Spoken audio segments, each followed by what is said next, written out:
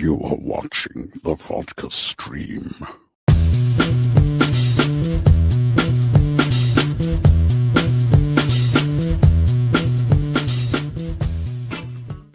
Hello, friends and drinkers and non-drinkers and movie lovers. And, well, if you're not a movie lover, what the hell are you doing here? It's a Film Junkie channel. What's happening, everybody? It is Friday. We made it through another week. Cheers, everybody. Welcome to the Vodka stream, of course. Always nice to get through another week. It's a pretty hectic week. Pretty interesting week, I will say. But, hey. We made it, guys. We made it. All right. Put on a little mood music right here. Hopefully you guys are doing good. The struggles. But hopefully you guys are doing good.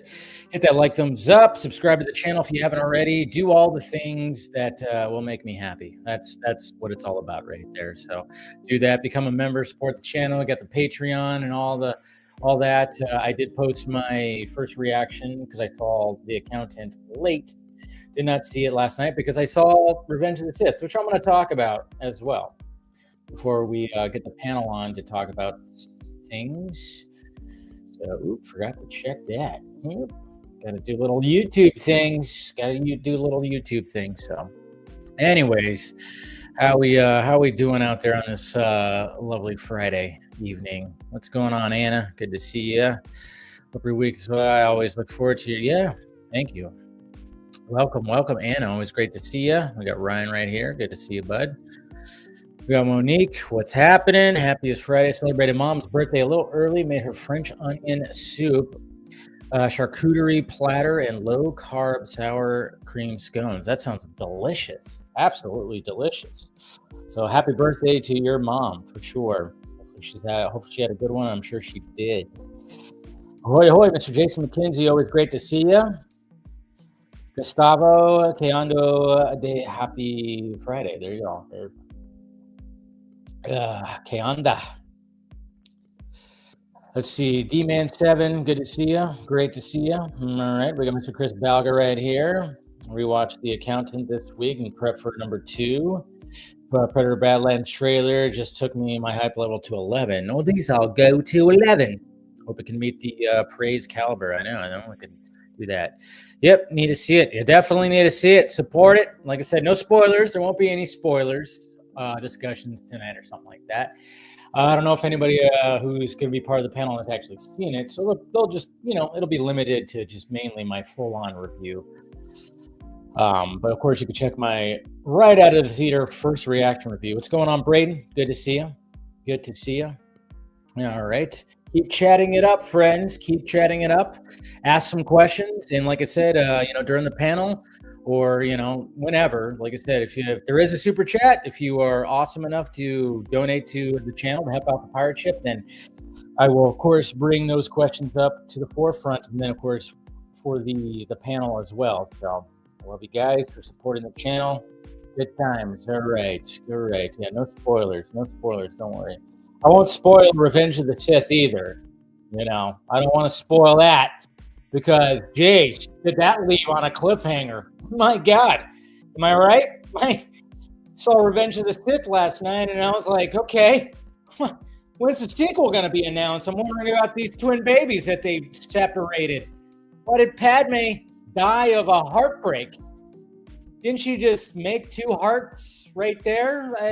She had 2 twins, but she was so brokenhearted, she didn't want to take care of them. That's ridiculous. And they didn't know she was having twins. They got light speed travel. You can do all kinds of things with robots. You got lightsabers. They didn't know she had twins in her belly. That's cool. It is kind of funny. I will say, though, seeing Revenge of the Sith on the big screen 20 years later, it is kind of weird. And I was telling my dad this because the dad joined. And I was like, looking at him, I'm like, imagine this. Like, this came out 20 years ago. 20 years before that, like, Back to the Future came out. Or Top Gun, the first Top Gun came out. It just kind of trips you out when you start thinking about the timeline of things. You start thinking about that timeline, and it can just, like, make you just, your mind melt because you're watching, and I'm watching this too, and I'm looking at the VFX. And the VFX aren't bad. It's sad because there are some modern day movies that the VFX look way fucking worse than this movie. And it was just kind of crazy. Yeah, but there are some times where the lighting looks off. It looks a little wonky, looks a little PlayStation 2, 3, whatever. But for the most part, it still can hold up. Obviously, the acting, some of the bad dialogue, still very much there. But I mean, that lightsaber scene, the introduction to Darth Vader full on when they put on all the armor and all the robotic stuff. I mean, it was kind of interesting. And like I said, I mean, apparently this is doing pretty well. The re-release, I saw like numbers are looking at it might actually make 25 to 30 million domestic, which is crazy. Absolutely crazy. But the theater we were in, we're all sold out. There were people that were dressed up. It wasn't as crazy as I thought it would be, but there were people, a couple people dressed up. There were people, of course, wearing shirts. There were people that were cheering during certain moments, but it was actually a little bit more tame than I actually thought it was going to be. I thought it was going to be a little bit crazier. The biggest reaction, my nephew, who's just a crazy, crazy guy, during the scene, of course, when the younglings see the business end of Anakin Skywalker's lightsaber, yeah, my nephew just decided.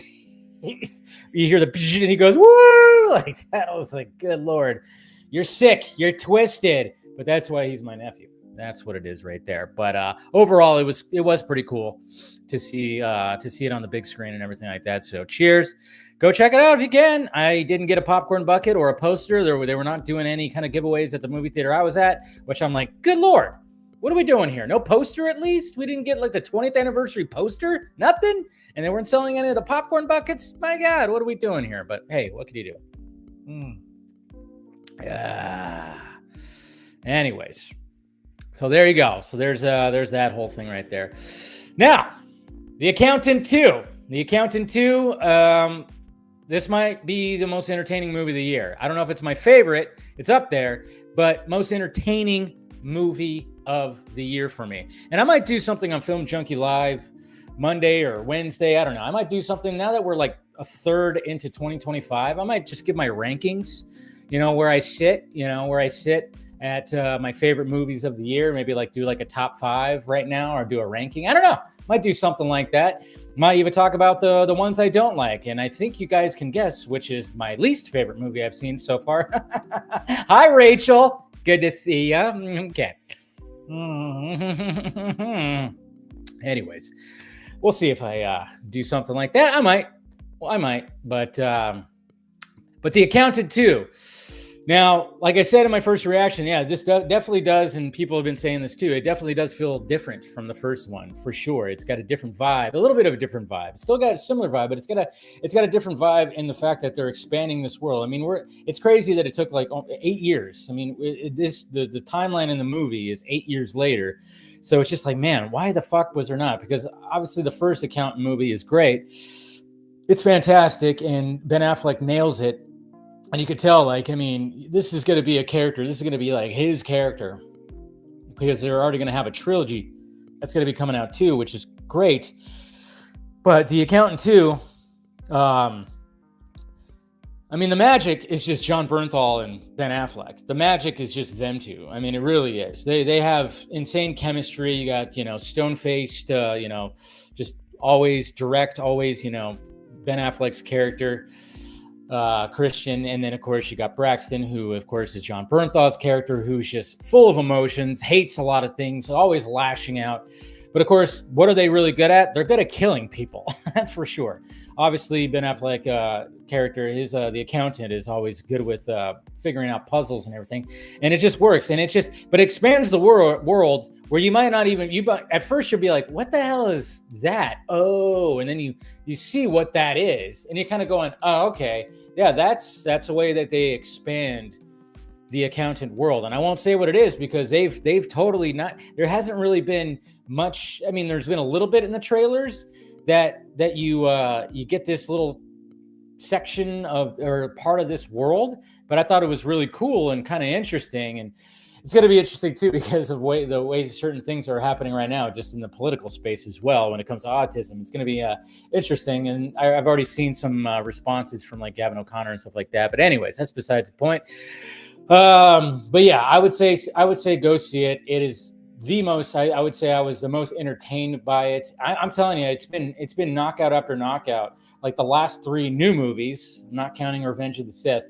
The last three new movies I've seen, which is Warfare, Sinners, and now The Accountant 2, they just been as the kids call it, bangers for sure. And like I said, I always gauge it because your boy likes to have a drink while he's watching the movies, and I tend the place that we go to just serves beer and wine, so obviously that's gonna cause some bladder things. And the last three movies, my bladder has been like, nope, this is a good movie, I gotcha, you're not gonna have to pee during the movie. So again, I'm like, that's becoming like my test of how good the movie is how engaged I am with it.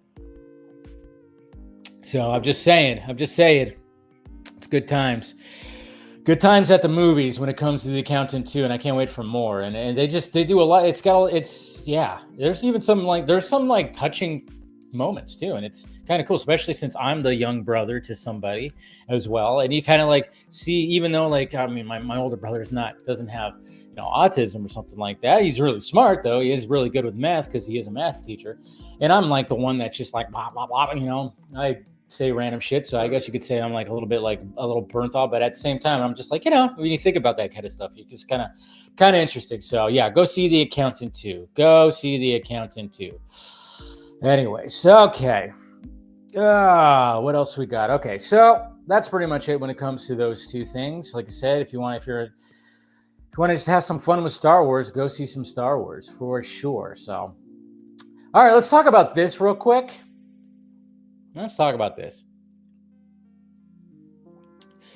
Superman gets a win. That's right. Superman in and of itself, not the movie, just Superman altogether. Okay, because obviously we knew about the whole lawsuit because we've heard about it before. It's not the first time that Schuster estate has gone after Superman. They always do this anytime a Superman movie is coming out or something Superman is coming out. They always try to get these rights things. And it's kind of interesting. This whole thing is very interesting. But we heard about this, obviously, with Superman, which meant that Superman might not, the new Superman movie might not show up in Canada, in the UK, Ireland, and Australia because of this whole lawsuit and deal and the rights thing and everything like that.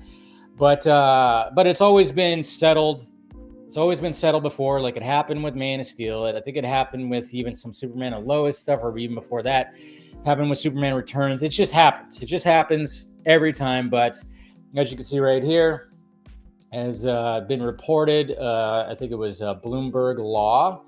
But of course, we have DC Film News right here. A federal judge on Thursday dismissed Superman co-creators' estate in their bid to reclaim foreign copyrights and blocking the new film, citing lack of jurisdiction. Superman will release in Canada, the UK, Ireland, and Australia without issue.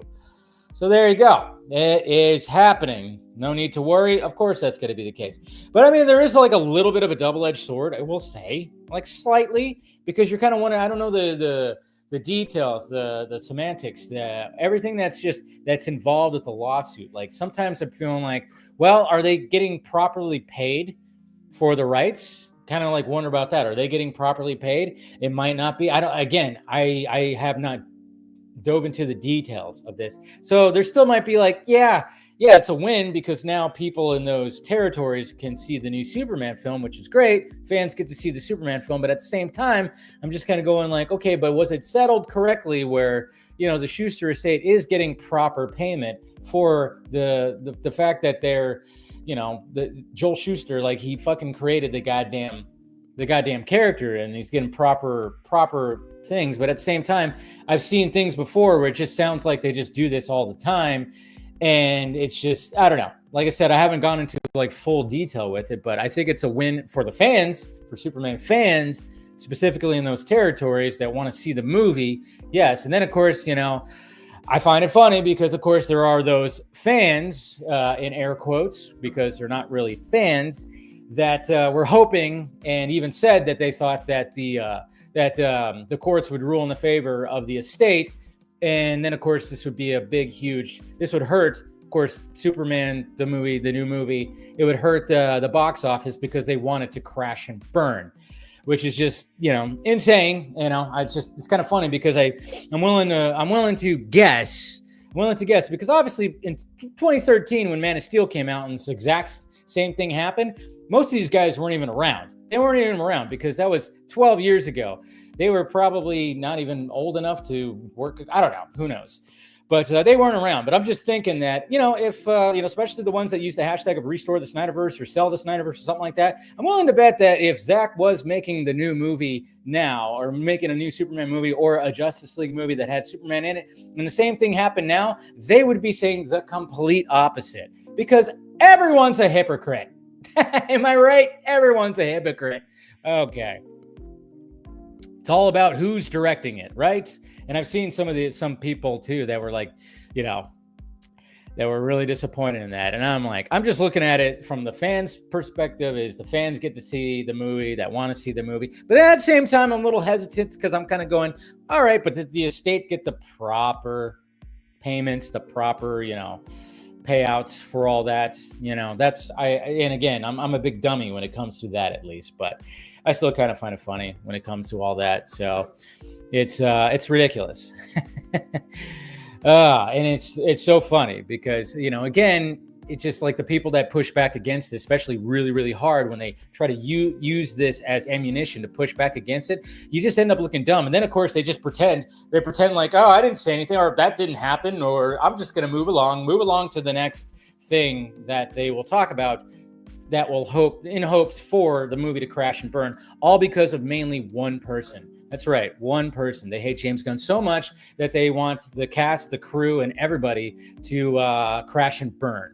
They hate DC Studios and Warner Brothers as well. Even though we got Warner Brothers is getting some good L's. When it comes to Sinners and Minecraft and The Accountants, also distributed by Warner Brothers as well. Our good Ben Affleck, our good buddy Ben Affleck, right?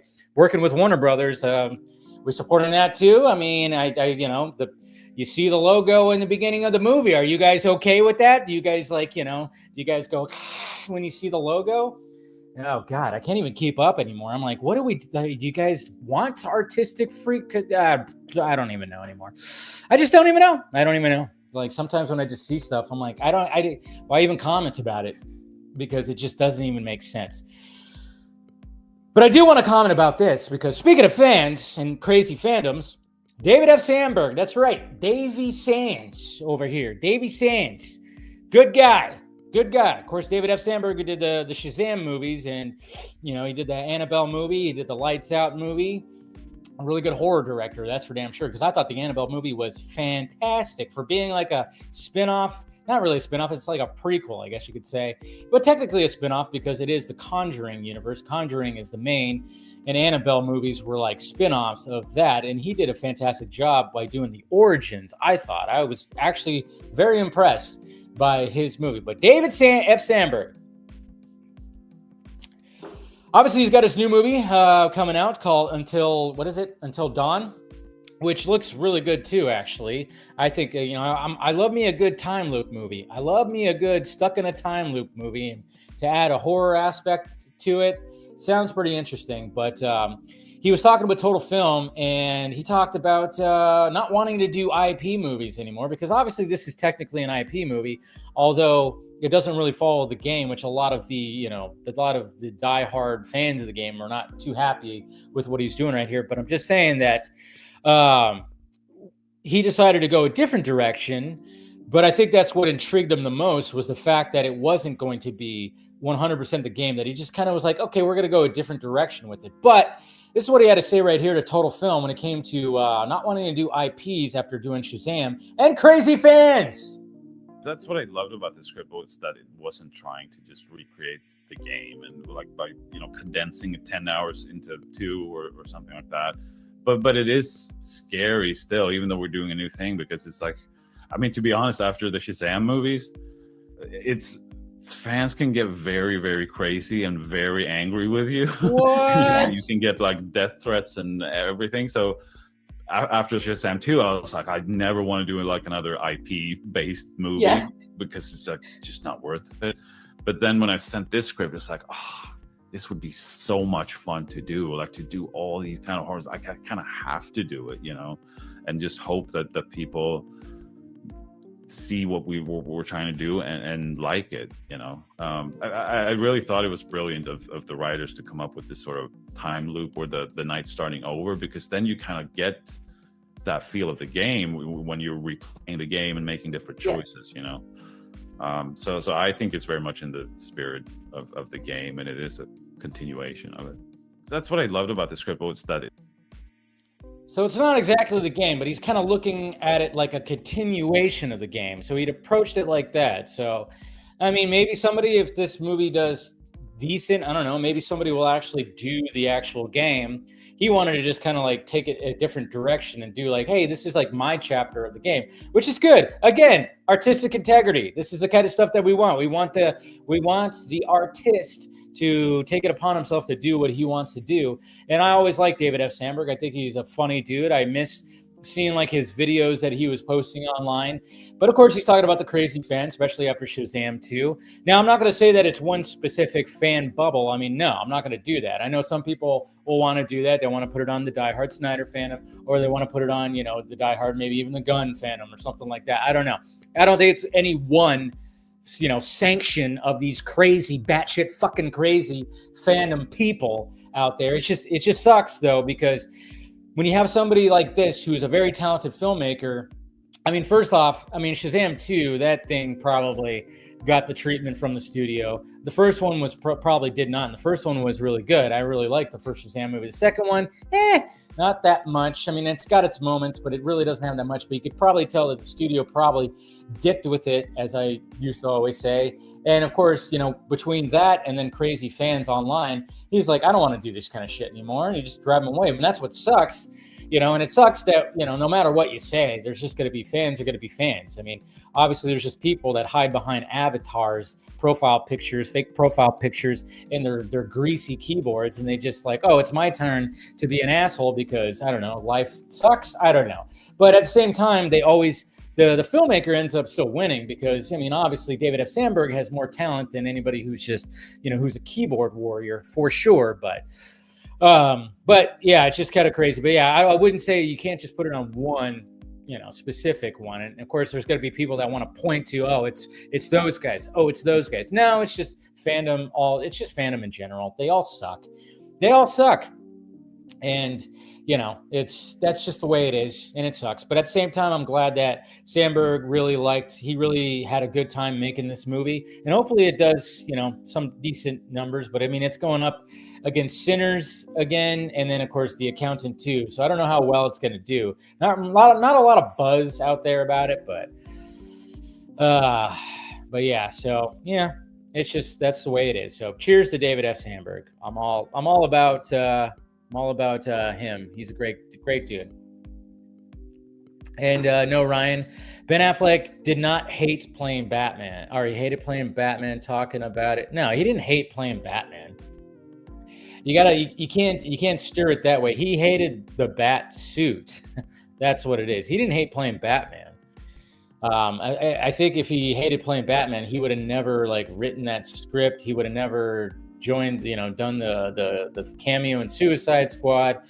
I don't think he hated being Batman. He just really like hated playing the suit, you know, playing in the suit or something like that. So yeah, I think that's what it is right there. So let's see. All right. So, okay. So what are you guys talking about? I think that's pretty much it. That's pretty much it I wanted to talk about right at the beginning. Okay, where is it? I was worried the tone shift would be too much. No, it wasn't that bad. No, there wasn't like I said, they're just expanding the world. It still had very much the tone. It was, you know, a little funnier, of course, too. So 3 supervillains and lanterns, that's going to be gangster. Yeah, hopefully it should be good. Warfare was awesome. Yeah, I agree with you. Reskin, it's funny to me that the trailer where Superman was cross-eyed was so bad they decided to sue for the good of the character. I'd say, again, Resikin right here, this is one of those dumb fans that is just trying to troll. I don't even know what the hell, I don't know what that even means, but, you know, swing and a fucking miss, of course. But you know, that's just the thing. It's like, again, he's like, da, da, da, da, da, da, da. I mean, that's pretty much what I hear when I read something like this. But hey, you know, I'm sure he got his jollies off. You know, he probably, you know, as he hit send, he was like, oh my God, look at it. Shows it right there in the chat. Gilmore started watching Havoc. That's right. Havoc is on Netflix. I might have to check it out this weekend. Liked what I saw, but got too busy. Tom Hardy and Forrest Whitaker, seeing who can be the bigger performance. Can't wait to finish. Interesting. What's going on, Versus Seed? Good to see ya. Good to see ya. Thought they always studio win. Yeah, they always do. So I mean, that's why that comment from Resikin is, you know, stupid. Samir, what's happening? Possibly 4 movies topping 20 million. Yeah. And which is crazy. It is kind of crazy. And 3 of those are Warner Brothers, which I'm like going, oh boy, Warner Brothers making a comeback this year. Could be cool. You know, I kind of look at it like Phil Knight, who created Nike, didn't get his money for what he created, or Steve Jobs, who created Apple. Yes, I know what other people did not get money for. Yeah. Let's see. D-Man, DC's other characters don't go through. Yeah, no, they don't go through that. And of course, hey, look, we got Revelations out there right now. See, she's you know, she's obviously she's played the game. I've never played the game, so, but she's got thoughts. She got thoughts about the game. The story of the game is absolutely awesome because it meshed 2 types of horror to it and had so many twists and turns. But like I said, what did David F. Sandberg say? He said, like, yeah, I mean, you could try to condense a 10-hour whatever plus game into 2 hours, or you could just do like, well, I'm gonna add to the game lore instead, and that's what he wanted to do, which I think is kind of smart. So yeah, exactly. He hated the costume more, so he hated playing Batman in the suit. All the actors. Yeah, exactly. It's always the suit. The suit is never going to be comfortable unless they just do like a plain old cloth suit. You know, that's it. But that suit is always just going to be a pain in the ass. I mean, the suits are always. I mean, playing Superman, not as bad. I mean, I don't know how long we haven't heard how long it takes David Cordsweat to get in his suit, but I think they said it took Cavill 15-20 minutes to get in his suit, to get his suit properly done. And you wouldn't think it wouldn't take that long, but I'm sure Wonder Woman, like Gal probably had no issues with her suit. That's very free. See, that's the thing we always talk about sexualizing like female characters and actresses, like especially when it comes to these costumes. But at the same time, I mean, when you have like very little to the costume and you have mainly like skin showing, way more comfortable. Would you rather be wearing that or a 30-pound bat suit where you're sweating like crazy in it? I don't know. I think I'd rather be half naked. Sexualize me all you want. What's going on? We got Dell. What's happening, sir? Good to see you, bud. Good to see ya. Do you think Mac's streaming name will change after Superman does good? I don't know. They'll probably keep it like that. Seems like they're pretty dedicated on that. I don't know. We'll see. I think they should have kept the HBO name in it, to be honest. It just seems like because there's HBO in the name just feels better. I don't know. They should have like they should bring back that intro, that Saturday night movie intro that they used to have. But then again, that's just for, you know, old people like me that want some little bit of nostalgia when we used to have to wait until Friday at 8:00 to watch the new movie premiering on TV, as opposed to just like, oh yeah, this so and so dropped on whatchamacallit, on streaming or whatever the hell. Sorry if it's getting dark out here. I'm sending out invites.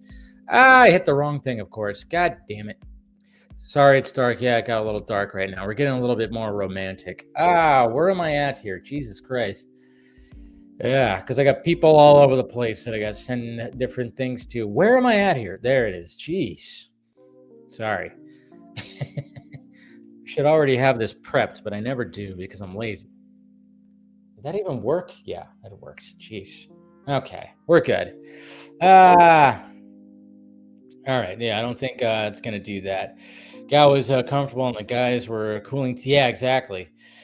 Yeah, you have to like hook up cooling tubes and stuff like that. That's where I'm like, geez. I mean, it must be nice when you just have.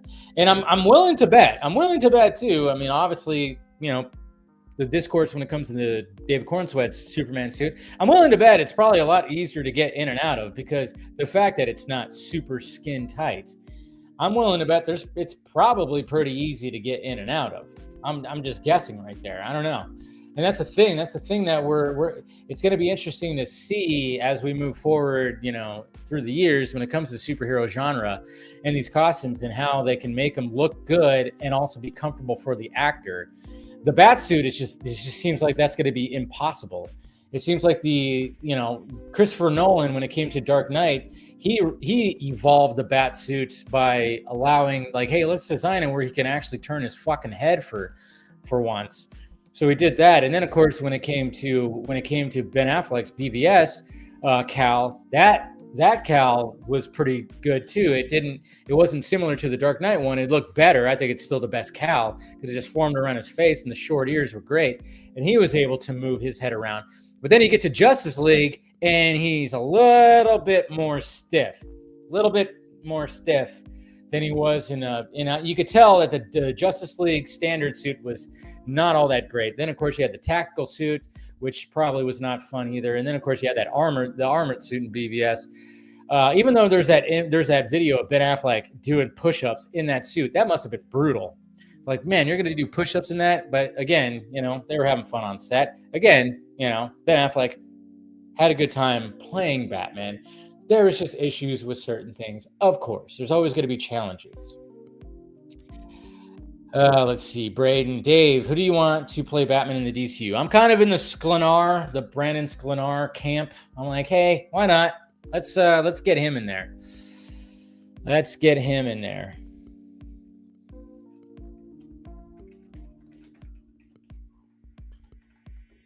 Sorry. Okay. I'm kind of liking him so far, So right now he's my choice. But we'll see. I don't think a lot of the haters for this new Superman movie realize that had Henry Cavill stayed, this most likely. Oh yeah, same thing would have happened. It totally would have happened. Yeah. Again, I mean, that's just the way it is, But like I said, we're all hypocrites. We're all hypocrites here. Right? Everybody just wants to be a freaking hypocrite. I know, right? I try not to say that. We're not old. We're not. I mean, I don't know exactly how old you are, but I know you're probably a child of the 90s as well. I mean, children of the 90s. I mean, again, when I was watching Revenge of the Sith last night, I was going, damn, this came out 20 years ago. And then I thought about what came out 20 years before that. And it's just insane to think, wow, like Top Gun, Back to the Future, Ghostbusters came out 22 years. I don't know. It's just like a lot of things. There's a lot of things. So pretty crazy. So yeah, we're geriatric millennials. Yeah, I just came under the wire when it came to a millennial. I was like, oh yeah, I am one of those. Yikes. Yeah, they definitely should have kept the Yeah. Why get rid of HBO? Everybody knows HBO. Home box office. Lean into it, man. I don't know. They got what's curious about like the way where streaming is heading to. I'm kind of curious of like how if they really want to make streaming like more of a crazier experience, you got to introduce some nostalgia. You got to I can't imagine how streaming is going to be like once like VR and a lot of things really take off, even though it seems like people aren't really going about VR. I don't know. It's all pretty crazy. It's all pretty weird. But, what can you do? Thank you for explaining the... Yeah. No problem, man. I just wanted to make sure that you knew that, Ryan. I knew you weren't like being a hater or anything like that. But no, I just wanted to declare that, he enjoyed it. I even saw him. What was great, too, is like Ben Affleck. I watch, Theo Von, the comedian. He's got a podcast, and I'll watch him every now and again. I like Theo Von. He's weird. He's just a very unique comedian, and I like his style. He's so weird. So I'll watch them every now and again. And Ben Affleck was actually on Theo Von's podcast this week. And it was interesting because it's like, yeah, that's becoming a new thing. If you have something to promote, you got to go on these big podcasts now. It's interesting. Yeah, but I like that. I was like, cool. So, and you get to have a long conversation. It's not like a press junket. That's what I love about here. That's what I would love for. It's like, hey, can some of these guys on here just that want to come on here and have a drink or something like that? That would be pretty sweet. That's what I was trying to go for, I guess you could say. But yeah, it was cool seeing that. And then, yeah, he talked about that too. He talked a little bit about Batman. He talked about the bat suit being uncomfortable and stuff like that. Yeah, but but still, he had a good time. He still had a good time. So it was just good to hear Ben Affleck talk like that. Yeah, AKA Joe Dirt. Yeah, he kind of is like Joe Dirt, right? All right. Well, you guys are awesome. Yeah, never hates. He never hates, guys. He never hates. All right. Where are we heading now? All right. So let me go ahead and turn off the music. Take off the sunglasses. Put on my broken glasses. Still broken, of course. I don't get the new frames for another, week and a half. Sucks. Takes so long. But hey, they're holding up, right? Just got a little blue tape on them. That's right. I got to get some black tape so then you can't see it. But hey, what can you do? All right, let's go ahead and start bringing some people on.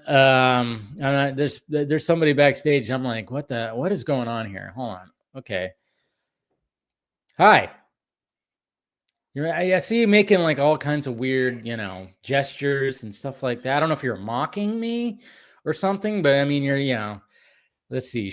No one cares. You got a little Deadpool thing going on right now. Look at that. No one cares. Yeah. Guess we should look at it like that. But I mean, are you like a muted Deadpool? I mean, you're supposed to be a merc with a mouth, and you're not really talking that much.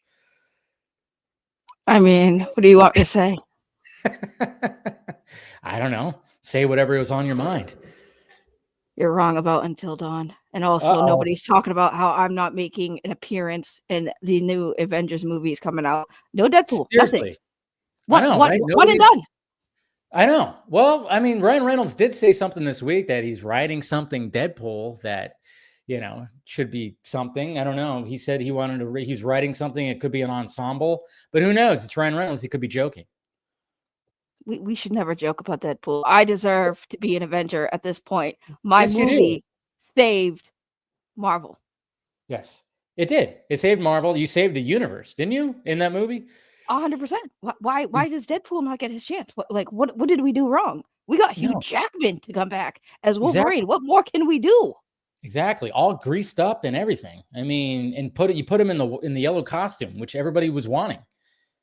We did everything right. We talk about what we gave the fans the most fan service you have seen in a decade, and no Deadpool for the Avengers. No, I don't make an appearance. Seriously. I mean, it doesn't make sense. It doesn't make sense. I don't know. You're going to get your due. You're going to join. It's going to happen. You're going to have like a surprise, like entrance cameo that's going to happen in Avengers, like Secret Wars or something. You're going to save someone's ass. I don't know whose ass, but maybe Thor. You're probably going to save Thor's ass somehow. Oh. And then you're going to grab his ass because we've seen his ass. We saw his ass in the last movie. So, I just wanted to electrify me. That is a god. That is a god, an Adonis. I just wanted to shock me. Yeah, and it might. You grab a hold of that cheek, it might just send electrical shock right through your body. So I say do it. I know. It needs to happen. What is Marvel doing? See, you have ideas. We have ideas, So there it is. We have the ideas. We also have Chris Balga showing up right here too. I think the operative word is, what is Marvel doing? I still think they're trying to answer that question, but there's hope in that. Can we land a plane that was built as it was trying to be flown? Ooh, that's a good way to put it right there. I like that. Land a plane that was built as it was. Wow, I like that. Did you come up with that? That's pretty philosophical. I mean, I've heard the phrase before. I think I might be one of the first to say it about Marvel, but again, I'm on a Marvel podcast, so yeah, that's true. But no, that's good. Said I will call it out. I'm a fanboy, but I also will call it out when It's not saying I dislike it. It's just like we could have done better, but obviously lots of circumstances around it. Okay. I'm curious. I'm curious for the Marvel content creator. How do you feel about them screwing me and not buying me dinner first? How do you feel about that? Exactly. It's not proper screwed. Rob Liefeld, are you underneath the mask? We will never know. You'll never know. It's Jeff Johns. How do I feel about it? I think like I think that DC pays their creators better, but I think both companies have a long way to go in paying back their creators. So what you're telling me is I need to identify as a DC superhero instead of a Marvel one. If you want to get paid just a little bit more, possibly. I do. I want to get paid more. So I think I need to have a conversation with James Gunn and say, listen, I'm done with Marvel. They screwed me and they didn't even give me a kiss afterwards. So I think James Gunn will treat me better. Not even a kiss on the cheek afterwards. Not even a kiss. But which cheek is which cheek? That's the real question. Deadpool might not be the cheek you're thinking of. Any cheeks, and they didn't even, they made me pay for my own Uber. Oh. See what happens. That's just fucked up. And it's funny too, because I mean, look what happened in the Deadpool Wolverine movie. I mean, they were telling Cavill, like, hey, we'll treat you better than those fuck sticks down the street. And then look at how they're treating you. It's wrong. I know. It's wrong. We tried to get Henry. Henry seemed a little interested. Even though we put him in with the Wolverine, he requested Wolverine because he said, if anyone I'm going to play, I want to do the Wolverine shtick. We said, all right, Henry, we got you. We know you can't be Superman, but Wolverine's the next best thing. And then Marvel said, yeah, we're not going to have Deadpool in any Avengers moving forward. You're not going to have any crossovers. We're not going to have you make a cameo on Thunderbolts, which I think would have been perfect for me to make at least a small appearance. But I didn't get the call. God, Thunderbolts would be perfect for you. You could actually lead. Well, no, Yolanda is too good. She's too badass. But you guys could have had a co-lead. You definitely fit in the mold of the trauma that every one of those team members. So you have some trauma, so you would definitely fit in on the trauma department. Very true. See, I know it's a shame. It's a damn shame that my role does me dirty, and not in the way I usually like. Exactly. And like the rest of them, not many cinematic powers. You have powers, but not yeah. I mean, so again, you blend in. Yeah. Maybe we need to do another test footage tease of me and the Avengers, and then have Ryan Reynolds say, "Hey, you guys like this? We're gonna make it happen." We need Ryan Reynolds to screw with the fans a little bit, get them hyped up to force Marvel's hand. Otherwise, I'm Team DC. Well, I mean, he screwed with fans. It hasn't been working out well for him lately. At this point, ask his wife. Yeah, there's a little bit of a struggle happening right there, but they're dealing with some things. But at the same time, hey, like I said, he did tease the fact that he is working on something. I don't know. Could be maybe they'll give Deadpool a special presentation like they're giving the Punisher. Could be that. Could be doing something like that. You don't want a special presentation? I don't want the Punisher. Listen, me and the Punisher, I misunderstood the ad. When I saw the ad for the Punisher, I thought it was going to be some sex thing, and it wasn't. I was very disappointed. S&M kind of thing. Yeah, I thought I was going to be punished, because I can take it. I can take the beating. And then I found out the hard way with some guy named Frank Castle, and I'm just like, I'm down, but he didn't seem down. And I think something about me being a bad guy. I don't know. Yeah, he's a little traumatized, and I don't know. Maybe eventually, like, he'll take all that trauma and he'll turn into a freaky, kind of person like you are. But one can hope, I guess. But he's got some bad cops to deal with. So yeah, give him time. Then maybe when he settles all that stuff, maybe he'll just be like, you know what, I'm backed up. And I heard this Deadpool was like saying all kinds of freaky stuff to me, so maybe I should give it a shot. Well, who was really fun that I met was Daredevil. He never saw me coming. But he heard it. He heard it. Yeah, there you go. He knew before I did. Oh wow. Yeah, no, he was like, wait. He was sensing it before that, but that's funny. I like that. So yeah. But see, there you go. Daredevil. He's good. He's good, right? What's your relationship like with him? It makes Since things you guys wear the complicated. same colors, you know? Yeah, I mean, I'm already used to getting mistaken for Spider-Man. Yeah. So it made it worse when the color scheme was even more like mine. But you know, we just played around with the villains and it worked out. But yeah, we have a decent relationship aside from, you know, the stick. I wasn't really a fan of the walking stick. I don't think he needs it, to be honest with you. I think it's a hoax. I think people need to stop assuming that this man is actually blind. I think he's like a Stevie Wonder. Yeah. We wonder that if he's actually blind, he's not. The stick Exactly, is yeah. a fraud, and the There things is a he can do with it conspiracy. though is pretty good. Hey, even There is when a he wore a conspiracy. sweater saying I am Daredevil, I mean, still people didn't believe him. I mean, he was just saying it right there and then. I mean, you know. Yeah. Exactly. I kid you not, when I go out in public with this, if I get I love children, don't get me wrong, like children are joy, but I've never wanted to sucker punch one for calling me Spider-Man. Look, mommy, Spider-Man. Ooh, yeah. You don't want to get called that. I know. He always gets all the glory, right? Spider-Man just seems like he steals your glory. But then you have to ask which one. Which Spider-Man? Mm-hmm. Yeah, there's a lot there. Yeah, there's a few of them out there. A little bit. You know? Mm-hmm. Yeah. But you know, that Tom Holland one, I mean, he seems like I don't know, it seems like he would definitely, if you guys were to get a little romantic, he's a bottom. I sense that about Tom Holland Spider-Man. He definitely looks like a power bottom. Yeah, he does. Garfield, you know, opposite. I would say seems like he would be the dominant one, but you know, yeah. Possibly. Wow, this conversation just got into really dirty. And but hey, this is what we're doing here. We got Deadpool here, I should say. Deadpool. I can't do copyrights. Yeah, exactly. You can't. Not trying to get sued. Yeah, you don't want to get sued. See, there you go. You're smart about it. You're smart about it. Can't say I'm Deadpool. I'm not a copy. It's Deadpool. Nope. It's Deadpool, and yeah, and no one cares. Like the shirt says, no one cares. No one cares. But you know, it's good. It's good. But yeah, it was kind of funny too because I saw The Accountant 2 today, and it's funny because John Bernthal, who plays Frank Castle.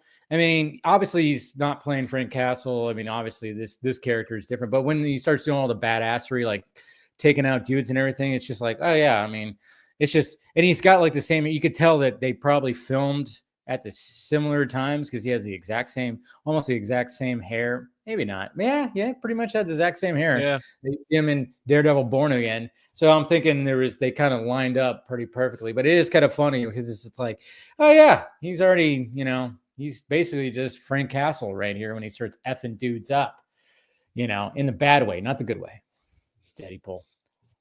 I mean, I was just remembering. Don't get too excited. I was thinking, I'm like, I thought his name was Shane, and I thought his best friend shot him, and he became a zombie or something. Now he became Punisher. Yeah. Yeah, and instead of like instead of saying can't protect your women, Rick, he's saying can't protect your women or your friends, Red. There you go. Calling him Red. See, that's the thing. He's calling him Red when you are, you know, Red too. So it's like, is he gonna call you just Dead? Like, hey, what's going on, Dead? I guess maybe that's his little nickname for you. I wanted him to call me Sweet Cheeks, but I got shot in the cheeks when that happened. He wasn't a fan. He wasn't a fan. Maybe, yeah. But I do have to get on you. Yeah. I do have to get on you. Yeah. Me? No. Yes, you.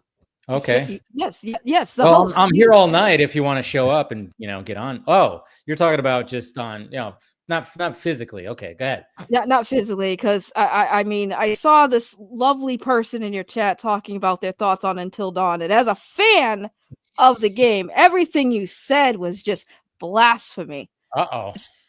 Listen, there is changes from a franchise that is acceptable.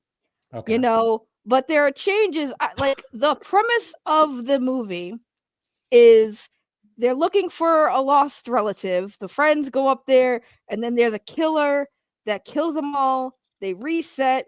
It is a different killer each time, and they have to survive until dawn. That has absolutely zero to do with anything involving the game. The whole aspect of resetting has zero to do with the game. When you play Until Dawn, any choice you make, if you mess up, you can't go back and reset to that point and change your mind. You have to play it through, and whatever decision you make, whoever dies based on your decisions, it's a done deal. Then you can go back and replay it and change your things, but you can't do that in the game. And the whole thing is they had 2 major bad guys to deal with.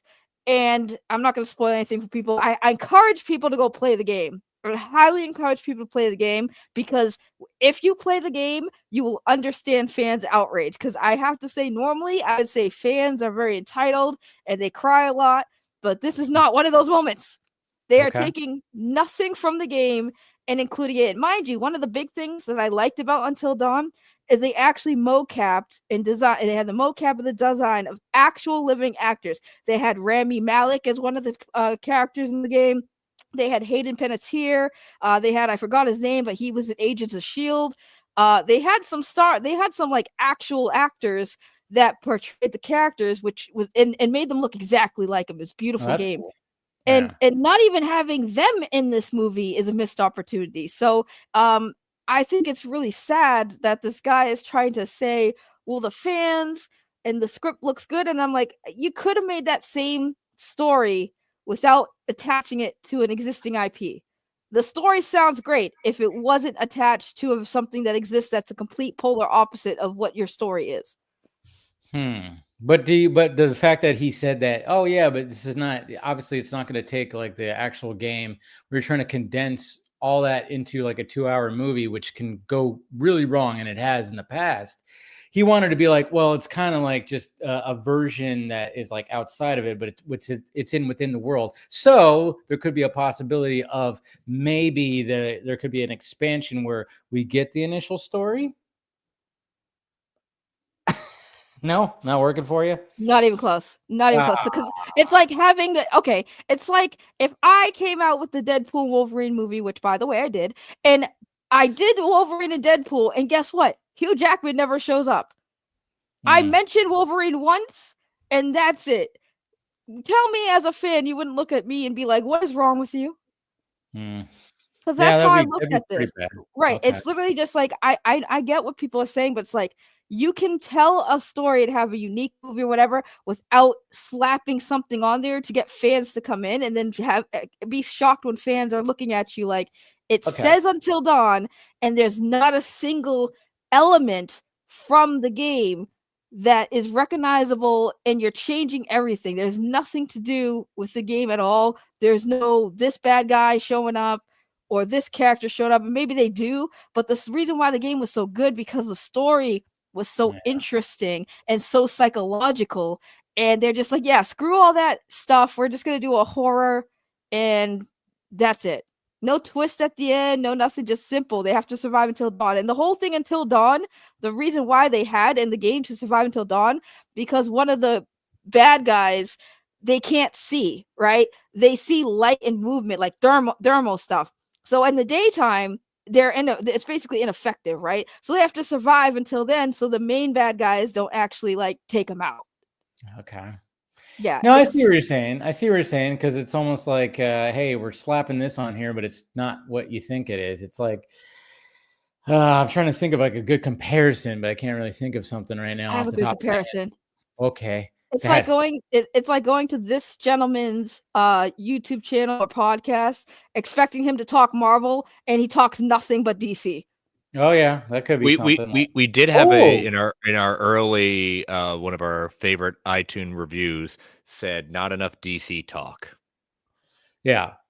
So that was a fun review to look at. 1 star because we didn't talk enough DC. But Deadpool, I think it's almost like you have your channel name and brand might be I don't have to. It sounds like a certain Jedi character, but then you don't talk Star Wars. I don't know. I'm not saying this is a real person, but you know, I'm just. Is that what you're kind of saying? Exactly. Exactly what you said, and 100% agree. Like, yeah. So if you like have your name that is like a specific character from a specific franchise, but you don't talk about that franchise, it's kind of like that. Yeah, it's like if you're Dave the Film Junkie and you come Yeah. to Dave the Film Junkie's channel and he's doing arts and crafts and never mentions a single film at all ever. Maybe once he's like, yeah, so I was watching Superman and it was great. Let's go back to painting this little tree over here and this little ducky. You know, it's just like it's basically a cash grab for me when it comes to Until Dawn. That's why I'm very passionate about it, because the game story, and you could condense it. You 100% can condense it, because if you play the game once, you can beat that thing within an hour. Wow, that quick, huh? Yeah, I mean, I guess now, now that I think about, okay, now I'm going to go back to good old Ghostbusters 2016.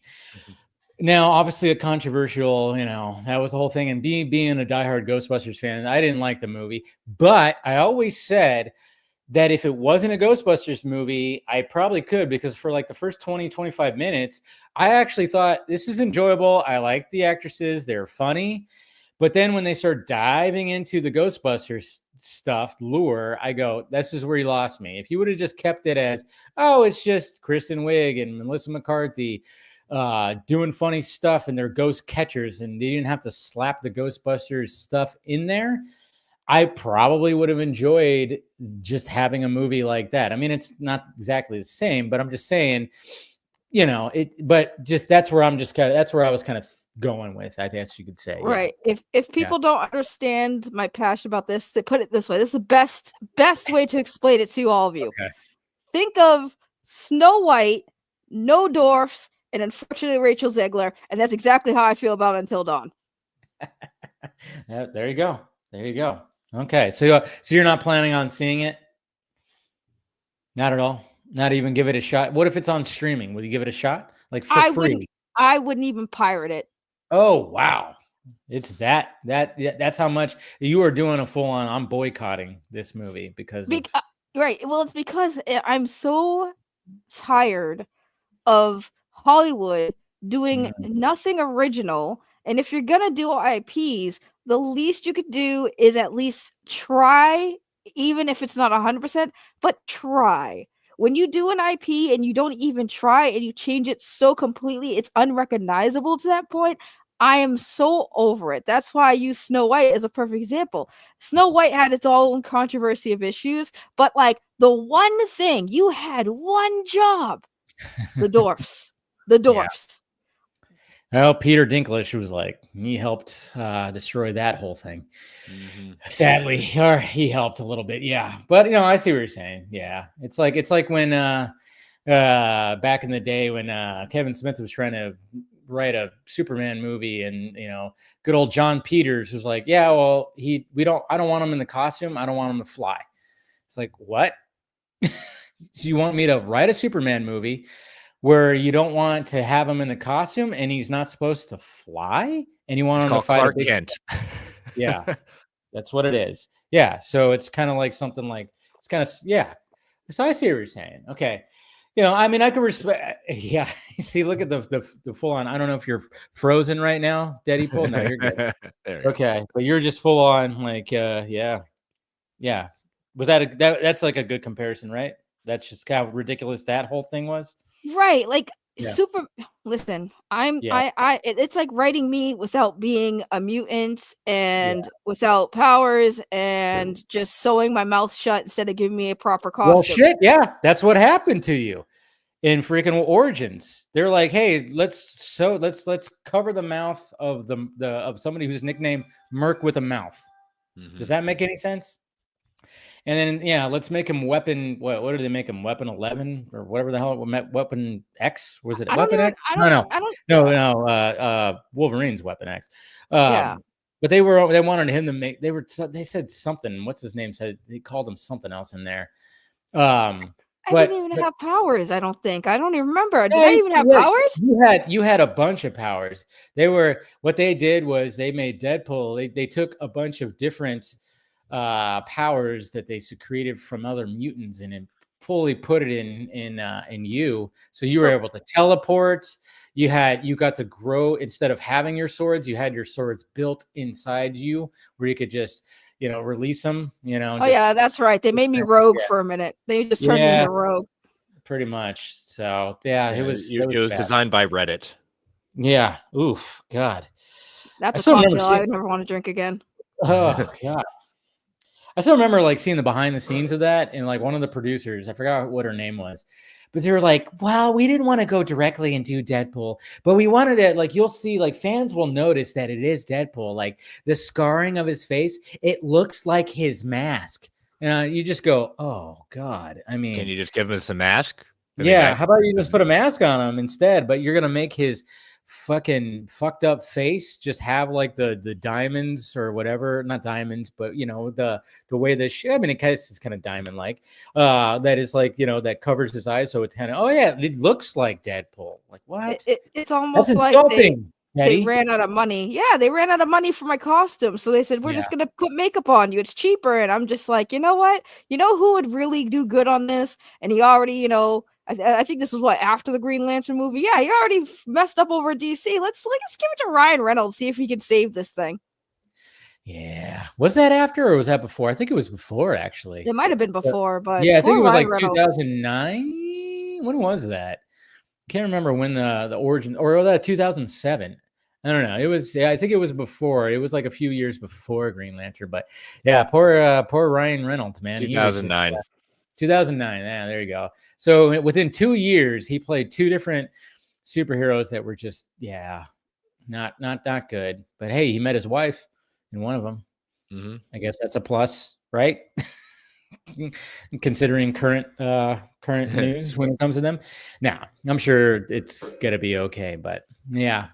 So I see what you're saying about Until Dawn. I see what you're saying. You know, because diehard fans are going to be like, what the F is this? And then it's kind of interesting too, because this movie is coming out when we have, we have Sinners that is killing it at the box office. And we got The Accountant 2 that is out right now as well. And it just seems like this movie's probably not going to get much footing, you know, from the general audience. Like me, not playing the game, not knowing, I like a good time loop story. And I thought, okay. And I like David F. Sandberg, but I'm not going to rush. I'm not going to go this weekend to go see it. I mean, I saw Revenge of the Sith last night, you know, a movie that I've seen numerous times.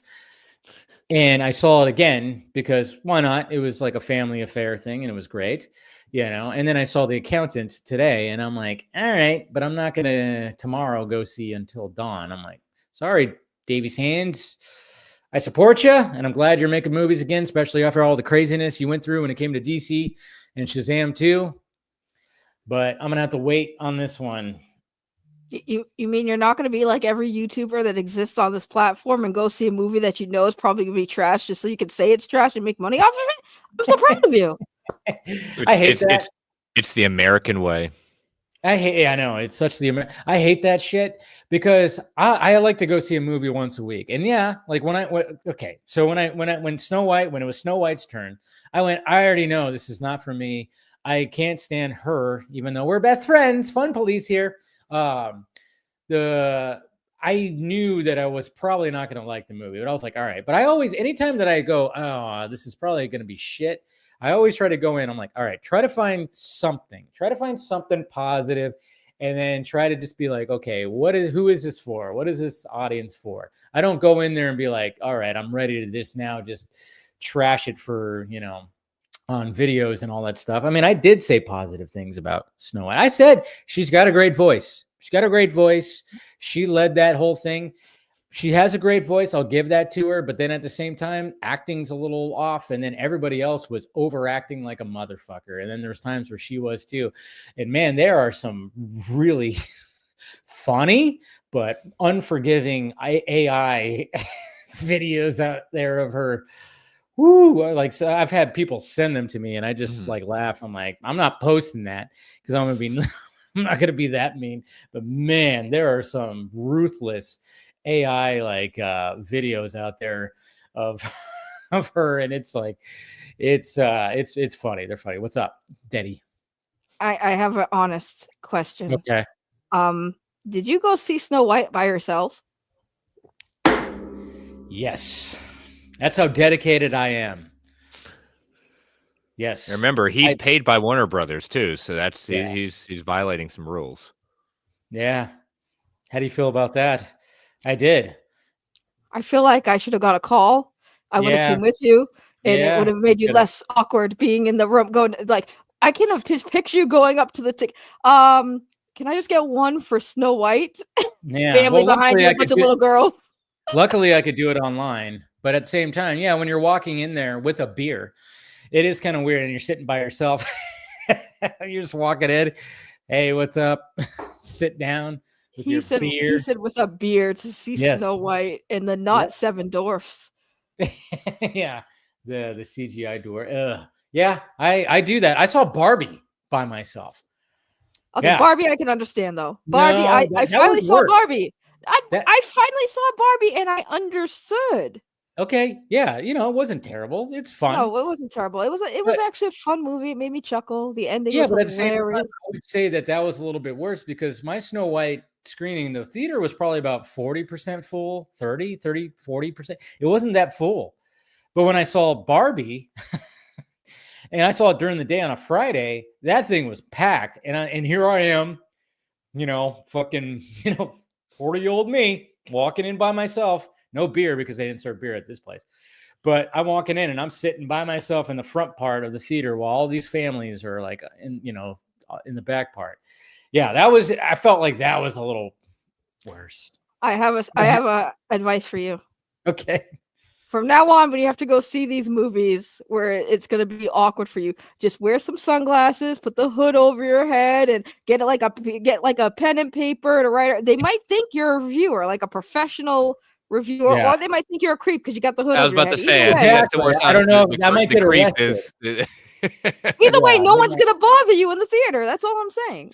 I don't care. It's fine. Or he might be bothered by the people he doesn't want to be bothered by. As he's escorted out in cuffs. My only hope is maybe somebody would be like, "Hey, film junkie." That never happens. It would be funny if that did. Someday you'll get on my status of notoriety. I know, right? See, that's the thing. It's like if I had, maybe that's what I got to do to add to the brand is do like a mask thing. I don't know. I got to figure it out. But hey, we got William from the Sci-Fi Center. Hey, what's happening? We got Deadpool here. That's a very familiar voice behind the Deadpool voice. You know nothing, Jon Snow. I can't quite pinpoint where I've heard the voice before. It's going to bother me for the rest of the night, but it'll come to me in a dream. Good. You know nothing, Jon Snow. Nothing. Winter is coming. Winter is coming. Not soon enough. That show doesn't premiere to next summer? Which one? Maybe. House of Dragon season 2. You know what? I made the mistake of rewatching Game of Thrones recently, and oh man, rewatching it made me even more depressed at how sorry and sad the ending was to it. I'm like, why did I do this to myself? I knew how we were gonna end, and it just reminded me of how awful. But House of Dragons, the new season, I'm definitely excited. I think House of Dragons saved Game of Thrones ending for everybody. Yeah, and it was really that last couple of episodes because the first 3 episodes of season 8 of the last season of Game of Thrones are epic. It's that that last 3 episodes that I wish I could just like retcon and wake up and it was all a nightmare or something like that. I just wish they stretched out the whole Nightwalkers war. That's all I asked for. 1 episode was not enough. I'm like, at least 2 and I wouldn't have been mad. But they just wrapped it up so quickly and that's why I got mad. But I mean, yeah, I'm excited for House of Dragons season 2. I've been actually watching all Netflix shows, so that's where I've been. I did see Captain America. Crap, I forgot. Yes, Brave New World. There we go. Yeah, I did see that. It was right. I don't know. It was alright. It was alright. I mean, Anthony Mackie is it's alright. It wasn't top tier Marvel, but it was still fun. I mean, it wasn't. Yeah. I wouldn't put it up there with like the other Captain America movies or the Avenger movie or anything like that. But it was a placeholder for what they're about to do and what they're about to embark on with Fantastic Four. Yeah. I put the shades back on because my stupid broken regular glasses were bothering me. So, anyways, carry on. Sorry. I was gonna say they try to force the Bucky and Sam comedy a little too much for me, and I was like, all right, I don't this movie's trying too hard. It's like a try hard. Well, and the leader was an absolute waste of the leader. I mean, he was basically he turned out to be a Scooby-Doo villain is what he Did you see they released the head? Yeah. I saw that. And I was just kind of going like, why did I would have gone with that. Yeah, I mean that's legit to what he looks like in the books.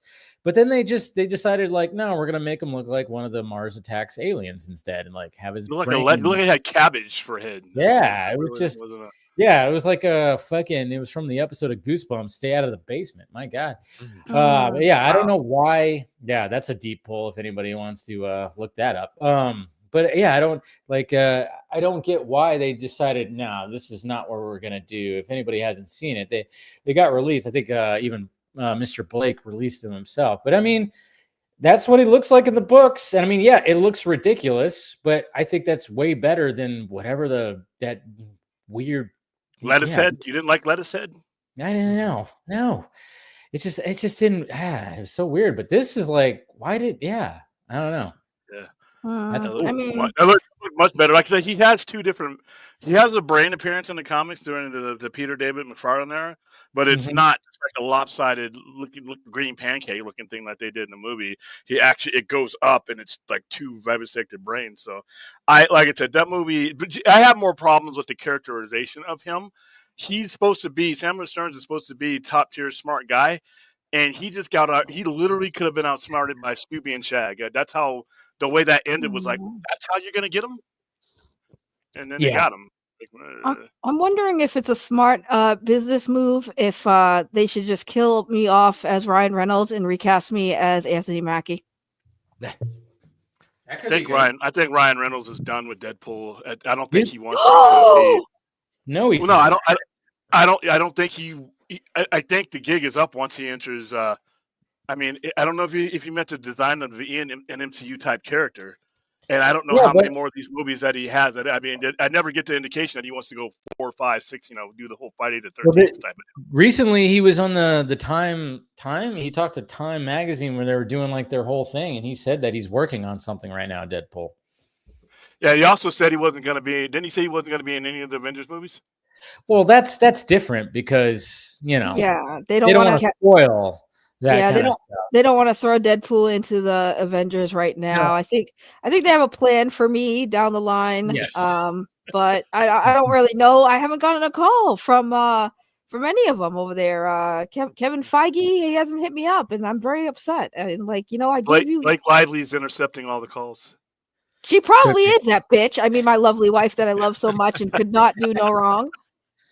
For a while, she couldn't. I never heard a bad thing about her until recently. And then all of a sudden, it's like some producer dude or whatever that was going on. They were going back and forth.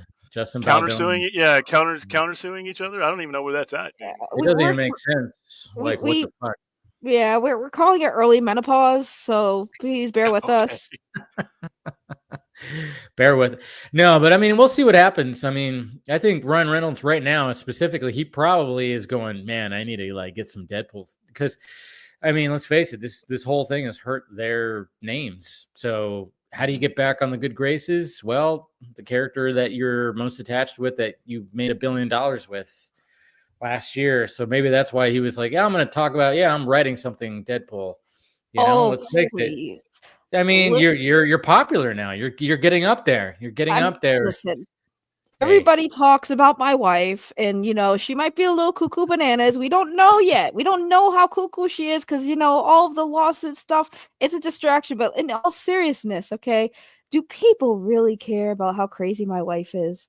Do they really care? They really don't. I think it's because they're trying to shut down the Deadpool brand, which is probably why I'm not going to be in Avengers because my damn wife won't shut the hell up. I mean, my beautiful wife is going through something right now. And I wish you would all just respect and just wait for due process before you post judgment so I can be in a movie soon. Thank you. There you go. She said her piece. He said her piece. They said their piece. Sorry. I know. I'm playing along as far as I can. Hey, what's going on, Phil? How's it going, Phil? How you doing? Yeah. What's that on the shirt? Or is that a jersey? I know, yeah. Is that pink? Are you pink, sir? That's a Metallica jersey. Come on, guys. Oh, I can see the. I see the flaming skull.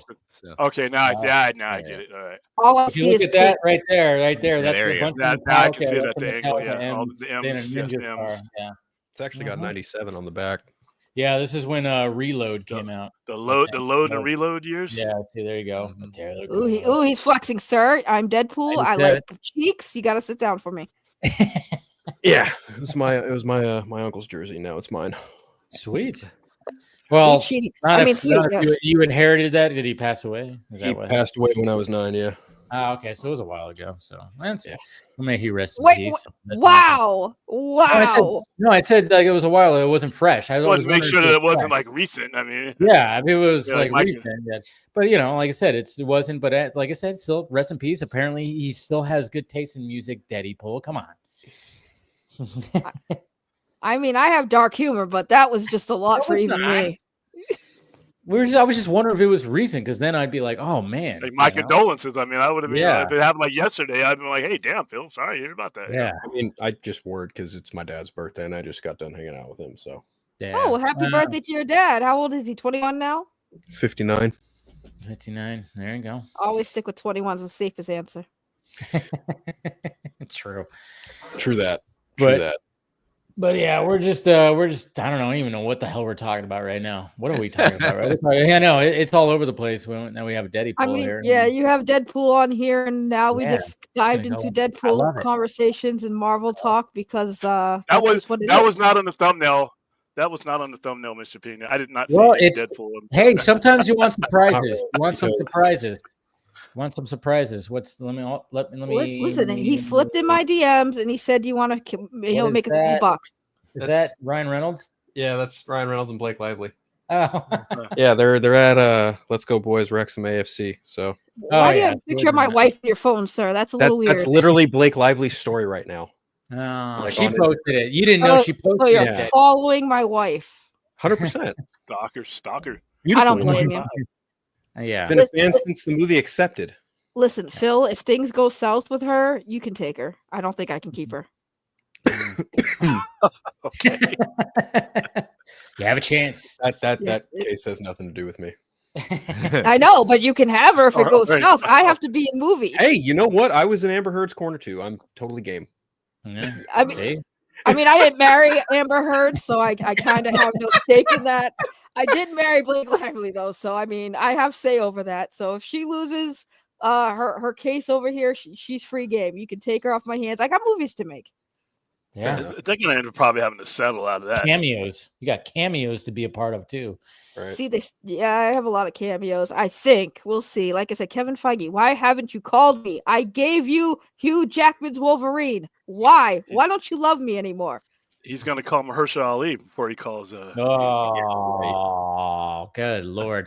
Did you guys saw that Delroy Lindo, obviously when he was promoting Sinners, he talked about how he talked about Blade. I saw the guy who was going to work on the score say like they were moving in a direction, then it just fucking fell apart. It's so crazy, crazy how that is. But at the same time, I'm just kind of going like, in 2019, Marvel Studios, there wasn't anything, dark and R-rated really at that time, But then, yes, that's what I was getting at, Deadpool, is the fact that MCU. That after Deadpool and Wolverine and after Werewolf by Night and even after I would say even Multiverse of Madness, it's like, okay, you guys have done some shit. And then Daredevil Born Again season 1. You guys now have had some things where it's like, how can you not, and it's so weird when we keep hearing, Lindo said that, yeah, it was awesome at first. They wanted to get everybody's like input into the story and everything. And then apparently it just went, he said it went off the rails. Like it just totally. And then of course they've had like numerous writers. They've had 2 directors now? At least. At least 2 directors. And it's like, you have Academy Award winner Mahershala Ali just 2-time. 3. Is he 3-time? 2-time. 2-time. He's won twice. Yep. Mm-hmm. Yeah. Green Book and Moonlight. Moonlight. Yeah. Moonlight, yep. That's right. I thought he just won for Moonlight. I forgot about Green Book. That was a great movie. Won for Green Book. Yeah. But you've also had a executive change too. You went back and forth between Chapek and Iger and a different philosophy of how Kevin Feige and that regime were going to approach these things. I think there's only one reason why you haven't had a Blade movie, and it doesn't fit into what Kevin Feige's doing at the moment. That's you know what it is. You're not, I was just thinking about this right now. I mean, I think like, well, yeah, it's that. Like, I'm actually gonna, take what you just said. Like, yeah, Kevin Feige probably didn't have it in his planning, and then he's probably trying to figure out how do I put it where obviously they wanted to expand on it with like some of the darker characters, because obviously in Eternals at post credit scene we hear his voice. That was so silly. There should be no talk of a Blade solo movie. Yeah. First, Blade himself and Mahershala Ali, he needs to be bought in with Doctor Strange. Next Doctor Strange movie, that's where I need. If you look at the percentages of the characters that he interacts with, Blade is basically a guest character for the majority of his career. And look who he guested with. Look at the elements. I mean, you have Doctor Strange right there. First time, didn't he showed up in the '90s Spider-Man, right? Didn't he show up in there? Yeah. He showed up in an episode, right? Yes. I think that was my first. He showed up in a lot of episodes with the Punisher. Yeah. And then with the Punisher, with Morbius. Yeah. See, that's the thing. It's like, come on. It's like, I don't know, man. It's just, maybe he should be. They should have did something like that. But then again, where do you fit him? You can't fit him in, but Thunderbolts, maybe they could have did something there. No, Doctor Strange. Doctor Strange would have been perfect. It explains itself. And then as you get towards Secret Wars and or Doom in Secret Wars, because you're going to bring all these characters, you're going to consolidate anyway. All these characters that have been around the last 20 some odd years, you're going to get one last goodbye. Have Wesley Snipes and him fighting side by side, and Wesley Snipes dies heroically as all these other characters should go. There you go. I mean, I was with you. I don't think they should have been doing a Blade solo movie at this point. I just don't think that fits in his plans. And if Kevin Feige wanted to do it, it would be done. Well, I just remember at least rumor mill was when post Endgame, they were talking about, I think Feige did talk about this in the sense of, we're going to have a cosmic side of the MCU. We're going to have a street level side of the MCU. We're going to have a mystic side of the MCU. And never happened. Too many ideas. So they could have done it. But in this phase, to your point, William, when Ali goes to them and say, I want to do this, when it wasn't originally part of the idea. Now you're trying to shoehorn something in because you have an amazing actor. It's like, I'd want him to fit it in too, but you're exactly right. And we don't know, like, I mean, there could be I mean, when it comes to Ali, there could be like maybe some things haven't worked to his standards too, or he wants to take this seriously. So there could be like, there could be some things like right there too. So, but I don't know. There could be a whole loads of things, but as of right now, it's still a go. I don't know, but at the same time, you took a little hit off your vape there, Deadpool. I like that. You saw nothing. Okay, I'll pretend like I didn't. But I mean, but at the same time, I'm like, maybe he should have been more of a side character. But then it's like, where do you put him? With me. I think it's really tough to do Blade now, especially in like a cinematic expanded universe, right? I mean, you can't really step on the toes of what happened with Wesley Snipes. You can't really do anything like that in those movies again, but at the same time, it's like that's the bar, right? And they even went so far as to like bring back Wesley Snipes for Deadpool and Wolverine, which was cool, by the way. It was really well done. But I saw a rumor that like they were toying with the idea of making it a period piece in the 20s. I don't know how true that is, but I'm like, well, that's a way of doing it without having to like directly connect it to any, like, basically that's the way of doing it without having to be like, oh, here's the name drop of Tony Stark or whatever. Like that's how you get around it. And I think that's exactly why it's working in the same way for Fantastic Four. But at the same time, it's just kind of a damn shame that like Blade has now become to Marvel Studios what the Flash was for Warner Brothers for the longest time. It's just, but for totally different reasons. Though I get what you're saying. Sure, totally different reasons, but just the general idea that you have a movie rooted from a character, and the movie is just in development hell for one reason or another, and it's just a fucking crying shame. Aren't they bringing Channing Tatum's Gambit into the MCU officially? I heard of something about that. I read something that they're bringing. Well, his name's on a chair for Avengers Doomsday. Yeah. Oh, so he's coming back. He's going to be one. He's going to be one of the. He's going to be one of the ones that gets knocked off, though. Like a lot of these characters that have been around that weren't part of Marvel MCU proper that are coming back from the Fox, they're basically going to be cannon fodder. They're going to get good goodbyes. I can understand the process, but I'm not ready to commit to that. I mean, I can understand where you're coming from with that, and sound logic for sure, but I don't know. That's like, I feel like that's an expectation, and I don't know if I'm ready to commit to that. I'm just excited to see the old blend with the new in a regard. It's funny. I was kind of thinking about this today because I think I might do a video on like who could still show up in Avengers Doomsday, like who hasn't been announced, right? And I'm kind of the mind of like, I think for sure Famke Jensen and probably Halle Berry. Like those two for sure, I think are names.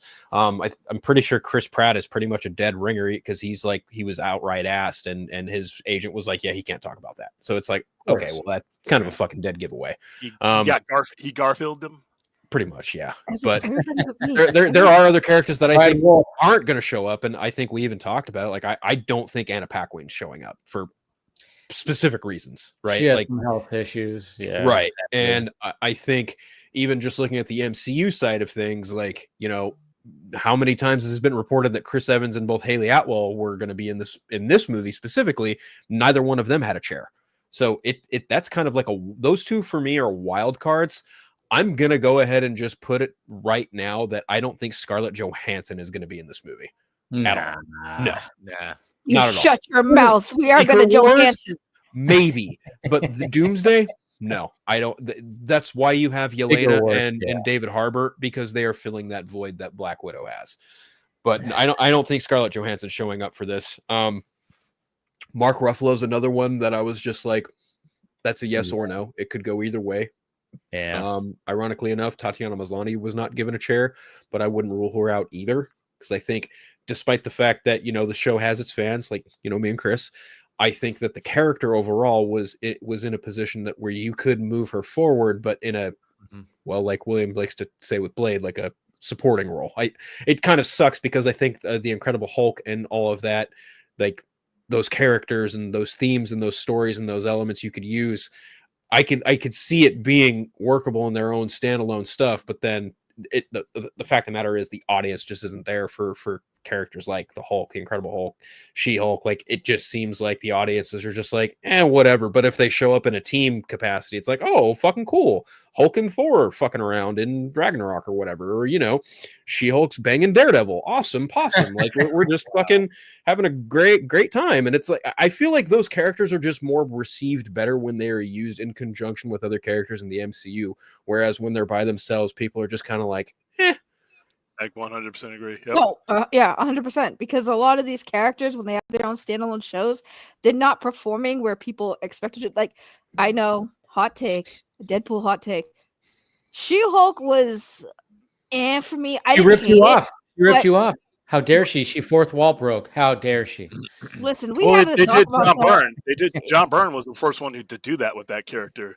And it didn't work in the comics, so I mean, I can't take full credit for the fourth wall, but I think Phil's right. A lot of these characters will do fantastic in cameos, even the bad ones, because like there was so much. The thing about the Deadpool Wolverine that was fantastic was the cameos, right? Even characters from the first X-Men movies that were kind of like really kind of like trash, in my opinion. When you see them, people were hyped because like they did the thing. They showed the person. So I think Phil's right. In cameos, especially with the older, you know, movies prior with the whole send-off, it's a nostalgia thing. If they want to hit that nostalgia drug, that's definitely the way to do it. As far as like Blade, I do agree. I don't think at this point Blade needs a standalone. There needs to be no reboot. I think Wesley Snipes did a really fantastic job. I think if you're going to have Blade, have him in with other characters, because a lot of people are not familiar with Blade as a character. They're familiar with Blade as Wesley Snipes. in his movies. Which is the only reason why Blade got made, was because where Wesley Snipes was in his career in the 90s. Yeah, he could have wanted to said, you know what, I want to play Grimace from McDonald's, and they would have said, okay, when do you want to start shooting? That Blade didn't get made because I'm gonna have a like, nightmare about that tonight. Thank you. I mean, Nightmare fuel. Always bet on purple. We lost our Marvel expert. Where did he go? Oh, he got scared when we started hearing about Wesley Snipes playing Grimace.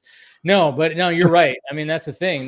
But that's the thing. It's like he knew that he wanted to play the character, and he nailed it. And it spun off two sequels. But I was with you, William. I've said the same thing that you have, and I'm pretty sure we probably talked about it on here too. Is the fact that they should do like, hey, have Mahershala do like a multiverse thing and pass down the fucking sword, to him, to be like, hey, there it is. Or they can do like I was saying, like do like a special presentation thing like they're doing with Punisher. But then at the same time, I don't know if that's even a good idea. I don't know, but maybe they could just do something like that specifically for Disney Plus, like they did with Werewolf by Night. I don't know. They just have like. Well, he should have been a Multiverse of Madness. Blade technically really should have been a Multiverse of Madness if you really wanted to showcase him. And like I said, wherever he shows up, Stephen Strange needs to be right next to him, because that's the kind of storytelling that character really thrives on. So I mean, and you're gonna get another Doctor Strange movie, so why not? But I also think he's gonna be in. I think he's gonna be in the 2 Avengers movies as well. You know what though? I think that if they are going to do a Blade reboot, we have to have it filmed and directed and written by Zack Snyder. I mean, he would not. I want Sam Raimi to do that movie, but that's just my personal preference. Well, now everybody wants Ryan Coogler after Sinners, which I'm like, stop it. I hate that. And you knew it was going to happen. Recency biased, yeah. You knew it was going to happen. Like as soon as, I mean, obviously the buildup of hype, and I remember even thinking about it a couple of weeks ago. I'm like, oh yeah, this movie does successful. People are going to be like, he should direct Blade. It's like, no. Okay. First off, let him finish his Black Panther trilogy. Let him conclude that, and then I want him to just make original shit after this. Of course, fanboys and girls out there like to do that thing where they go, oh, and you got DC people going, what DCU character should he take on? And of course, people are like, think of the black characters, which are like Static X not Static X. That's a fucking band, Static Shock, and then of course Cyborg. They're thinking about stuff like that. Yes. I know, Deadpool. I said Static X. And he can direct white people too, guys. Ryan he doesn't have to direct just black characters, by the way. He is perfectly capable of. No, but at the same time, I'm going, no, I want him to do his last Black Panther movie. I want him to go out like on a high note, because, Wakanda Forever was just didn't quite, hit that note. Don't do it. What? Don't do the Wakanda Forever. Don't do it. I'm not going to do it. I swear I won't. That's something you would do. Yeah. This is true. Yes. See, I won't do it. Wakanda Forever. See, you did it. But no, I want him to go out on a high note with the last one. I don't know exactly how it's going to be possible. And then I just want him to make more original shit. And then with his universe that he created with Sinners, hey, do some more shit with that too. So, are you a sports fan there, Deadpool? Is that your phone going off? Do you have an ESPN app? That was me. Okay, that's you. Okay, I was wondering. I'm trying to figure out how many GMs are going to get fired in the next 3 years for passing up Shinora Sanders. Oh yeah, that's a whole thing. Way to single out the only mutant on the panel. That's a bigotry for you guys. That's. No, I really thought that was your phone. I thought that was your phone. I wasn't sure where that was coming from, but I thought it was you. I was like, you would know if it's my phone. Mine went off too. I have nerdy ringtones. You would definitely tell. You say that's definitely something that Deadpool would have as a ringtone. Unbelievable. But I'm just saying, like, you have the ESPN app. It specifically notifications are specifically the ESPN thing. So I thought maybe I was like, I was gonna say like, hey, you could talk sports too if you wanted to, but sorry. I will forgive you for the discrimination because I am Deadpool and I could just wear you like a puppet. Okay, so we'll just avoid that controversy. Don't tease me with a good time there. Oh my goodness, there went your family rating there. Oh yeah, of course. Yeah, that's right. We keep it very. It's called the Vodka stream, and nobody ever drinks vodka on this stream. I do. Yeah, I have. There you go. Just because it's clear does not make it vodka. It totally is vodka. I can show you the bottle. Okay, I'll believe you. I'll believe you. Yeah, exactly. So, anyways, but what was I getting at? Oh yeah. Well, I wanted to make the joke about because there's the whole NFL draft happening right now, and Deion Sanders' son is not getting drafted, even though everybody thought, oh, he's going to be like a first-round pick. It's actually really hilarious because his son is very arrogant, and people don't want him, and he's not that good. He's not Deion Sanders. Anyways, funny. Me and my brother were talking about it earlier, and it's just hilarious that he keeps getting passed because everybody's like, what the hell? It's like a running meme now. It's like a joke. No team wants to have him because they don't want. But here's the thing: if you're Cleveland and you've sucked for so long, and you have this Deshaun Foster $238 million, and you get a chance to get a decent quarterback, I don't know if they have any business passing up Shedeur Sanders. So yeah, I don't know. It's very interesting, but at the same time, I didn't realize that. We're doing a little sports talk here, but I didn't realize that during his interview, he took like a phone call or something like that. I don't know. There's just like an arrogance. I saw like they had like this whole like diamond crusted necklace thing that they had set up for him and everything. And it's just like, this dude's like, I don't know. When it comes to football, you can't just be like, this is my son, he's going to get on a team. It's not like LeBron James, LeBronny. I mean, that's ridiculous shit. Basketball, apparently you could do that.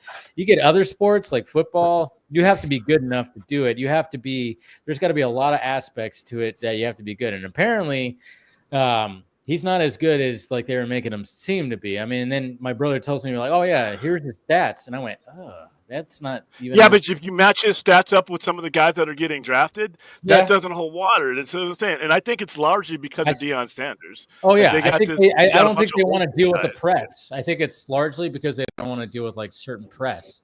But once again, if you're Cleveland, I would take the Sanders press over what they've had to deal with the last 3 years. They gave that fool a guaranteed $238 million. They got $40 million left on that contract. They don't have an answer for quarterback. I mean, so I don't care how arrogant he is. I don't care if he comes in there, with Joe Montana's fur coat on. If you look at their quarterback situation, you needed to take the best quarterback.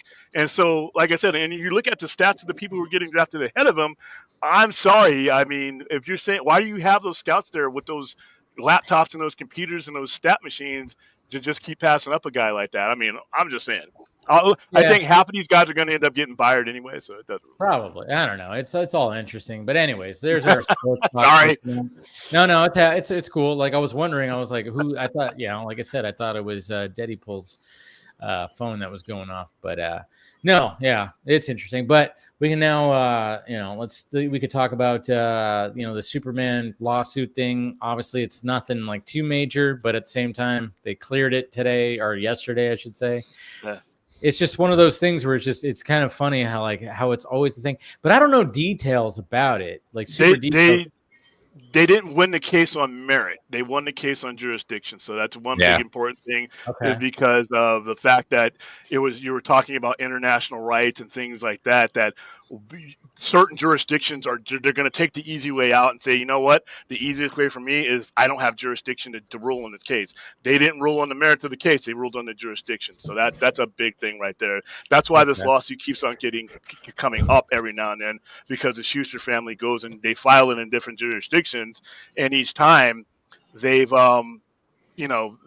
lost on sometimes, but they haven't been completely without wins in the last, couple decades of court right. They've had to settle out, things like that, but they usually wait till a movie's coming out. They want money, rightfully for their state, and they leverage the release window of the movie. But because of the jurisdiction of what they were trying to do, which was trying to keep the movie from being released, in Canada, UK, and places like that, there was really no solid jurisdiction. So that one was kind of dead on arrival. They also want the press too to keep on bringing it up, and it brings up all the other the big win that they did have, and it's going to keep coming up every single time. Yeah, because they do have a big win. I mean, remember that they had they settled at a time where DC and Warner Brothers did not do the settling. They had the high powered lawyers. They had the history behind them, and they ended up settling and getting quite a bit of money. So. Oh, hey, why not try? If you're on the lawyer team, hey, worst you could do is lose. Well, even the thing, like you said, they didn't rule on the merits of the case. So there is potential of merit. They're just, not going to rule it because, again, they said, well, we don't have any jurisdiction over international things. So no, I'm not even going to bother. Yeah, I mean, when I was reading the whole thing, I'm like, okay, well, I hope that they actually did get it. They didn't get screwed over. But then at the same time, I know they try to do this all the time. So, and then I'm like, have they been paid properly for the rights of all this stuff? So that's the kind of stuff where I'm like going, is it, yeah, it's a good thing for fans who want to see the movie in those territories, sure, especially every time this happens. But is it good for the estate too? Who, of course, they're the big issue is, like we said earlier, is like they don't pay the fair compensation that they're due to the creators. Yeah, Okay. and unfortunately, when you have something like Superman, that was okay. So back in 1930s, from 1930s to like 1956, 57. You had no chance with a creator, with creators like that, and actually throughout the 60s for the most part, the way they ruled it. I mean, the corporations own the lawyers, and the way they ruined it, you were an employee that created something under the employee. That kind of actually lasted up until 1992. That's how you got Image, because you had Todd McFarlane, you had guys like David Michelinie and Peter David, you got Mark Silvestri, all these guys that were adding value to the runs of their comics, and they were basically still getting, that wasn't being considered when they went for more money. So that's why they had their own creator, owned thing. And that lasted a long time. I mean, but yeah, your lawyers, you're basically a mom and pop independent contractor going up against a fleet of lawyers. So they would always lose. And DC was king. Same thing with Captain Marvel, Shazam, all that stuff. They went on like a decades long winning streak for that stuff. So yeah, it kind of sucks now that, so those guys are dead. They're long dead. And it's just their estate trying to get it. And a big proponent of that, of the supporter, is Neil Adams. He was one of the biggest ones to help shift that focus and continue that focus being on him. But hey, I mean, like I said, the thing that I saw the most is like, okay, now people who want to see the movie will see. I mean, obviously, we all knew that it was going to just, they were going to settle whatever the hell. It was going to be fine. It is interesting when you see people that are like rooting for it not to be, but I mean, it's like, come on, this has been happening for so long, but it's just the way fandom is nowadays. But it's a good win for the Superman just name in general, I guess you could say. But yeah. By the way, they wouldn't have. The best they could have hoped for is that they would have gotten part of the revenue share. The judges wouldn't have put an injunction to stop the movie from being released. They would have just been compensated more than they would have without it. So you were going to get the movie. It was just a matter of how much is the Schuster and Siegel estate were they going to get paid? Because even if they would have lost the case, all Warner Brothers would have done, we sunk a couple $100 million in this. How much do you want? What's fair? And they would have taken the money. They would have settled. So gotcha. So do you ever worry about that, Deadpool, about your rights, your copyrights and everything? Who owns you? Listen, I have the right to remain silent. I just choose not to. Okay. That makes sense. That fits your character. Okay. I know my Miranda rights. Okay. So you know your rights. But, do you ever worry about maybe oh man, Rob Liefeld's not happy with Marvel Studios. Fuck that guy. Yeah. See?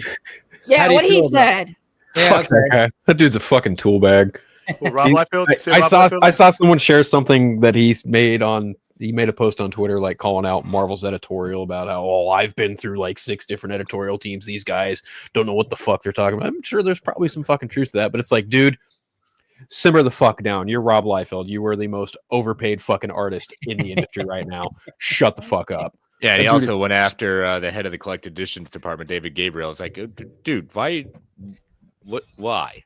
Because he's got tiny. Because he has tiny peen energy, Chris. That's why. Ooh. He's got fucking tiny. Well, he's one of the ones. He's one of the ones that why you had Image, because remember him and Fabian Nagase, they created that character, and that character solely not according to Rob Liefeld. Rob Liefeld likes to tell. Oh yeah, yeah. All right, sure. I know, right? But you are correct. You are correct. Credited. Yeah. So, but once again, he was under the employ of of Marvel Comics. So that was one of the big tipping points back. And I remember that back. He was at Comic-Con 91, and this was all before they were about to leave. And you could feel the wave that they were all disgruntled, and it wasn't just the big names like the Jim Lees and the Todd McFarlane. There was other people, involved. Sam Keith. I mean, there was a lot of people that were not the top tier artists that were seeing their careers going to go the same way. And he had just created, you had Deadpool. Deadpool wasn't what he was now, but at that time with New Mutants 87, Cable, everything was going in that direction, and they weren't going to get compensated any more or less for being the creators of those characters. So they bolted. Yeah, and the people who see the figure, to your point, William, like the Deadpool that people like now, it's not based off of Liefeld's creation, it's based off Joe Kelly. Yep. Yeah, because they didn't start doing that fourth wall stuff until later on. Liefeld's running off of technically it's not his Deadpool in the sense that's being portrayed. It's Joe Kelly's. I like to say this. I've been saying this for a while, and I think I've probably even said it here. Rob Liefeld is a perfect example of what a modern day Bob Kane looks like. Ooh, yeah, that's fair. See, because we wouldn't have this Deadpool without other people besides. I mean, Rob Liefeld. Yeah, he helped create the character, but he didn't know where the character was going. Somebody else took it to the character where it is now. Similar to like you said, like a Bob Kane, which when you see his original idea for Batman, Jesus Christ! Oh wow, with all those colors, all the colors. Oh my goodness, yeah, that was. I had one mom and very many dads. My mom was a hoe. Oh, okay. Well, we'll clip that out for posterity. There you go. Tag Rob on it. He'd like it. Yeah, maybe he would. He might get paid. Also, I don't know who this Phil fella is. I never met him a day in my life. But after that whole speech, I felt my suit get 3 times smaller. So thank you. There you go. He helped. But yeah, so Rob Liefeld's. I don't know. Like I said, he blocked me on Twitter years ago. I know why he blocked me on Twitter when I was still on Twitter. I told him that Venom was a better movie than Deadpool 2. Oh wow! I would have blocked you too. I take back my comment. I knew it would get his goat too, because he was so fucking oh yeah, Deadpool 2. Yeah, he hates that. No, I've said it before, but he blocked me because he was going off on BVS back. He didn't like how Batman and Superman were portrayed and shit like that.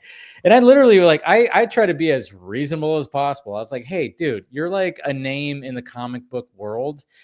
Relax a little bit. Let the artist do what he wanted to do, just like somebody gave you the opportunity to do, And then he just blocked me. I was like, all right. Well, but as soon as the Snyder Cut happened, it was like, oh, yeah. Oh, yeah. Then he flipped it, right? Yeah. That dude's a fucking punk. I remember he was going off. He was when he saw it, he had numerous tweets. Yep. Just complaining about BVS. And I'm like, dude, you were going off like somebody just came over to your house and pissed on your fucking carpet. Like, what are we doing here? I mean, this is you're a comic book guy who's created comic books and characters, and now you just don't like a certain take, so you're just gonna go off on Twitter. Like, are you drunk? What are we doing here? Like, what's going on? And I was reel it in. But then he just gatekeeping is showing. 100%. Not my favorite dad. Not my favorite dad. Mark Millar did the same. Plus, you know why he had a lot of issues earlier. Even with Image, he could not keep a deadline. Man, that guy's books would take forever. Rob Liefeld. Rob Liefeld, for some reason, his books were always late. And then that's what Todd McFarlane was. They realized had a problem because that was one of their most important things. They wanted to keep on schedule because not a lot of people thought that these people who had left a big company and without big bosses, they would just get lazy. And so when Rob Liefeld was taking forever, that kind of made them look bad as a unit. Yep. See, and that's what so then when we hear about the complaints about him saying oh yeah, when I went to the premiere of Deadpool and Wolverine, Feige didn't even acknowledge me and blah blah blah. Maybe Feige was going, oh fucking A, Rob's here. Yep. Maybe they invited him. They invited you, which sometimes we've heard in the past that doesn't always happen. Yeah. So you got an invite, but then what? Feige is too busy doing press and then doesn't give you attention, maybe because he doesn't really like you all that much, and then you're gonna throw a bitch fit. I don't know. I don't know. It's hard for me to take that guy seriously. I don't take him seriously. Yeah, I see shit from like I see people share shit from Rob Liefeld. And I'm like, oh, cool. He's having another fucking man tantrum. Congrats, great. Just another day in the news cycle. Water, wet, what the fuck ever. Yeah. Water is indeed wet. Yeah. Yeah, you are correct. I don't know. Fuck that guy. But yeah, even people were like wondering in the chat, what's going on with like the Spawn movie? Is that ever going to happen? Somebody sent me something that I don't know. I don't know. Somebody on Instagram. I don't know. They're posting some things that look like they're legit, like set photos from the new Spawn movie. And I was going, well, I haven't seen anything about this. It looks really cool. But I'm going, it's probably AI or some kind of Photoshop. But I'm just but at the same time, where is the Spawn movie? I mean, it got announced before the fucking Blade movie. You know, it was like 2018 with Jamie Foxx. They're like, yep, he's going to be the guy. Nothing. See ya, you know? So, again, we need Deadpool to just show up in all these movies. That's what'll get it going. You know, just put Spawn versus Deadpool, Spawn, or, who was the other guy we were talking about? Versus, Deadpool, or Deadpool Blade versus Deadpool. Blade. There we go. Yes. That's all we need. We need just Deadpool to be involved with all of it. That's what gets it going. So. Get on it, Daddy. A fun fact about Kevin Feige: he does not like to kiss on the lips. Just saying. Okay, that makes sense. We tried. He's not one of those. Yeah, he just wants to look away, and no kissing. He doesn't make eye contact either. He's like, it's like a Pretty Woman situation. Yeah. I mean, it's not like you can tell if I'm making eye contact or not, but I mean, I am. Yeah. That's probably gonna be a little freaky too. That's why he doesn't want to kiss you on the lips, because you don't close your eyes. Well, you can squint a little bit at least. I also don't really have lips. So. He's also married. There's that too. Yeah, but they're all married.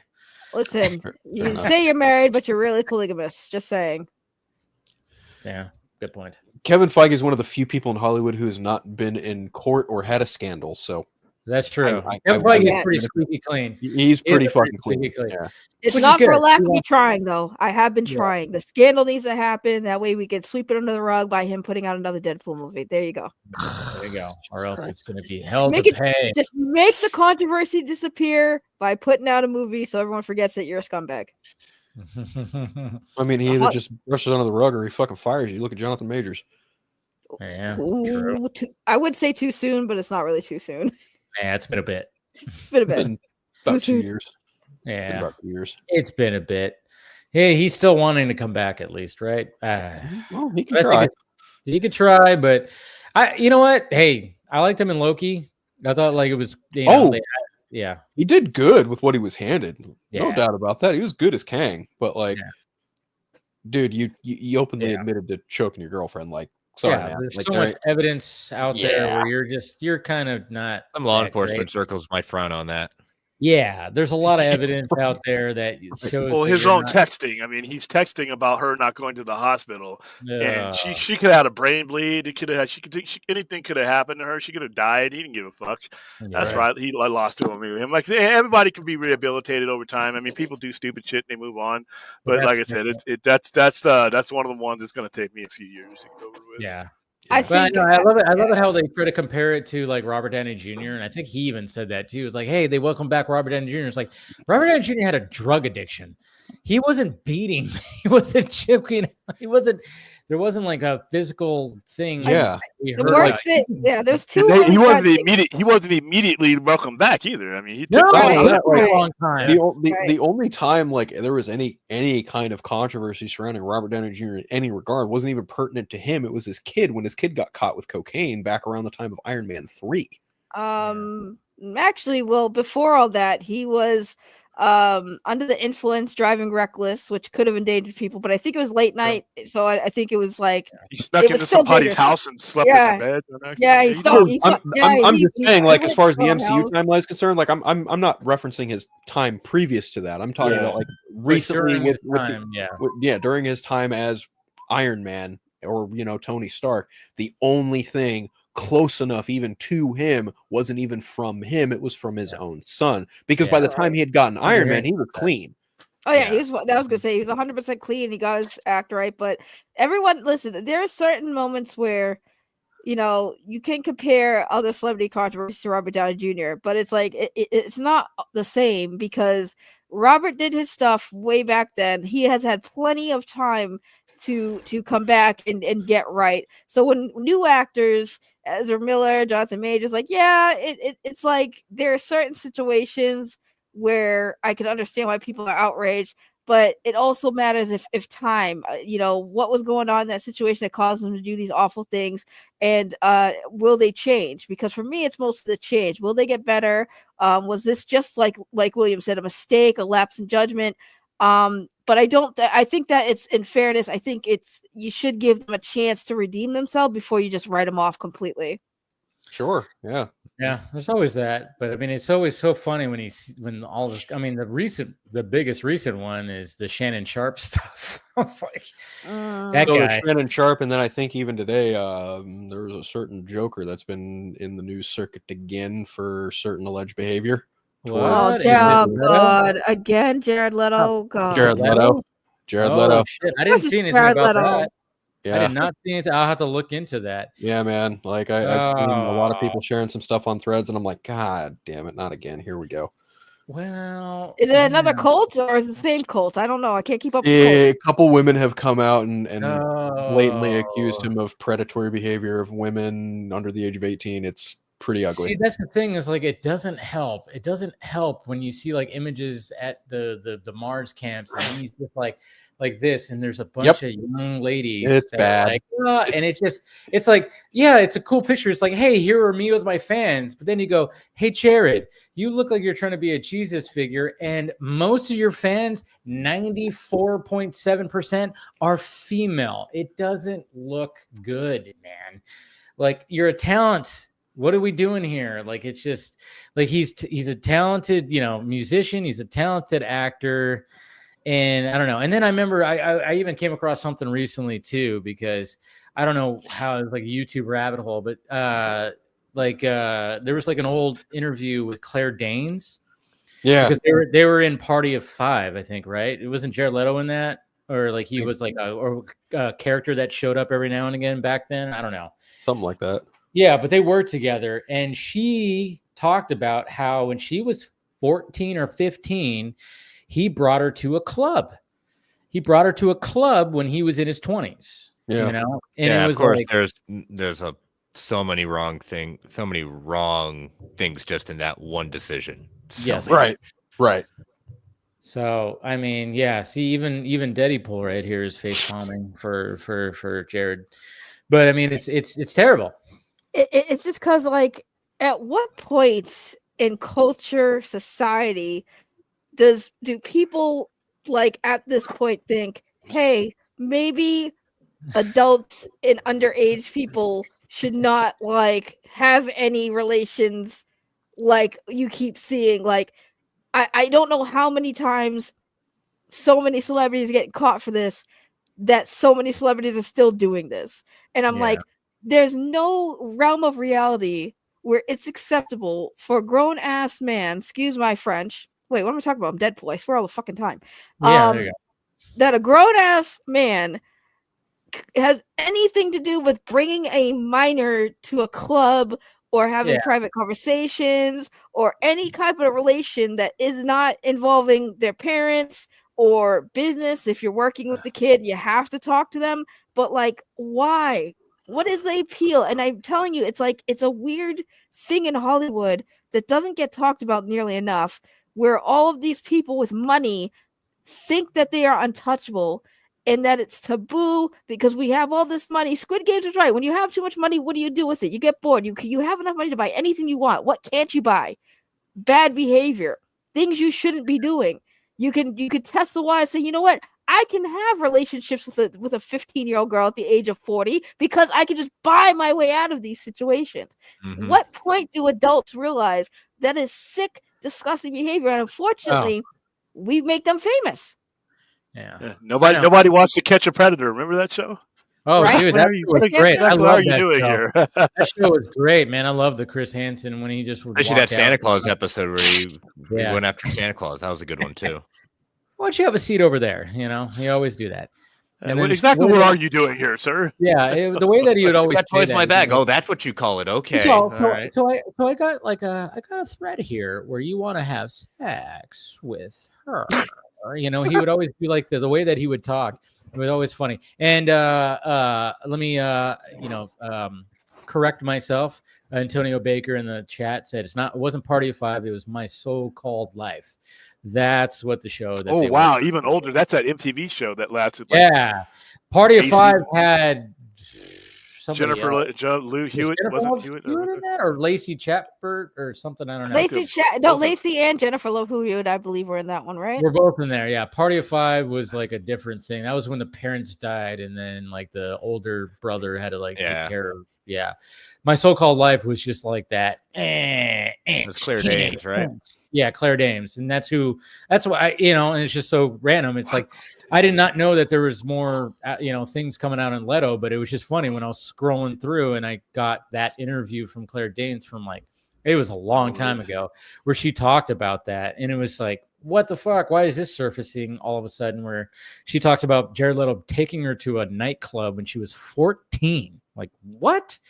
That is, and he was 21, 22, 23. I don't know. He was in his early 20s, but it's like, you don't do that. But again, when you're given, and this is back then, this is back in the 90s, probably. Yeah, this is late 90s. So he probably didn't think, anything of it at the time. But then at the same time, it's like, well, Jesus Christ, you're still doing creepo stuff. And, when somebody says that during a Howard Stern interview, well, that's going to come back and bite you.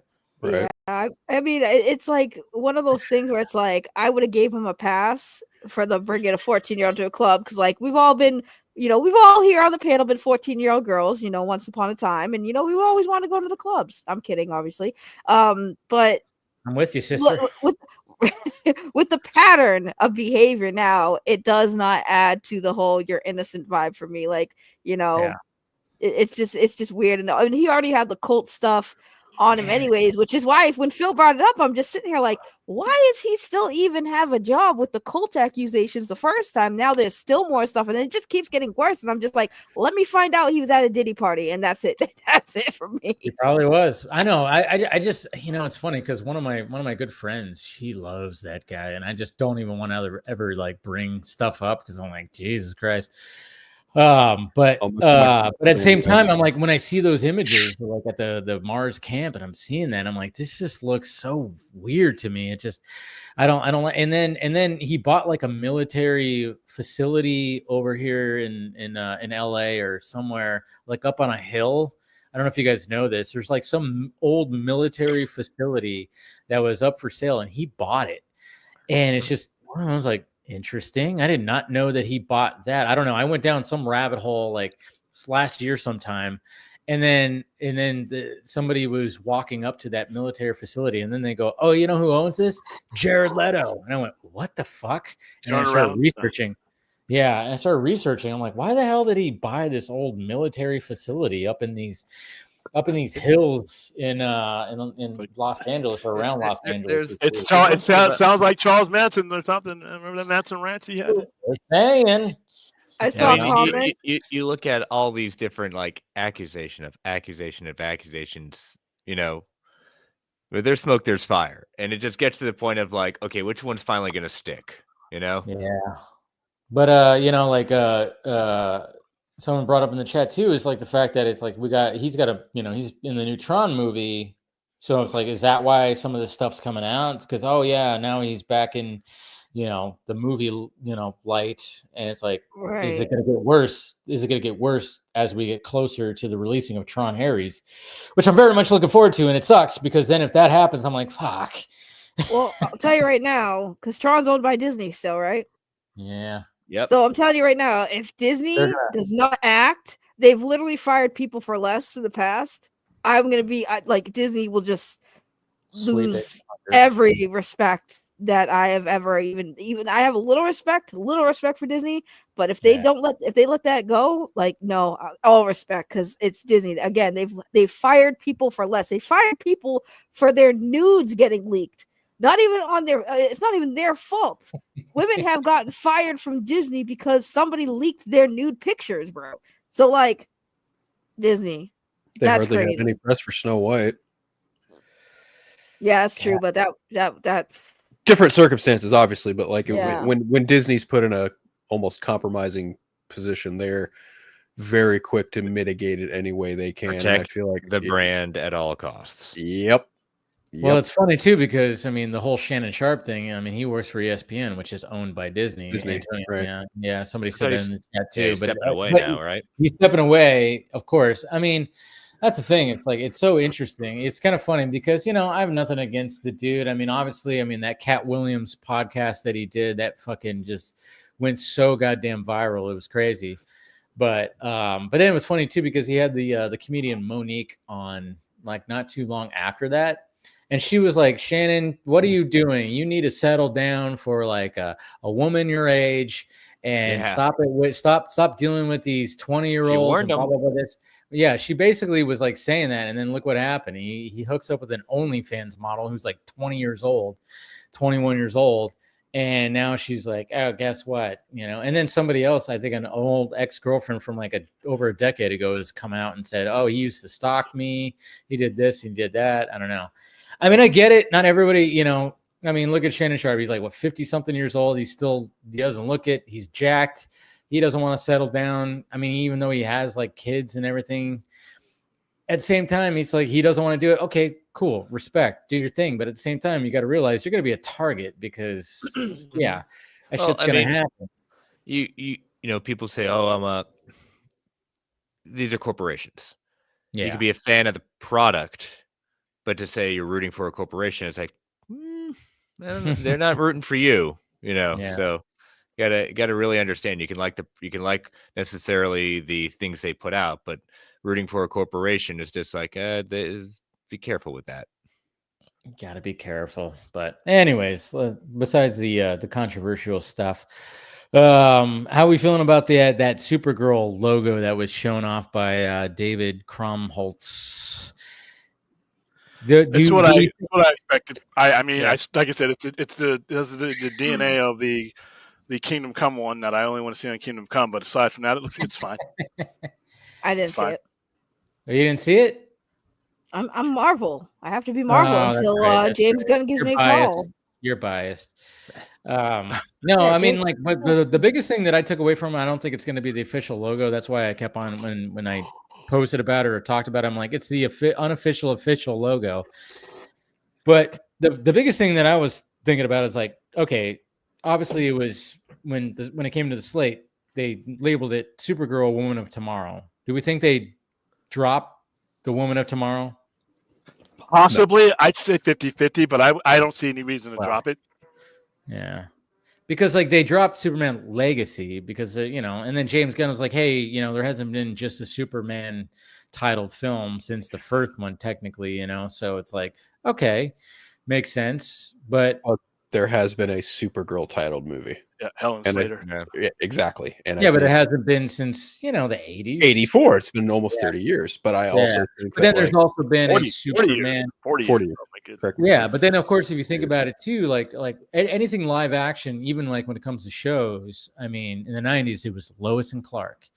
And then of course now when it came, Smallville, and then Superman and Lois. So it's never just been Superman. So it kind of made sense. There has been just a Supergirl show. So maybe they won't drop the title because they're, in recent in the last few years, there has been Supergirl, just the show, no other title.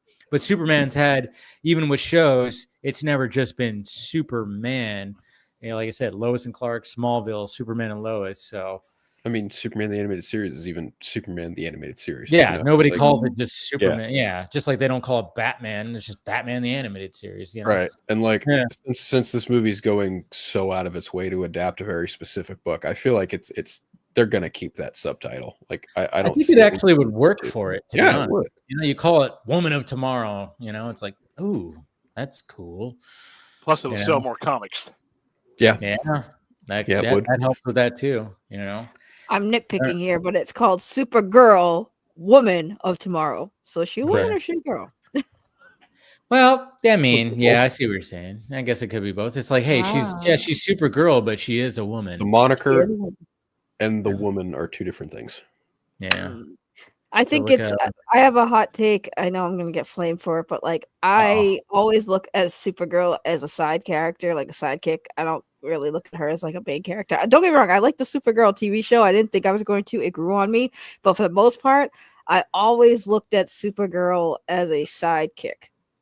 I think a lot of people feel that about characters like Nightwing, about characters like Batgirl, yeah. You know, there have been a lot of extended Batman family members, and even just in comics in general. I mean, you could even look at some of the X-Men who are part of the core team, but you know, the book is titled X-Men. There are very few X-Men that get solo titles to themselves. And even though that, like, you know, the likes of Nightwing and Batgirl and even Supergirl, like that, they get solo runs, there is a perception that characters like that often are relegated to sidekicks, supporting characters, what have you. It's and they never use the word woman, like it's, you know, Batgirl, Supergirl. You know, it was always, it was a male dominated area where they created this, but it was never Superwoman. It was never, you know, so the girl was always where delineated from where the dominant character of the show was, or the movie. So. Yeah, because I mean, we don't got to talk about Batwoman. You guys already know how I feel about that character. Yeah, they handled that one not so well, but hey, she shouldn't exist. Yeah, it's interesting. I mean, they try to do something with it. Hey, it's Bruce Wayne's cousin. All right, you know, we have a Batgirl. Who needed a Batwoman? But I mean, I think it's going to be interesting to see how well. Like, I honestly could say I'm not really too thrilled about seeing a Supergirl film, but I am curious to see how it's going to be received by the fans, but also by the general populace. So I'm kind of just wanting to see how they're going to receive it, if it's going to do well, because I know a lot of people prefer Superman over Supergirl, and I think that more fans might enjoy it, but I don't think the general population is really going to turn up for Supergirl, especially if there's going to be no Superman in it or anything like that. If it's just going to be focused on Supergirl, he might be in there. I'm sure he'll be. He'll make a cameo. But if you read the actual story, it's very Supergirl dominant, and she's out in a remote area of space to where it's all about her, and it's one of the cooler things. That's why I consider it to be the best one that they did, best story that they've told with her, because it's about her. And that's the thing. Have you read Deadpool? Have you read Supergirl Woman of Tomorrow? No, but I should, because I feel like I might enjoy the book more than I will enjoy. Probably. Well, I mean, I still have, you know, I've skimmed because I do have it, and I still have not yet read it. I know Rebecca Johnson, she sent it to me, and I'm like, yeah, I'll read it. But I mean, I still know the gist of it. But I think the thing is, it's not like a PG Supergirl. It's like an R-rated. She opens up the comic. It opens up with her at a bar, drunk, and she cusses, she kills, is she gonna assault a man like they did in Wonder Woman? She gonna what? Or a man or a horse? I mean, depending on what you want. No, actually, quite the opposite. She, without spoiling the ending, I will just say that there are lessons to be taught, and Supergirl is the one to teach them to Ruthie. It's the best way I would say it. I like that. She's bloodthirsty. She's Ruthie is in a way kind of like Jason Todd in a certain respect, like as far as the mindset goes. But again, like the context of the story is like Supergirl is, you know, she's out for her birthday getting hammered in space because she can't get hammered on Earth. Like her nor Clark can drink copious amounts of Earth alcohol and get drunk. It just doesn't happen. So they have to go to space bars and get fucking plastered. But Ruthie is a 14-year-old girl from this planet, and her dad dies from this guy named Krem of the Yellow Hills, and that sets the entire story in motion. And it is a journey of reflection, a journey of introspective, and a journey of really like when James Gunn initially like presented the slate and talked about Supergirl Woman of Tomorrow, he said something effective, like it may have even been a quote from somewhere else, but he effectively called Supergirl like punk rock. And it's like, if you go into that book and read it with that mindset, it's like, yeah, it makes a lot of sense, because the way that Supergirl is depicted in Woman of Tomorrow is, I would almost say, a far cry from your traditional Supergirl depictions in other mediums, because here's another example: Batman, Superman, Apocalypse, that animated story. That is the origin. That is an origin of Supergirl, where she crashes in Gotham and Batman fucking investigates it, and he finds a ship, and then he's just like, oh, cool, another Kryptonian. I should probably call Superman. And Superman takes it upon himself to take her in, and she has to learn how to adapt to society. And then there's another animated story, Superman Unbound. It's based off of a certain book by a certain guy who may or may not wear a ball cap, but the movie's better. But she's in it as well. And they're like the relationship between Superman and Supergirl is very collaborative. It's very they've been at it for a while. Like, they know how to work in conjunction with one another. And then in the Legion of Superheroes animated movie from the Tomorrowverse, which wasn't as well received as a lot of other stuff, Supergirl's still kind of wet behind the ears. She's kind of jaded. It's not quite the same as Supergirl Woman of Tomorrow, but she's still just very standoffish. And then you get to the Supergirl series, and she's literally the spitting image of fucking Superman. There have been so many different depictions of Supergirl at this point. You can literally almost pick and choose which one you can have a preference for, and you probably find one you can identify with the most. And I think Supergirl Woman of Tomorrow is, in a way, this will do for Supergirl in a way what Killing Joke did for the Joker. It was initially a story that is told not necessarily in continuity, but the story is so impactful and so just damn good that it will be made canon to that character no matter what. And I think this book is going to do that for Supergirl in the long run. Well, the other thing with Supergirl Woman of Tomorrow is it is also not a character driven based around trauma. Supergirl is very much dealing with the trauma of her past. Of her past during the story, as well as Ruthie with her trauma. Yep. They didn't cast David Krumholtz for no reason. Jor-El, he has a small part to play in the book, but his part to play is fucking impactful. There's a reason why he got cast, and I think what he's been tasked is going to be get a box of tissues. I'll just say that. He serves as a moral center, right, in my opinion. But 100%. I think I'm actually looking forward. Be honest with you, more to Supergirl Woman of Tomorrow than I am Superman. Simply because they brought on everybody that made that story work. I mean, King is on there as an advisor, and it looks like they're going to adapt. Obviously, they're going to do their own thing, but I think that's the best Supergirl story that they've ever put out, in my opinion. And to see them do this, if they get close enough to it, I'm fine.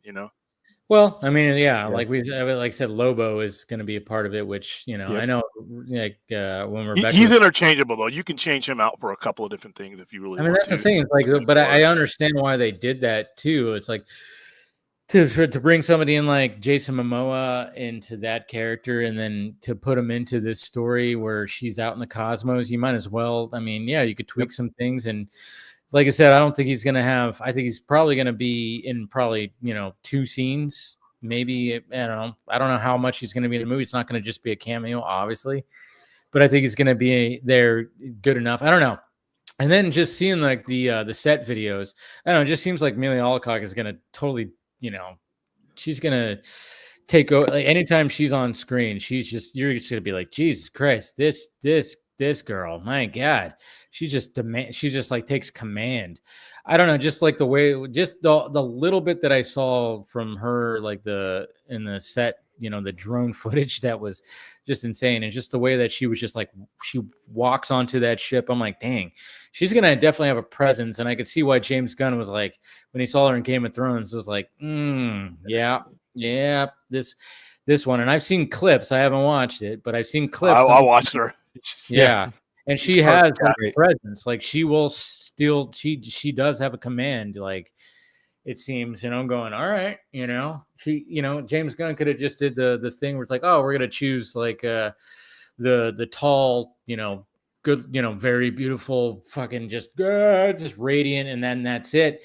No, he was no, we're going to go for, I'm not nothing against what she, what Millie looks like. Of course, she's she's still a very beautiful woman, but at the same time, it's like she's not traditional, and that's what I kind of like. It's like, she just has this look to her face where I'm like, God damn, she has an evil looking, like not evil look, but like a mad face. When I'm looking at her, when I saw the clips from Game of Thrones and stuff, I went, damn, this girl has some spunk to her, man. Sir, we call that resting bitch face. That's what it is. Yes, I got she you. does. She does have that. She just has like a striking, just you see, like when you type her in and you see like from Game of Thrones, you're kind of going like, oh wow, yeah. So yeah, it's really good casting in my opinion. Even though like I said, I didn't watch the series, but I've watched clips. You know, somebody who has that's perfect casting. It's perfect casting, and I watched all of her. That's where I first saw her. That was Game of Thrones. She plays the young Queen Rhaenyra. Seen House of Dragons though. How have I? You talking to me? No, I'm talking to William. Oh. I've seen it. I'm talking to you. Oh, I'm about to say I love Game of Thrones. We host watch parties. I can't wait till Game of Thrones comes back. Yeah, how have you not seen it, Dave? House of Dragons. I will have to say, I mean, it's just not my bag. It's not really my bag when it comes to that stuff. I don't know. It's just never been my top stuff. Like I'll watch stuff like that and I'll like things, but I just swords and fantasy.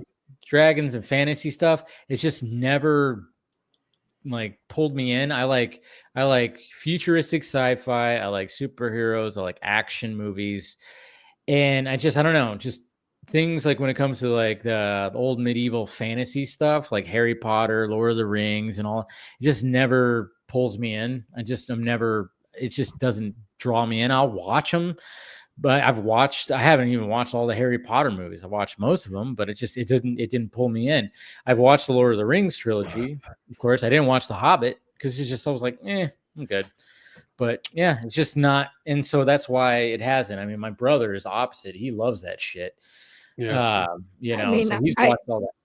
I get it. I didn't think the incest was going to pull me in, but it did with Game of Thrones. It did with House of Dragons. So here we are. Titties and dragons. That's all you need. Yeah. Titties, dragons, and incest. That's basically it in a nutshell. It's fantastic watching. My favorite assessment. There's a little bit more to it than that, but damn, I mean, I guess those are aspects. Is there? Yeah. My favorite assessment of the Lord of the Rings movies has always been from Clerks 2. Randall's assessment of those movies is so fucking spot on. There's only one trilogy, and it ain't Return of the King. It's Return of the fucking Jedi. Oh my god! So the guy throws up. I remember that. The guy throws up. Oh god! Oh, you don't know about the secret alternate ending where Sam breaks it in Frodo's mouth? That's just fucking cracked so out of line. It's so funny. But like Jeff Anderson, he you want to see what the first movie was, and he just gets up and walks. Oh, here's the second movie. Then he fucking trips. The third movie, he's just like Smith had done that in a whole routine and a Q&A at that point, so he just took that and put it in the movie. Oh, it was brilliant. It was perfect. Speaking of Kevin Smith, I actually sat down and watched Dogma today because Jason Lee and my dad share a birthday. No shit. Dogma's a good movie though. Yeah, Dogma's fantastic. Who did Jason Lee play in that movie again? He's as Azrael. Azrael, that's right. God, Yep. I couldn't remember what he was. For some reason, I just like drew a blank because I was listening to the morning show over here, and it said Jason Lee was in there, and I'm like, I listened to Heidi and Frank on KLOS, and Frank said he has. I think he has because obviously Jason Lee's best known for My Name Is Earl. Right. He actually has like one of the original like his lists. Like his, that they had on production. So he has like the paper list. He has like, obviously they made numerous copies, but he has one of them they used in the show as like a memorabilia thing. And I was like, that's pretty cool. But then I'm like going, fuck. That's where when it comes to Kevin Smith and even Jason Lee, I mean, when I saw Mallrats for the first time, I was like, oh my God, I fucking love this movie. Just because, I mean, Brody, that was a character. I'm like, me, him. We would get along. He likes comic books and movies, and he's a sarcastic asshole. Hello, like fuck, So I was like, oh man, I resonated with like that. That's why I love Mallrats. When it comes to Kevin Smith, that's pretty much my favorite. Still my favorite. Love the smell of commerce in the morning. Yeah, and it's so funny too because if you watch like the director's cut. director's cut of that movie, man, they did it. This is one of those moments where I go, good job cutting that down, Kevin Smith. Yeah. I don't know if you guys have seen the director's cut or or heard the commentary.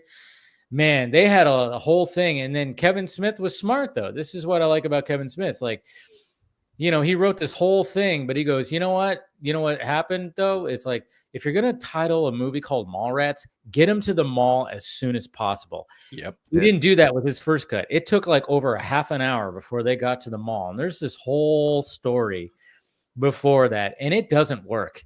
Like, I've seen the B-roll footage, and I went, yeah, this was smart to get rid of all this. This did not work all that well. Like, it didn't.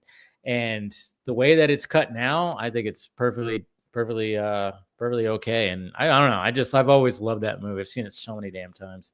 Did you ever see or hear him talk about the alternate ending to Clerks? Yes, where Dante dies, he gets shot, killed. You actually can watch it on the DVD. I have the DVD where you can watch it. I think the best alternate ending that I wish he was able to film was Red State. 100%. Oh yeah, Red Sirens ending with Red State. That would have been yes. That would have been so. When you talked about that, I was like, oh shit.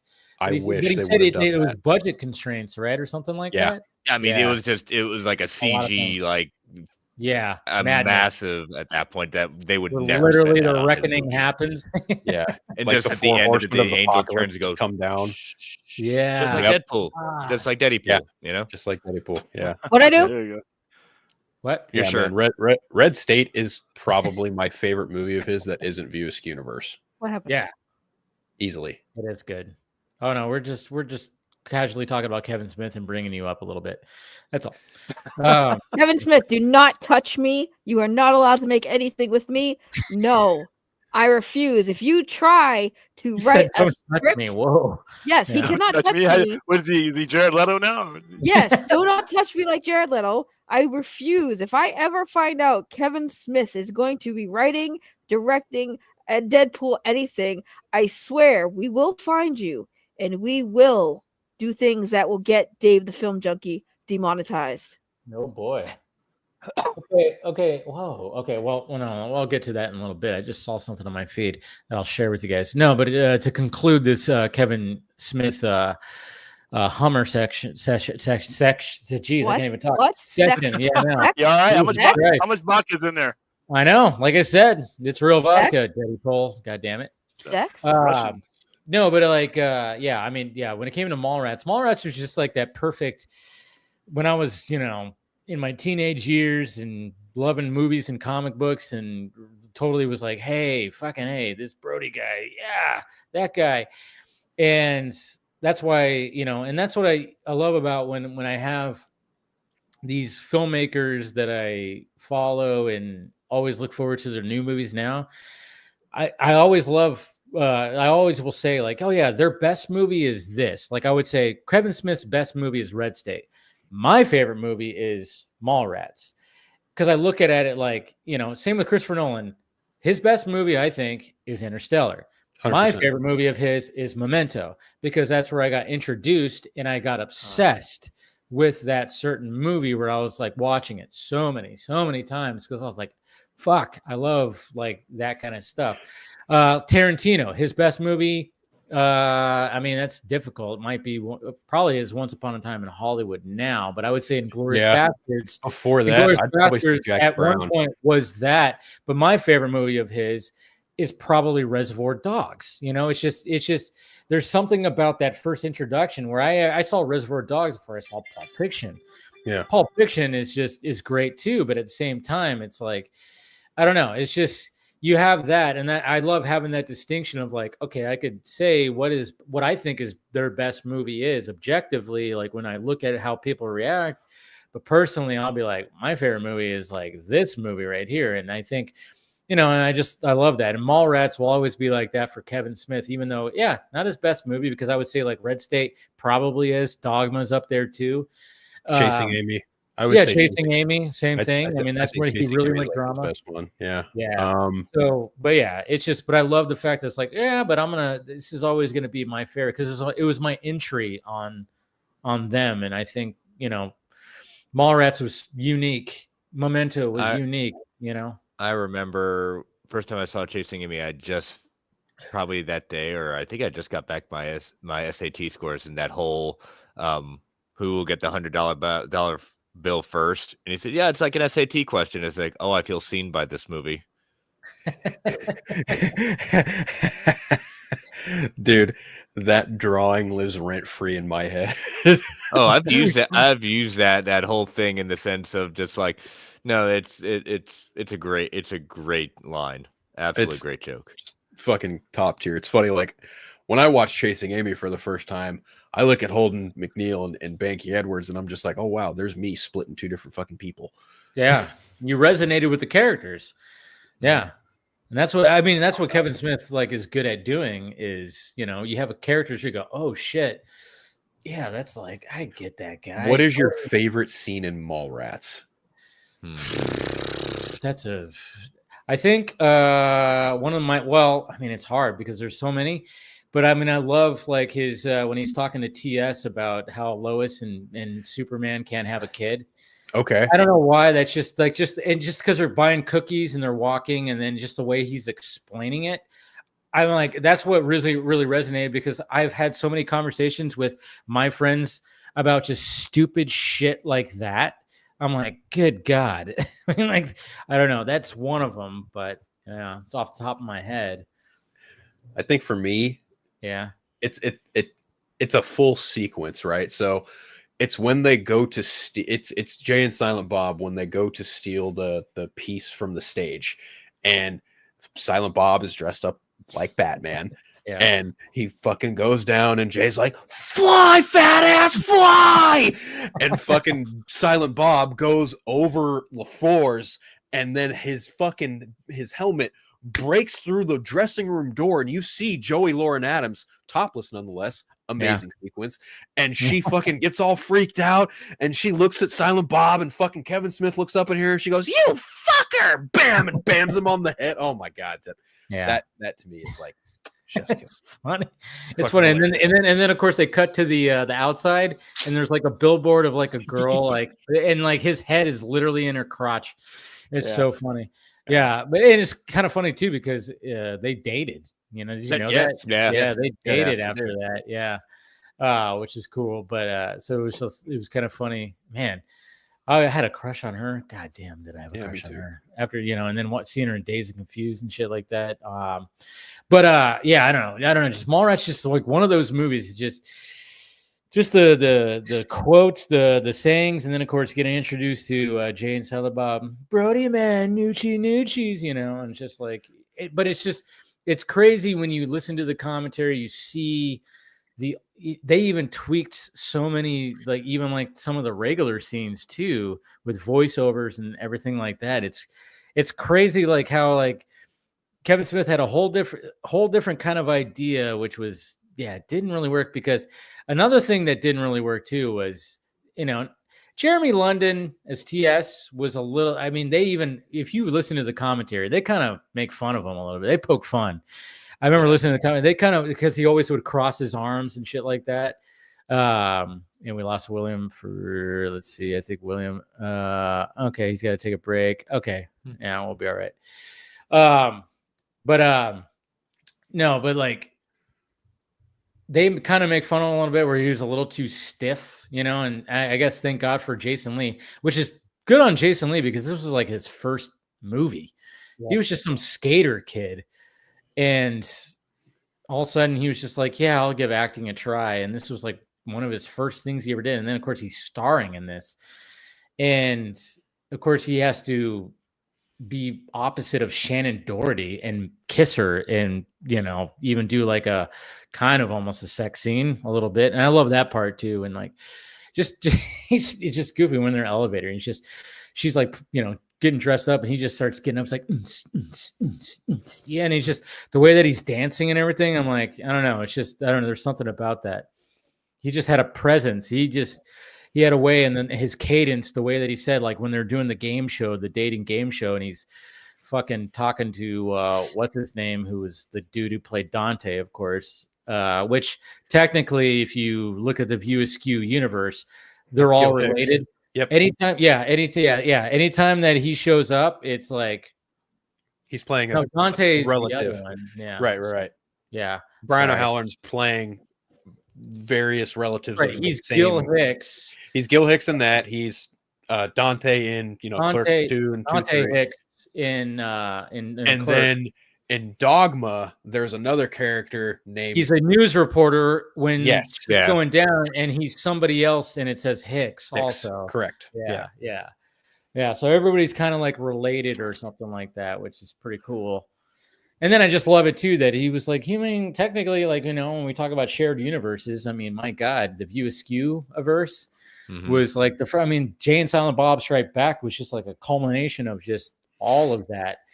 And Reboot was kind of like a celebration of it all. Reboot was a celebration and added to it. But it was just kind of crazy. I was like, because you literally have Jason Lee and Ben Affleck. Well, I love that Ben Affleck played himself, but he played Holden. Yeah. And then you had you had Jason Lee play Brody and Banky as well. And it was just kind of cool. It was just for anybody who had no idea, it didn't make sense. And I remember I had to explain it to some of my friends. I'm like, well, this is what it is. I'm like, yeah, I know it's the same actor, but he plays two different characters. But but I was like, yeah, Kevin Smith was the pioneer of the shared cinematic universe. Come on, give him some credit, people. Anyways, he wasn't even supposed to be here today. Right. I know. God, love that. And then I saw, man, if I ever make it to the East Coast, I do want to see a movie at the Smodcast cinemas. I just want to visit the stash. Yeah, the stash would be. I would love to visit the stash. Oh man. Yeah, I know. It's funny. I was watching Dogma today, and like they're at the scene where it's Jay, Bob, and Bethany, and they're Rufus, and they're all at the strip club, and it's Selma Hayek, and she's fucking going back and forth between the two crowds. And if you look at the corner where Jay, Bob, and Rufus and Bethany are, if you look off in the corner, there's fucking Ming Chen right there. I think that might have been one of his first roles, or like one of his first like bit parts in View Askew. That's cool. And if you guys know who that is, he's part of what was the show called? Comic Book Man. Yeah, which went on for so many seasons. Yeah, it was always. That went on forever. It was almost like. It was almost like kind of like Catholic Mass. You had Walking Dead, and then you had Comic Book Man. It was like right after the other. Yeah, and it didn't cost him much. That's why that's what it got enough viewership where it didn't cost him a lot. Right. Yeah, it just seemed like it went on for so long, and I was like, God damn, that went on for many seasons, which is cool. I love that. I love that. It was fun. Yeah, it was fun. Yeah, I loved watching that show. Yeah, I wasn't like a big Walking Dead fan, but I would try to catch Comic Book Men. But and then of course you had the Tell 'em Steve Dave. They actually had a podcast called Tell 'em Steve Dave. They had a podcast, Tell 'em Steve Dave. They had a Comic Book Man podcast where I think it was Mike Zapsik and Ming Chen, and they would talk about comics that they were reading every week. Yeah, they had quite a few. There was a whole Smodcast network of podcasting going on. Like, Joe Rogan is often like considered the godfather of podcasting, but I would argue that like the pillars that also helped put podcasting where it is, the Smodcast crew, without fucking question. 100%. No, 100%. I'm like, everybody always goes like, who's the pod father? I mean, God, what's his name? I can't remember his name. There was somebody who was like really considered Adam Curry, I think his name is. I don't know. That would consider that. But Rogan's up there, but he wasn't. He'll even admit, he'll say like, no, I wasn't like the main dude. He got his inspiration from Tom Green when Tom Green was doing a show from his house. Yeah. And telling, and then he was like, wait a minute, we can actually do this, and then he got the idea. But Adam Carolla, Yep. He's up there too. And I would even think that he was even above Rogan, because he was, he quit radio gigs because, he's Adam Carolla. He's very outspoken, very, up against it. He worked with Howard Stern and everybody, but then he was like, fuck it, I'm going to do my own thing. And then he created his own empire when it came to it. But yeah, it's crazy. Like when you think about podcasts, but yeah, I would say Kevin Smith. I would say if you were to get like a top 5 list, Kevin Smith would be on it with Corolla, with Rogan, with some of the other people out there too. Who I'd probably throw up Mark Maron. Mark Maron is up there too. Yeah. He's definitely up there too. Which, because like I said, you just have to have like a unique voice. And what's good about Mark Maron is just like he's just Mark Maron. I always love it. Like his background is interesting, right? Like he's an actor, but he's also a comedian. So he's like kind of got feet in both realms. So the guests he would bring on were sometimes it would be an actor, sometimes it'd be a comedian, or sometimes it'd be another actor comedian. It was just very like, I don't forget what his show is called, but it's like An Evening with Mark Maron or something like that. And he did the same thing. Like he did it right out of his garage. And there was even a show about it too. Like a Maron was great. Maron. Yeah. That show was pretty awesome. It's basically like, if you like Curb Your Enthusiasm, you'll like Maron. Yeah. Yeah. Yep. He's kind of got that, what's the dude's name? David. David. David. There you go. I was like, I couldn't remember. I was like, David. I knew he had my name in there somewhere. Yeah, he kind of has that little sense to him when it comes to.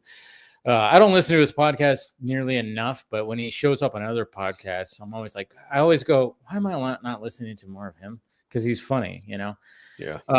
But yeah, I would say, yeah. There's Kevin Smith is definitely up there. I used to listen to Hollywood Babble a lot. I actually saw Hollywood Babble live a couple of times too, when they were doing like him and Ralph Garman. Where I think they still do the podcast. They do. It was always funny, but yeah, man, I saw them live. I think twice. I saw them live twice over out here in LA, and yeah, it was just always a good time. They were always really good together. And then of course they had Fat Man on Batman with what's his name, which didn't always like his. Well, it started as Fat Man on Batman, and he had a giant cast of people that would come on every week, and sometimes it wasn't even like centered around Batman. Like I remember distinctly in 2015, he had Josh Trank on before the Fantastic Four film came on, and it was like a 4-part thing about Josh Trank and his rise to directorial fame or whatever. And then when the 4th episode was supposed to come out, it was the same week as the movie, and Kevin Smith was like, Josh couldn't make it for this episode. The movie's not doing great. It was just like a oh shit moment. It was certainly something. But then at one point, Mark Bernardin came on, and he's been kind of a consistent co-host. Matter of fact, he is the consistent co-host ever since. Yeah, and sometimes but I don't know. There's always sometimes where Mark Bernardin would just be such a buzzkill with certain things. Good God, it's putting it nicely, my friend. I know. I am putting it very nicely. There's times where I was like, dude, dude, I think the thing that really made me go, okay, I don't think I want to avidly tune into this anymore. Yeah. This is like a month before Civil War opened, like Captain America Civil War opened everywhere. Like this was the red carpet premiere. And Mark Bernardin is on the show, and he's bragging about how he got to bring his kid to the red carpet and all this shit. And then he just blatantly just goes, oh, this is how Spider-Man's in the movie. And I'm just like, dude, shut the fuck up. Like, what are you doing, man? Like, he just kind of just dropped it out. Just dropped it out. And I'm just like, dude, fuck you. Like, what the fuck? And people in the comment section are like, oh, what? You should know this by now. I'm like, we're a fucking month away from this movie. What do you mean? Like, this is not cool. Like, what are we talking about here? That's the thing. That was my moment where I'm like, God damn it. I love Kevin Smith, but I can't condone that. That's and that's the thing. I mean, like, I don't mind that Kevin Smith has, somebody that is not going to be as positive as Kevin Smith, because Kevin Smith, he's just a big, he's a big kid. He's like 100%. He loves the shit, but I don't know. It's just, I don't know. There's so much. There'll be times where I just hear Mark talk, and I'm going, why? He sounds so cynical and bitter about shit, and I'm just like, why are you the way you are? As Chris loves to say, like, why are you the way you are? Yeah, it's that gift from fucking The Office. Yeah. Why are you the way you are? Yeah, I don't know. Yeah, and that's I stopped watching too, because I just got kind of, obviously it turned into Fat Man Beyond, and then they do their stuff, but I was just like, I don't know. I just kind of lost interest, But I'll occasionally tune in. Like, I know for sure when they did the Schumacher cut episode, I definitely watched that. I totally watched that. Yeah, that was cool.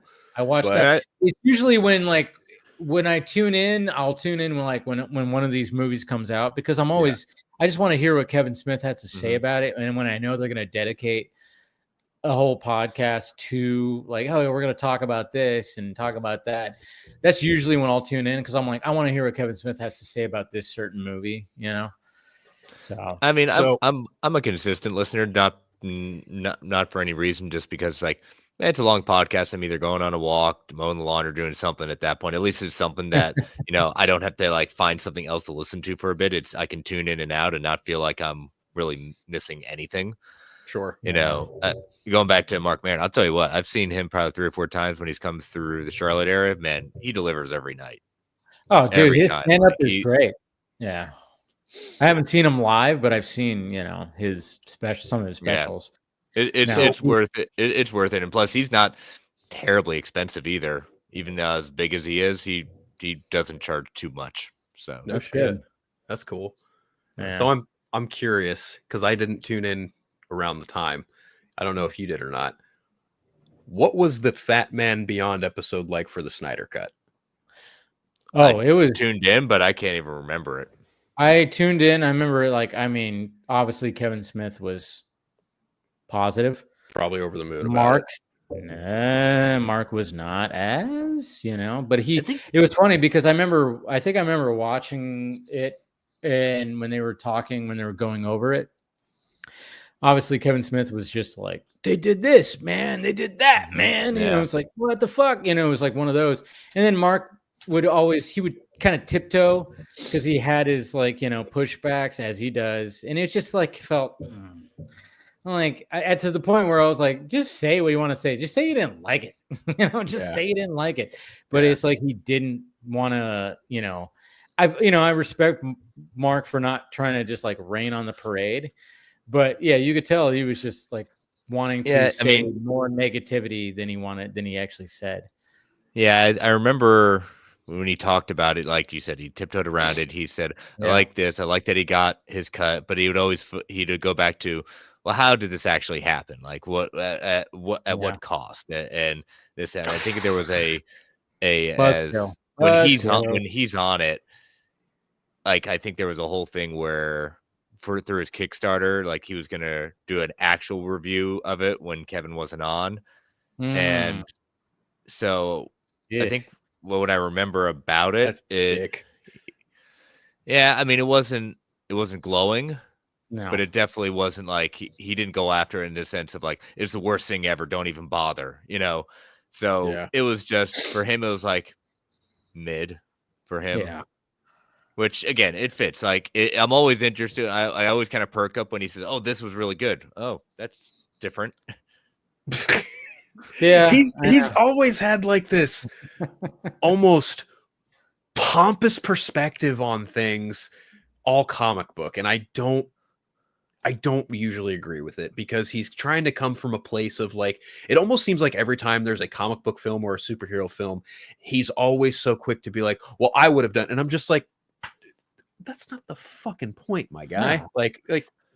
What are you doing? But it's when we get into this whole thing, and it's Bernard's just part of the whole thing of we've all been guilty of it at times, what we would have done or wish could have happened. I mean, I always try to watch myself in the sense of accepting the movie that was presented to me, right, and comment on what was presented, not tearing it down. If I don't like it, I'm going to say I'm not going to like it, but I'm also not going to be the person to say it's complete, it's terrible, because if I'm going to have that opinion, I'd rather not talk about it in that sense, just because I don't like to, again, as we've always said before, it's not just, there's so many people involved in this, someone's had some passion with it. And I also don't like the phrase, who asked for this? Stop. Oh, God. Stop. I Yeah. hate that. Dave in the back. Oh, God. to that point, we had a conversation in that vein about Captain America Brave New World regarding the leader and other elements of that movie, right? What could have or should maybe could have been different about it. And it's we've seen what could have been different about it. It's that would have been nice, right? Yeah. But to Chris's point, judge the movie on the merits of the movie. Be it Craven, be it Madam Web, be it Captain America, like you name it. Like the movie is the movie. Well, I mean, that's what I always the approach that I even said like at the opening. I'm like, maybe I'll do like on Film Junkie Live this week. You know, we're a third of the way through 2025, which is crazy. And I'm like, maybe I'll do like a ranking. I'm like, you could probably guess the movie I like the least. But then I said, obviously Snow White. But at the same time, I was like, I still try to be like, I'm going to go into this. What can I find positive about this? Prove to me you're bad. Yep. Yeah. You know? Don't, like our friend Ray. Ray says it all the time. No, I don't go into a movie saying, prove to me you're good. Prove to me you're bad. Yeah. And I'm not going to sit there and be, and I even said that in my reviews of Snow White. I'm like, hey, you know what? She, even though she called me out. Damn it. And even though I don't really like her that much, I'm just kind of going, hey, you know what? She gave it her all. She was the lead. She has a great voice. That worked. Everybody else was overacting like crazy. But I was like, hey, there was things that were shot well, but for the most part, that just was not for me 100%. And that's the thing that I always like to say. This is not for me. Yeah. And I wish more people would adapt that. Just like, hey, it wasn't for me. But maybe it's for, this audience or that. And that's what I try to do. I even did that with the Little Mermaid movie. It's not for me. I was not about this. Sure, like, some of the stuff looked cool. Yeah, fine. So, again, lead actress. Jesus Christ. Phenomenal voice and everything. I'll always commend the talent. But, I just go like, hey, movie wasn't for me. This is going to be maybe people who like but again, I always specify, especially when it comes to the Disney live actions. I was not a Disney animated kid. I did not watch those movies. It was just not for me. I didn't watch them all. It just wasn't for me. So then now you're adapting to live action. And I'm going, all right, I'll give it a shot. I mean, my favorite one was Dumbo. And because I felt Tim Burton really put his fingerprints on that shit and it was a good cast. I thought I felt for Dumbo. I was like, Jesus Christ, the CGI elephant is making me want to cry. Yeah. And that's the thing, like even like movies, Madam Web, Craven, and stuff like that. Like I make no illusions. Like I didn't like it. I have my reason. I go into it, but I'm in the points to your point. I always say this: if you like it, great. I'm not here to say like, how dare you like something I don't. I'm glad you find something of it. I try to find humor in what I don't like because a lot of the stuff in those movies are pretty laughable. And you know what? I'll have a good time laughing at it. Will I watch those movies again? Absolutely not. No, that's what's great. Because to your point, not for me. But if it is, hey, I'm happy for you. Yep. Yeah. And that's why, like, when people go like, did you really pay to see that movie? I'm like, hey, I love going to the movies. Yeah, I might have went in and going, Nicole Kidman said it best, right? Right? Yeah, listen to her in the beginning of those. Yeah, that's the thing. It's like, but that's the thing is I love, and I've been on a really good streak this year. I've actually been proud of myself. I think I've only missed like 1 or 2 Thursdays, which is great. You've missed a Thursday. I think I missed one, and I think it's only been one. I had to look, but I think I missed 1 Thursday this year, and that's it. Other than that, I've been pretty, but there's been so much. And there's been good movies too. That's what's so crazy. It's like, there's been a lot of good movies. That's why I was like thinking, that we're a third into this year. And I went, and because I think somebody, even during like I think it was Film Junkie Live in the live chat said like, hey, what's your favorite movie of the year so far? I'm like, it's hard to determine because there's just been some good shit that has come out this year. And it seems like every week I'm going, and I even said about The Accountant 2, and I know you guys haven't seen it yet, but I would say that The Accountant 2 right now, the way I feel about it's still fresh in my brain. It's the most entertaining movie I've seen this year. And there's nothing wrong with that. Dude, and I'm not saying like, because I still think maybe Sinners might take the top spot because I just the way that movie was just so structurally just great and just with the genre and everything and what Coogler did, maybe that it's it. But then I have like a soft spot for Mickey 17 or something like that. But at the same time, when me and my dad walked out of The Accountant 2, we were just like, God damn, that was a fucking just all around fun, and I know the F word, fun movie, but it really was. And when I kept hearing Ben Affleck talk about the movie, especially when I saw him on the podcast yesterday, and he said that there's something about this movie that he even said that and it was really cool. And I recommend everybody listen to the Theo Von podcast that he was on, because he goes into detail about, because what I love about Theo Von is he'll ask those questions where he'd be like, is there ever a movie that you think is going to be shit, or is there going to be this and that? And Ben Affleck said that anytime he's like, you see the movie's first like assembly cut, the first cut, it's always shit. He goes, it's always shit. Yeah. What he said about The Accountant too, when he saw the first cut of that, because he was involved in that, he actually said, oh, this is actually going to be really good. Like, he was actually impressed by it. And I went, oh, that's interesting. And after watching it, I mean, obviously they condensed it down. I'm kind of wondering what that first cut was like, but I mean, it really has some things where I went, wait, what? Oh, like they do some things in here where there's like a scene with Bernthal's character where he's somewhere. I'm not going to spoil it, but there's another person there, and he's talking to this person, and I'm going, what is happening in this scene? You have no idea, like, what is the context of this scene?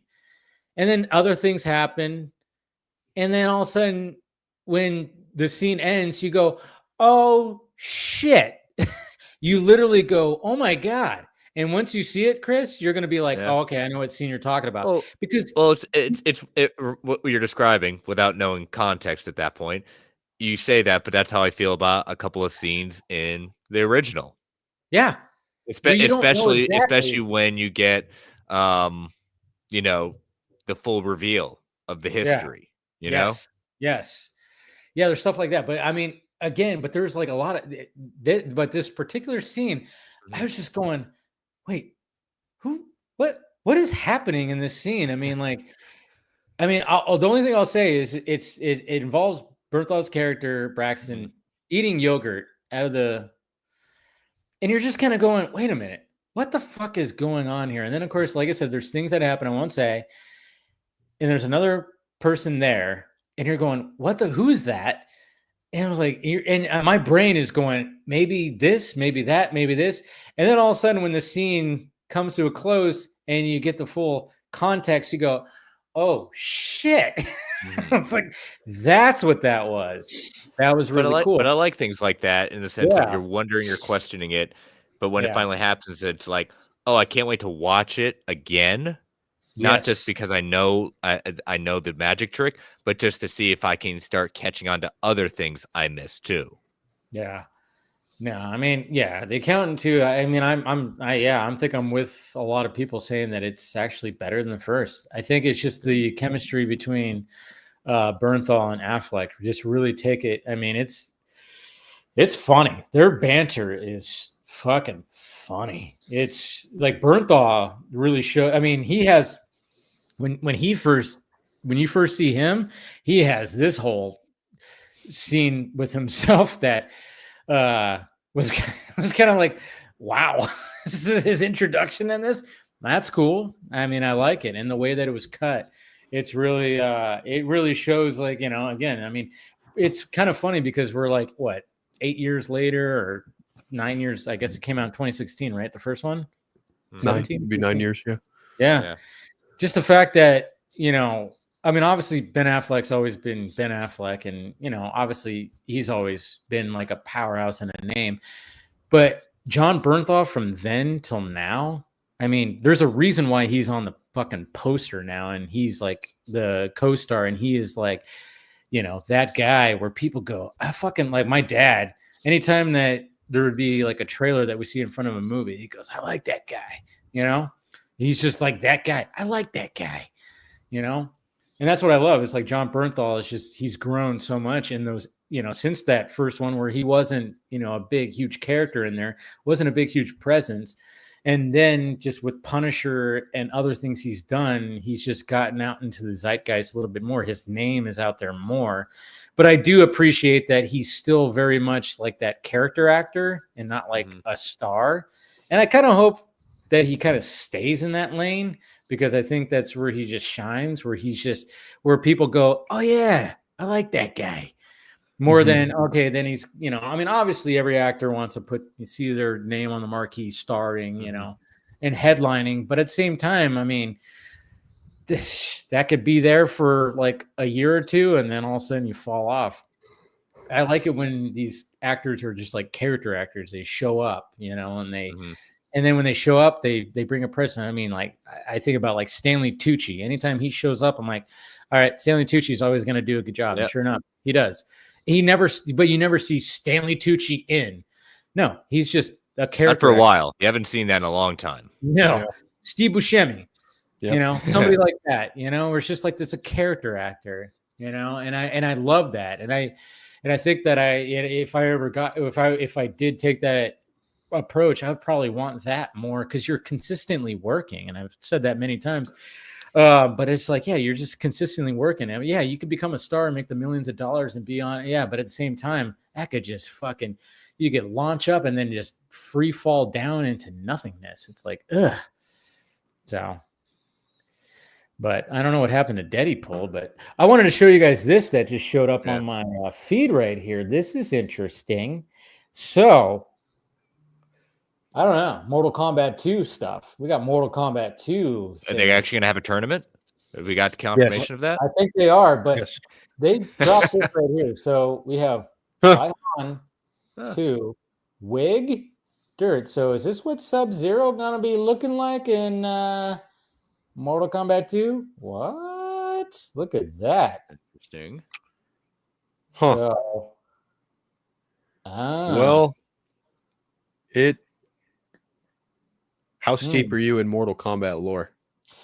Well, I know, like, I'm not too steep, but I know he has a brother. Yes. Yeah, and which is like in Mortal Kombat 3, the brother shows up because you see him like without a mask. He's got the scar on his face, and he's got like a vest. And then we find out that it's not the real Sub-Zero. He's avenging his brother. So are you thinking that this is something like that? Well, also Quan Chi is in this movie, and in recent incarnations of the Mortal Kombat story, Quan Chi is notorious for masking and disguising himself as other characters. Ooh, I wonder, and I believe it was the Legends Scorpion movie that they did, the first animated one. They took inspiration from one of the games where Quan Chi disguises himself as Bi-Han, Sub-Zero, frames Sub-Zero for the murder of Scorpion's family, and that's kind of where the feud begins. And Scorpion and Bi-Han's brother they clash because of that, and it eventually does come out that Scorpion finds out Quan Chi was the one behind it all. But I wonder if that's going to be the case, or if this was just straight up like, you know, old school lore, and it was actually Bi-Han and he actually killed him. But I wouldn't be shocked if that was Bi-Han's brother. The Lin Kuei are far and away very like tight-knit in a certain respect, and with Scorpion getting his revenge in the first movie, I could easily see number 2 where we get Bi-Han's brother. I forget what his fucking name is though, coming back for revenge. I forgot what it was too, but yeah. So, and also Bi-Han does become Noob Saibot. They kind of allude to that at the end of the first movie. God. And yes, Chris, there will be a tournament. This one's definitely gonna have the tournament finally. I'm wondering if like Smoke is gonna show up or anything, or Katana's in it. I'm happy about that. In it. Yeah. So that means Melina is probably in it too. She died in the first movie, actually. Oh wait, she was in the first movie. She did.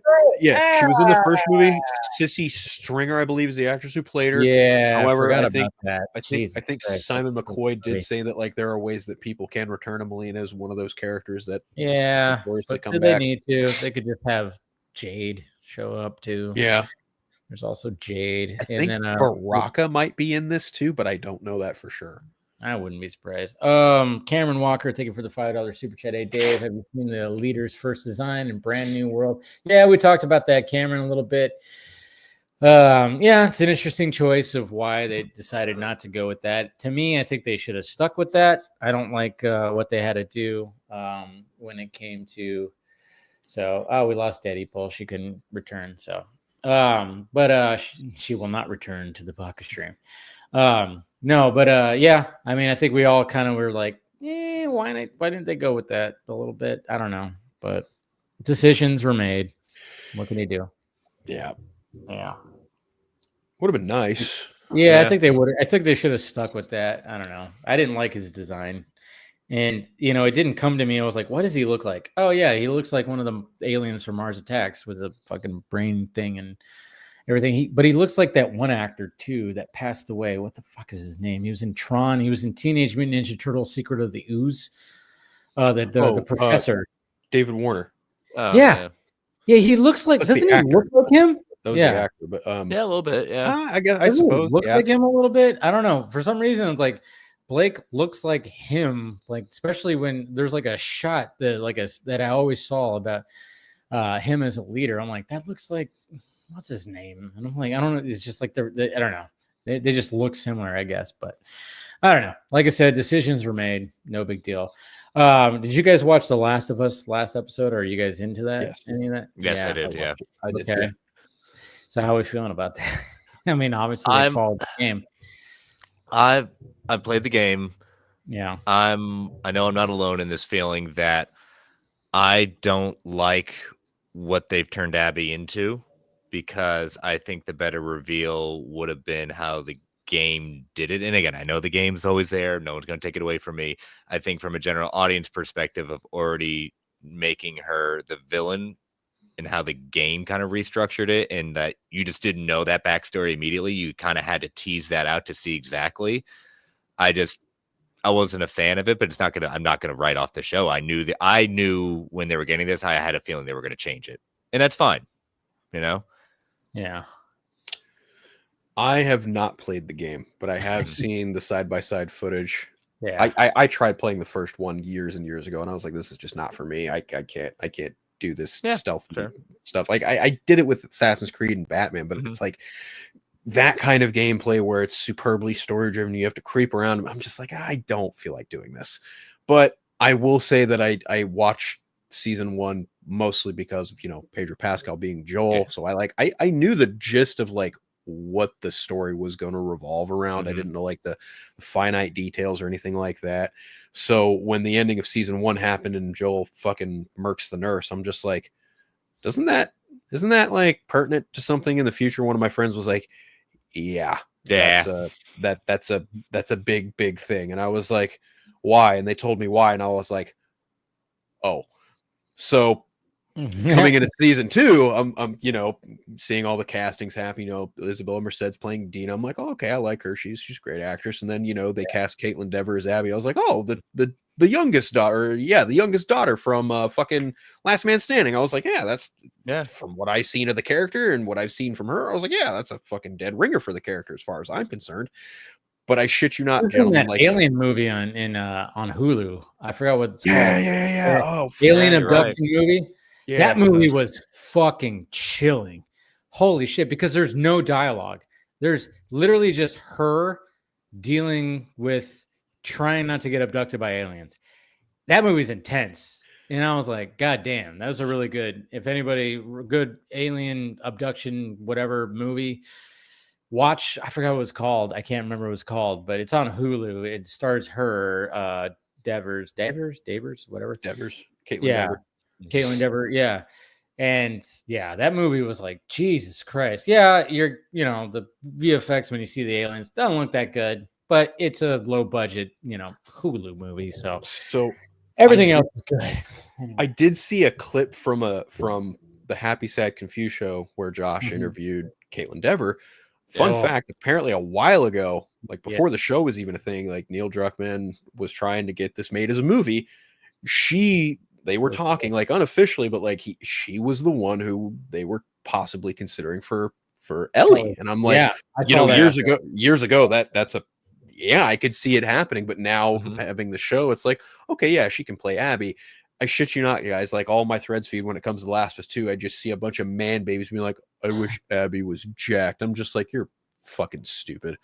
Good God. Funny. But then if she was jacked, they would complain. Why does she look so manly? It's always the same. It's some of the people most of the time and none of the people all the time. Yep. What do you want? What do you want? Cut to Ryan Gosling saying that. I mean, that's the thing. It's like, but no matter what.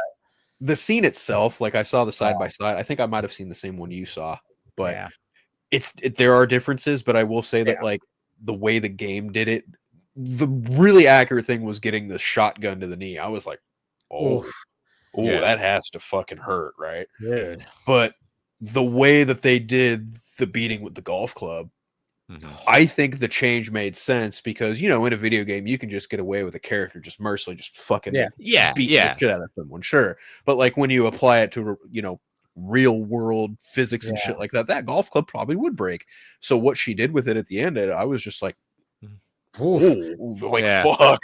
Dude, and like I said, my complaint is not like how the action happened. It was more like the revelation of like her character. I just wish it was done a little bit different because I just think it would have been a better storytelling, still remaining true to that part of the game. I'm fine with them changing. I don't need a translation because I got the game. I've already played it. I don't need a direct translation, but I think to serve the character better, I didn't think that change was necessary, but I expected them to do that. Yeah, because correct me if I'm wrong, but in the game, it's like intercut with her finding her dad's body, right? Well, you don't see anything. Like all of a sudden, Abby shows up, and she just go and we're already saying it kills Joel. We don't really have an understanding about it, and then at some point there's a whole sequence of the game. Like you're playing for Abby for a good while at one point with her backstory, and that's when the revelation is just like you still understand like, oh, I'm kind of sympathetic to what she did. I'm not liking what she did, but I kind of have a difference. Instead, you're just automatically just hating Abby, and there's no coming back, Right. And I think that's like a large misconception with this show is like people try and classify these characters as like protagonists and antagonists, good, evil, and it's like these are people. This is A about survival, and B it's choices and accountability and consequences with those choices. That's ultimately what this is about. And yet people are just like, no, Ellie's the hero. And I'm like, you're missing the fucking point. Yeah. And again, like people are saying, oh, we're done with Pedro. No, there's a lot of backstory. Remember, there are years there's times that we haven't seen. And that's what the game also goes into too. Like you see exactly where the fallout happened between. You're going to see when I see people going like, what the fuck? Pedro's done. I'm like, did you not see any of the footage of all the trailer stuff? There is a lot of things that we're going to see. It's going to be flashbacks, everybody. There is a 5-year jump. We're going to see some shit. We're going to see some stuff. Like Pedro, we're not going to get everything from the game. It's going to take at least 2 years, they said, to get everything from that second game in. Yeah. And I get people were like, man, I thought they would drag this out. And I'm like going, yeah, I could see that. They probably, if you're trying to structure into a show, maybe you could have dragged out this whole thing until the season finale and left it like that. Yeah. But then at the same time, I'm going, yeah, but that's too fucking cliche. I love the fact that it's like the second episode and I'm already like hitting play going, and I'm pouring a fucking bourbon going, oh, here we go. Shit. And I'm like sipping. And then as soon as like all the stuff, like I said, I didn't play the game, so I didn't know how the events were happening. I just knew that I knew how it was going to end with him dying. And as soon as like they like, oh, when she says, oh, we have a lodge and all this stuff. And when they get in that lodge and when the gun gets pulled and he gets shot in the leg, I was like, oh, fucking, here we go. I poured another one. I was like, oh, God, here we go. And then of course, and then even when Joel was like, just do it. When he just said, just do it. Like, cause he was just like, I'm fucked. There's nothing I could do. Just do it. And then, of course, when Ellie shows up, and then I'm like, all right, yep, of course she's going to show up because that's got to add more to it. The lump in my throat's going to get extremely huge, of course. And sure enough, it did. It was like, fuck, man. I was like, yeah. I mean, they shot it well. And I like you said, when I saw the side by side to the game, you could really just have it where it's like, they beat, she just beat. But to have it break and then you have just like this sharp fucking, it's just sharp and then just stick it in the back of his neck just to fucking finish it off. It was like, good God. Like, man, that was, So it's going to be, like I said, we're still going to see Pedro, guys. I mean, if you watch the trailers and the footage, there's still going to be a lot there to work with. Don't worry. But that's what's going to add to the story because now we have Ellie is going to get revenge on Abby. Right? Mm-hmm. I don't know. So, yeah. I mean, yeah. I also like how just shit. Welcome back, William. Hey, what's up? Sorry about I like that. how shit went straight to hell, and it was Jefferson, Jackson, whatever the fuck the town's name is. Yeah. Dude, I would say this is probably. I mean, in my opinion, I told my brother this because he watches it too. I was like, this might be the best episode of the series. I don't know. There's just so much that happens, start to finish. It is intense. You know, so I'm thinking this might be the best episode so far. In my opinion, I think it's the best episode so far, just because so much is happening, the scope of it, and the invasion to the city, and everybody just like, you know, fucking just and just I don't know. To me, I think it is. And then of course with the shocking death, it's We're talking about Last of Us, of course. William. You watched it, right? Yeah. You guys live watched it, right? No, we did not live stream. I haven't been doing a lot of live streams lately, but I did watch it. I mean, I guess because I knew what was going on. I watched the movie. I watched the whole series so I knew what was going to happen. So but I guess the majority of people were shocked because the majority of people who they don't play the game or watch it, so they didn't know. So I saw the response to it, but I'm like, I kind of knew he was gone from even before I started watching the show. Yeah, and who kills him? But so it didn't really shock me as much. I mean, even how they did it was exactly was pretty spot on the way they That's the only thing about these things where I already know what's going to happen, like the first 4 seasons of Game of Thrones, and certain things where I know what's going to happen. I don't have that emotional tie to them as much as I do. Like if you go to Game of Thrones season 4, where Pedro Pascal's character gets killed, 5. I knew no, it was 4. It was 4. No, it's season 5. No, I just think I'm pretty sure the mountain and the Viper is season 4. Look it up. Take wagers, everybody. June 2014. It was but I knew that was going to happen because if you read the books, that happens, and pretty much it's okay. Yeah, I thought it was season 5. No, I'm wrong. It's season 4, episode 8. That's probably why. I thought it was I thought it was like the beginning of season 5, not the end of season 4. It's the last couple of issues of our last couple of episodes, and so I knew, even though it was a cool kick-ass battle, I knew who was going to win. So when it's adapted like this, it's like it's not like Sopranos or something to where somebody gets whacked out of nowhere, or some of those shows, or some of the later episodes of Game of Thrones in seasons after season 4 that outpaced the books. Or so Breaking Bad. So after Breaking Bad. So after season 5, or in season 5, whoever dies there is what they're doing on the show. So you really have more of a wow, I can't believe that they did that type of situation. Whereas, like I said, I knew Joel was gone. It sets up. So what's interesting about nowadays is like, okay, with everything that's out there, I always go, I'm gonna get spoiled. I'm like, you know what? It comes with the territory. I'm gonna get spoiled with shit. So, and I've accepted that. I accepted that like, a decade ago. I mean, Jesus Christ, especially when I was heavily covering BVS, I pretty much knew everything about that movie because it was always spoiled. But the way that I always look at it, I go, okay, I know what's going to happen. Let's see how the directors, how it plays out. Does it hit me? Does it give me an emotional response? And blah, blah, blah, blah, blah. Like I knew Joel was going to die. But then when I'm watching the episode and seeing the intensity of the episode and the drama of the episode, and then I know, oh, shit, he rescues Abby and they're going to go to the lodge. And I'm going, so the way that it gets built up and everything, and just everything else that's happening, I'm sitting there going, Jesus Christ. And then all of a sudden, when finally it comes to happen, I'm like, and then of course, when it does happen, I got choked up. I was like, geez, all right, they nailed this fucking thing. And then of course, I'm watching the post game footage where they talk to everybody, the directors and everybody who's involved with it. And they're talking about how they wanted to portray it. I'm like, yeah, you guys nailed it. I'm like, hey, that got me a response, even though I knew that it was happening.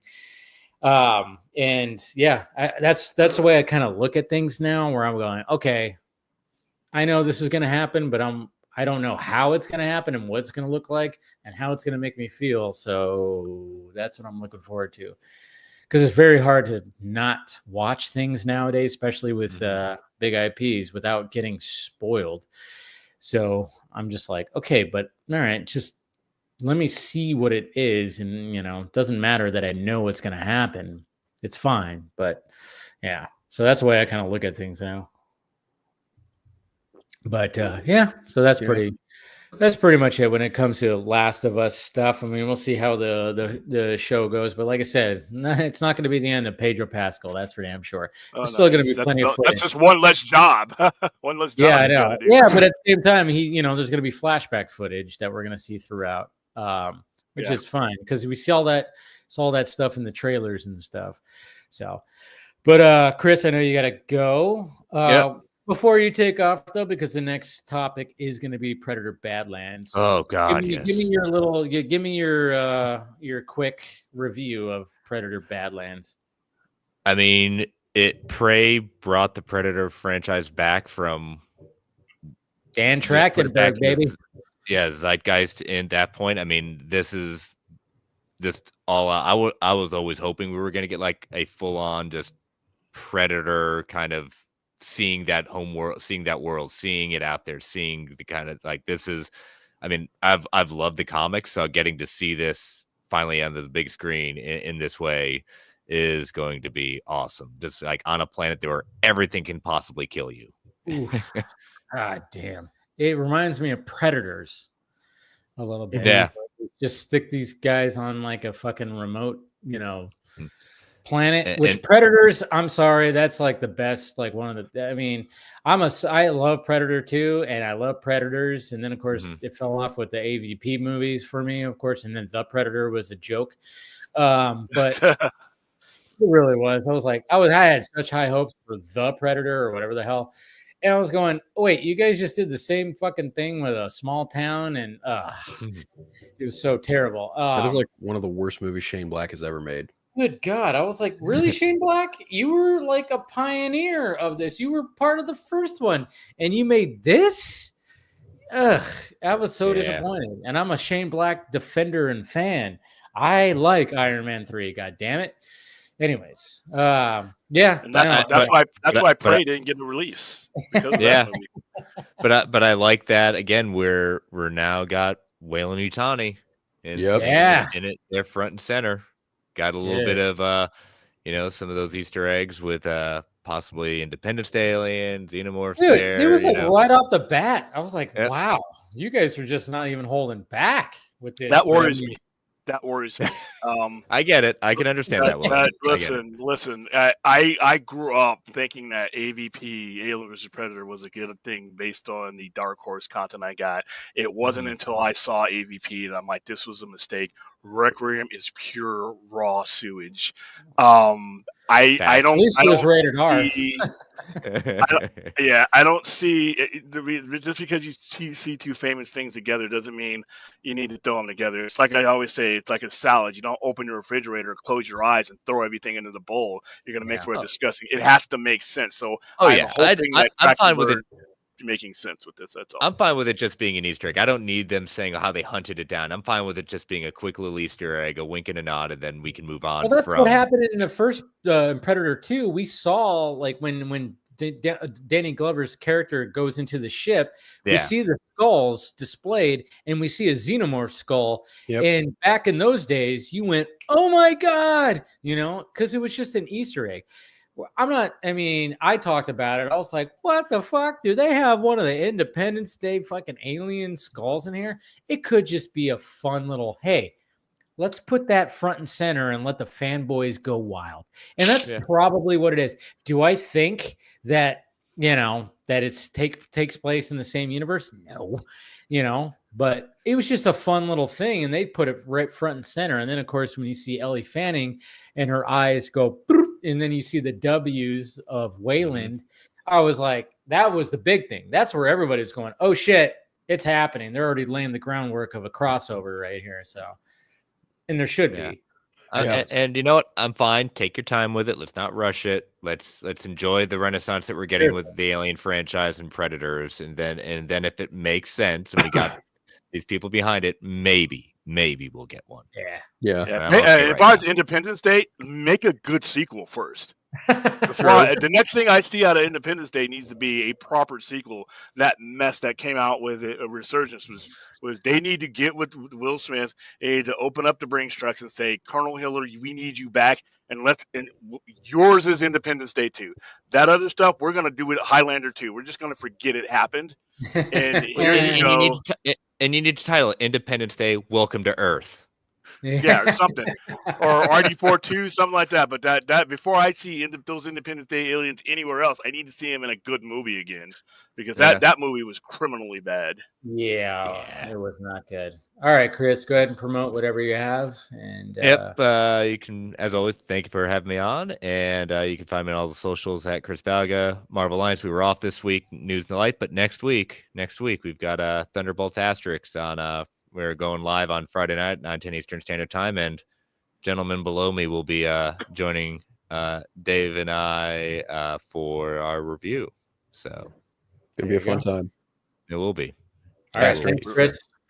Always great talking to you, man. Y'all later. Take care, buddy. Catch you later. Yeah, I mean, goddamn. That trailer knocked me on my fucking dick, man. That shit was so good. I was just before we get back in the trailer, I was just going back on what William was saying. Is like, I mean, Independence Day was, that's one of my all-time favorite, alien invasion movies. Obviously, it's so great, and the fact that they, there were some good ideas in there, but then there was just, I remember like going, okay, I like some of the stuff like they did with President or ex-President Whitmore, like the fact wasn't that the second one the same guy, Roland Emmerich, did the first and second one. Yeah, it was also Roland Emmerich, and there was a lot of things that just did not work, obviously. But what I thought really worked too was like, I like the Whitmore stuff where he was still like connected to the aliens because he got the telepathy thing in the first one. I was like, that was an idea that they could have worked with. I like the fact that Dr. Oken, what's his name, Data. The guy who plays Data. Brent Spiner. Brent Spiner. Yeah. I like the fact that he was still involved and he was like trying to figure shit out. And they knew, it was like, all right, there was ideas here. But overall, like Roland Emmerich was like, well, we still got to make another disaster movie. So he wanted to be like, oh, we got to still blow up a fucking city and we got to fucking turn it up on its upside down and shit. And I was like, we don't need to do that. You could have done something a little bit more subtle. And what I really liked about Resurgence, the only thing that I really was like going, see, you had something. He really had something in certain spots. Like I said, those things. And then when they go on to like the alien ship and they realize, oh, there's like an atmosphere. There's a whole there's a whole world here that has like agriculture. There has all this stuff. So they're literally like, when they crash into the ship, they're in like tall like grass and stuff like that, and they have guns and they're fucking shooting. They're having a shootout within the ship, but it looks like it's on like some kind of swampy lake thing. And I'm like, that's cool. You had ideas, but the execution of everything else, fuck. You just Roland Emmerich. You had to just go too crazy. You had some ideas that were really cool that you could have played with and kept it a little more subtle. But no, you were like, we have to blow up cities. We have to do this. We have to do that because I'm Roland Emmerich and I love to blow up cities. I'm like, hey, it's not 1990 anymore. Roland, fucking, take this IP and do something else with it that you could. I don't know. They really could have. That's where they cheesed up. And then, of course, the whole hive mind thing was just, I hated that. Hey, we got this big, huge alien dude. Look at this. He's in the middle of the desert. It's the queen. You destroy that, and then you destroy all of them. I'm like, that cliche shit again? Yeah. I was like, why do you got to do that cliche shit again? I'm like, the hive mind theory? Come on. Do we have to do the hive mind shit again? It was so stupid. I hated that. Don't do the hive mind thing. But anyways, but that trailer, going on what you said, that trailer, the fact that the Predator is a good guy and he's trying to prove himself, and then I fuck everybody who, I hate it when everybody's like commenting on the new look of this Predator. I made jokes. I made jokes because obviously, I said I called everybody, you're all specious. I'm like, You think every predator looks alike? No, they don't. I mean, I should pull this up. There's a predator Twitter account that showed the different looks of all the predators throughout the movies and whatever it's shown up in. Yeah, they don't all look alike, motherfuckers. This is a young predator that is proving himself. And I love it. Yeah. At first I was like, whoa, that's a different look. But I'm like going, I want to see what this predator is having to prove. Why he has to prove. And he's on this planet with things that are just trying to kill him. And I want to see, this is something different, you fuckers. I was like, yeah, damn it. Ugh. Yeah. Like, I'm not like superbly engrossed in the Predator world or anything. Like, I like the first two movies. Predators is cool. I think I might actually like Predators more than the second movie, but that's just me. Prey's great. And when I saw the Independence Day Alien, I was like, oh, that's like Fox being like, oh, okay, we can kind of play around and say, oh yeah, this is all more or less like, you know, if we're gonna interconnect anything, or like nod to the fact that the other shit exists. Like we have these IPs. It is. I'm like, why not? Why not just, you know, make note of it? You know what I mean? The thing that like the Weyland Yutani droid that Ella Fanning's clearly playing, I'm just like, oh, okay, we're doing that. All right, I'm on board with it. Honestly, like after watching that trailer, I was like, this may be contender for movie of the year for me. Like I am just I think it looks incredible. I actually really like that Prey was so good. It prompted 20th Century Studios to be like, okay, maybe we should be putting this stuff in theaters. And that's what prompted them to push Romulus into theaters. And Romulus did phenomenal. And after Romulus did its thing, Fede Alvarez was asked, like, oh, you know, what about Alien versus Predator? And he was like, when we cross that bridge, we may get to it. Dan Trachtenberg, like, I'm paraphrasing, but he mentioned like him and Dan Trachtenberg have like linked up and talked, right? And it's like, why wouldn't you? Oh yeah, you know. And it's like, I feel like when you have like, you know, people like you know, Ridley Scott, who kicked off the Alien franchise, and I forget who did Shane Black, you know, they've kind of it was fucking name, what's his name? Dude, Die Hard. He did the first. McTiernan. Yeah, McTiernan. There it is. I was like, something. John McTiernan or something. John McTiernan. Yeah. Yeah. He did the first. Yeah, he did this movie. He did the first. Those movies worked for their time and what they did. You have to do something intricate and new with them. And I feel like what Prey did for the Predator franchise and what Romulus did for the Alien franchise is exactly the kind of injection that they needed, as opposed to doing like what Roland Emmerich did with Independence Day Resurgence. I'm not really that big of an Independence Day fan. I like Will Smith. I like a lot of what Will Smith has done, but that movie and me, I watch it. I'm like, oh, okay, cool. Alien invasion, Will Smith fighter pilot. Yippee-ki-yay, motherfucker. But like, it's whatever. Like, I kind of shrugged my shoulders. I didn't even bother watching Resurgence. I was like, I have no interest, so I don't really care. You don't need to.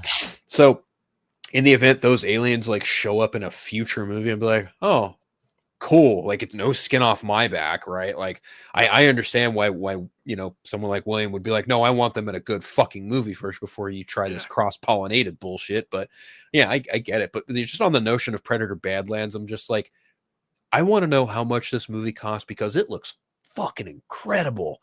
Oh my god, like visually, this movie looks like it's got flair to it. The Predators look great. Whatever the fuck those tentacles are, they look good. I'm just like, dude, I'm there day one.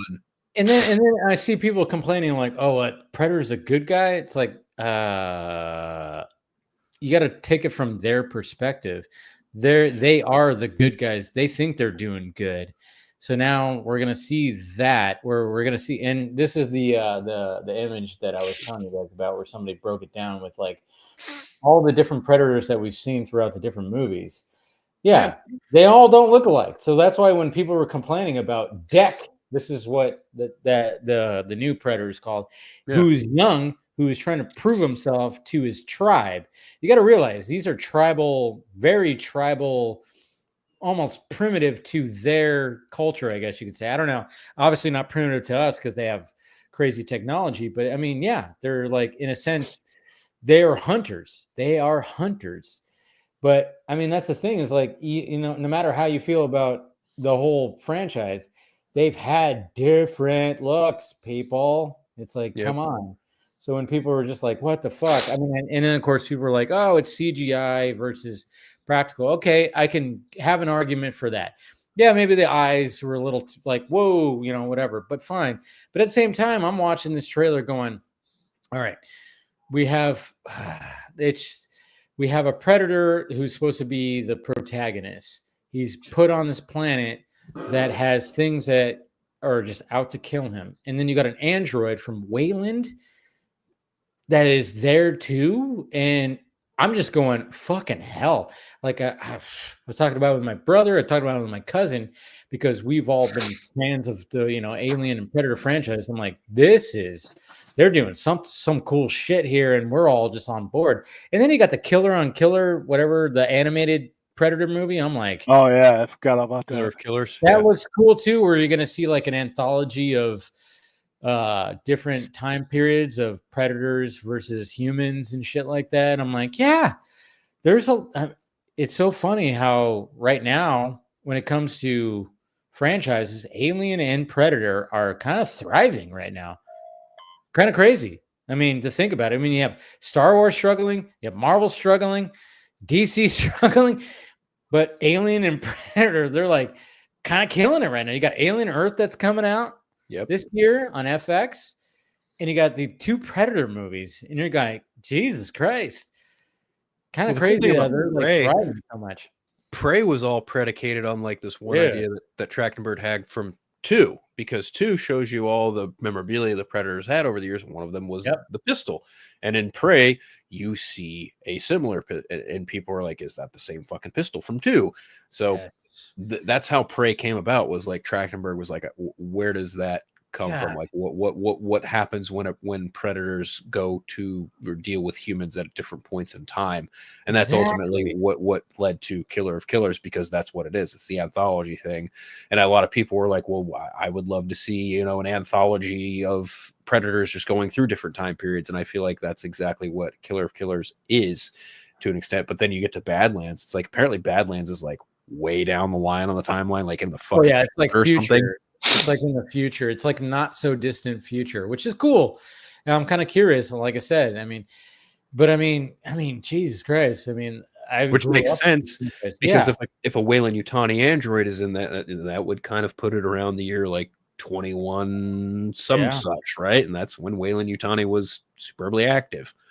Sorry, I didn't mean to cut you off, but like, no. It's like I said, it's just like this franchise has just always been near and dear to my heart, both of them, Alien and Predator. And then, of course, when they crossed over the first time with 2 movies, I went, okay, no, no, you did not do that correctly. You did not do that correctly. So it seems like Dan Trachtenberg and Fede Alvarez are probably doing something where they're like, okay, we're gonna set some, you know, we're gonna put some things in both of our shit to just kind of like, ooh, you know, and it's gonna meet up.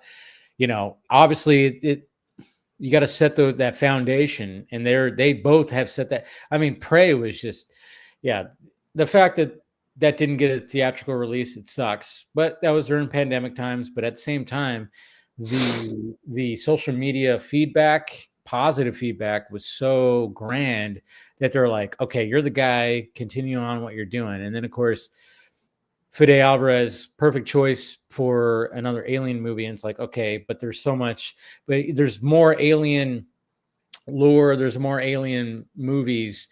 So it's like, try to fit where you can fit it. And he fit it, I think, in a perfect spot, to be honest, where people, I mean, I remember I was like watching with my dad and my brother, and we were like going, oh, you know, we were doing the fucking, you know, Once Upon a Time, Leo DiCaprio, like, oh, you know, which is great. And I was doing that with this trailer too. But one of the things that I always tell people, like when I see people shit on Predator 2, I'm like, fuck off. All right. Fuck off. Predator 2 is my second favorite Predator. It's Predator, Predator 2, Prey, so Predators. I'd stop at 4. I stop at 4 because I don't want to aggravate myself. Yeah. And I appreciate it. I mean, I still think the first Predator is the best one, but I appreciate that you say the Predator 2 is your favorite because it is a good. When you, I put it on. What's my second favorite? Second favorite. It's number 2. Oh, okay. I thought you said it was your favorite. Sorry. No, Predator. The Arnold Schwarzenegger's number 1. Of course, that's always good. But okay, so we're on the same page because I think Predator 2 is the second best too.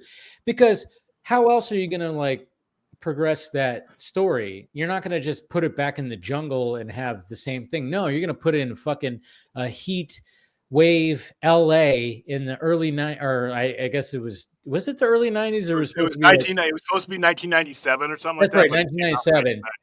In the sense of 1992 or 91, whatever. It was supposed to be 10 years. He's supposed to come on the 7th year of every decade or something like that. Yeah. But I thought they did a great job. It's like, okay, you're doing, and then you got Danny Glover. I mean, obviously, we love Danny Glover. Bill Paxton's in there. Of course, he gets his trifecta where he gets killed by a predator after getting killed by a Terminator and an alien, which is great. May you rest in peace. But I'm like, every time I watch that movie, I'm like, I forgot who directed that. Was that also McTiernan? Which who one? Directed Predator 2? Predator 2? Hold on, let me look. I can't. Let's see. I forgot who did, but yeah, look it up. Also featuring the late great Morton Downey Jr. Stephen Hopkins. Stephen Hawking. I don't even know who that is. Stephen Hopkins. He did the second one. Yeah, but he did a good job. And I love that too, where when you see the opening title of Predator 2, they kind of show like a bunch of trees and forestry and shit like that. But then the camera pans up and you see the skyline of LA, and then it goes, with the Predator music, and then it shows Predator 2. It's like, yeah, now it's Predator in the Iron Jungle, and how is it? There's a gang war that's happening where it's LA run rampant, and it's hot during a heat wave because King Willie, the Jamaicans. Jesus Christ.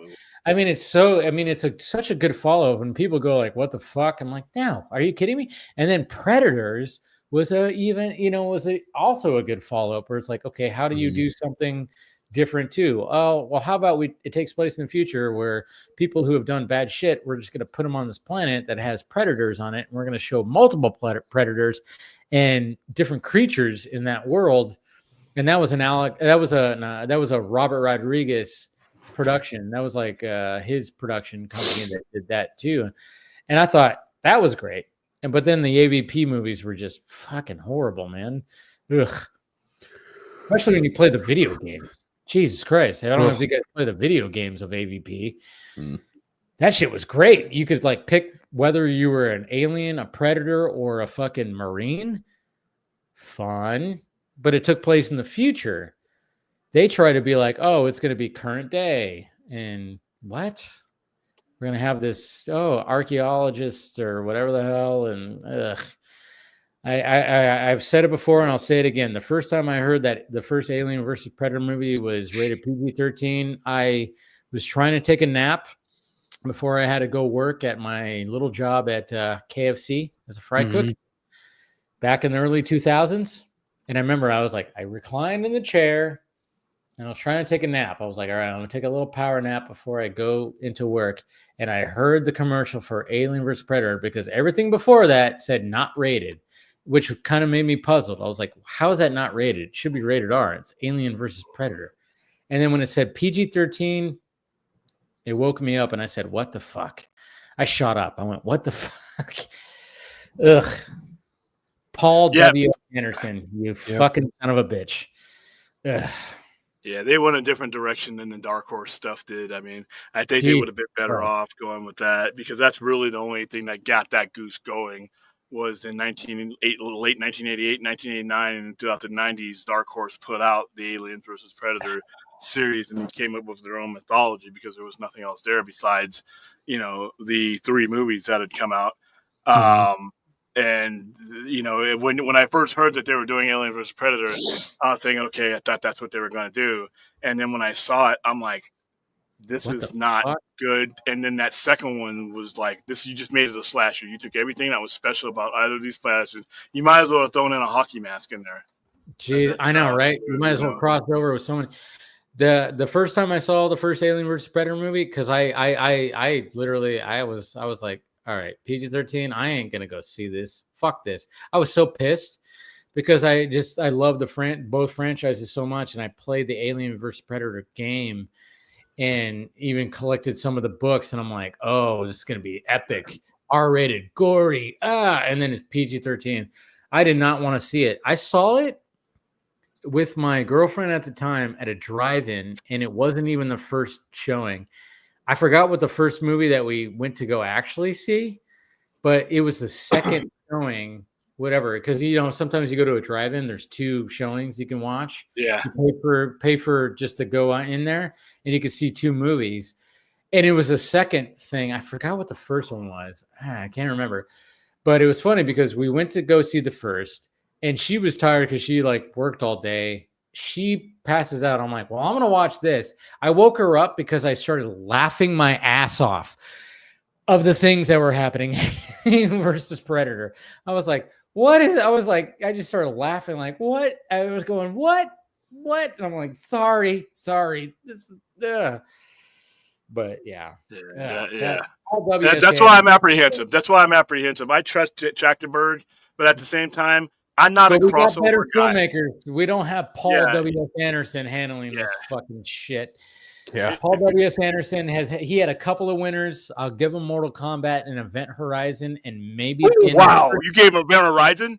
Dude, Event Horizon is great. Come on. If you can figure out what the fuck it is, oh.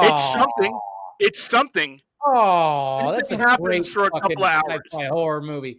Something happens for a couple of hours. It's basically a black hole haunted house movie. Is what it turns into. That's what's great. I can accept that. I like it. Man. Sam Neill is a beast. Lawrence Fishburne, awesome. Come on, man. Oh, hey, listen, bad movies can have great casts. Don't get me wrong. I mean, that happens all the time. You fucker. But no, when it comes over to the I love Event Horizon, man. Come on. Oh my goodness, I saw that shit in the movies. I'm like, I really like that movie. I think it's hey, listen, I know a lot of people who do. I just looked at it and was like, what did I watch? What was I get it. It's fine, but I don't know. I like it's like a good sci-fi horror movie, but I'll give them even the first Resident Evil movie. Okay, it's fine, but then the rest of them, Jesus Christ, I don't even know what the hell. Yeah, Apocalypse isn't that bad, but after that one, just downhill completely. Yeah, and then he did that Three Musketeers movie. One too many times. Remember when he did that Three Musketeers movie? Paul W.S. Anderson? Yeah. I remember. With a flying like fucking sailboat kind of thing, sail ship or whatever. I was like, I remember watching that going, oh my God, this is just a movie for your wife, which I don't mind it. Mila Jovovich, hey, I get it. You scored that. Good for you. But she was like the center of attention. Then I'm like, wait, shouldn't the Three Musketeers be more of a center of attention? She was like the villain or something. I remember watching that going, I don't know what the fuck this is. I'll forever say the Disney Three Musketeers movie with Kiefer Sutherland, Charlie Sheen, and Pratt. I can't remember his first name. His last name is Pratt. They were the Three Musketeers. And then Chris O'Donnell was, of course, D'Artagnan. Oliver Pratt. That movie will always be the best Three Musketeers movie. Tim Curry as the Cardinal. That was great. Mm-hmm. And then even, come on. That movie's great. When it comes to Three Musketeers movies, anyways. Total sidetrack. But going back to the whole the Predator trailer, I think it was a good trailer, and I'm going, you know what?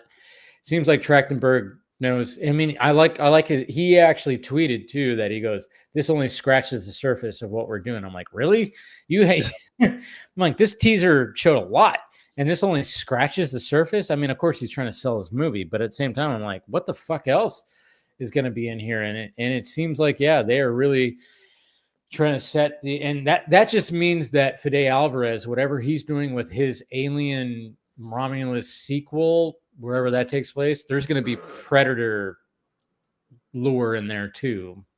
I wonder if Fede's going to just occupy that 50-year space between Alien and Aliens.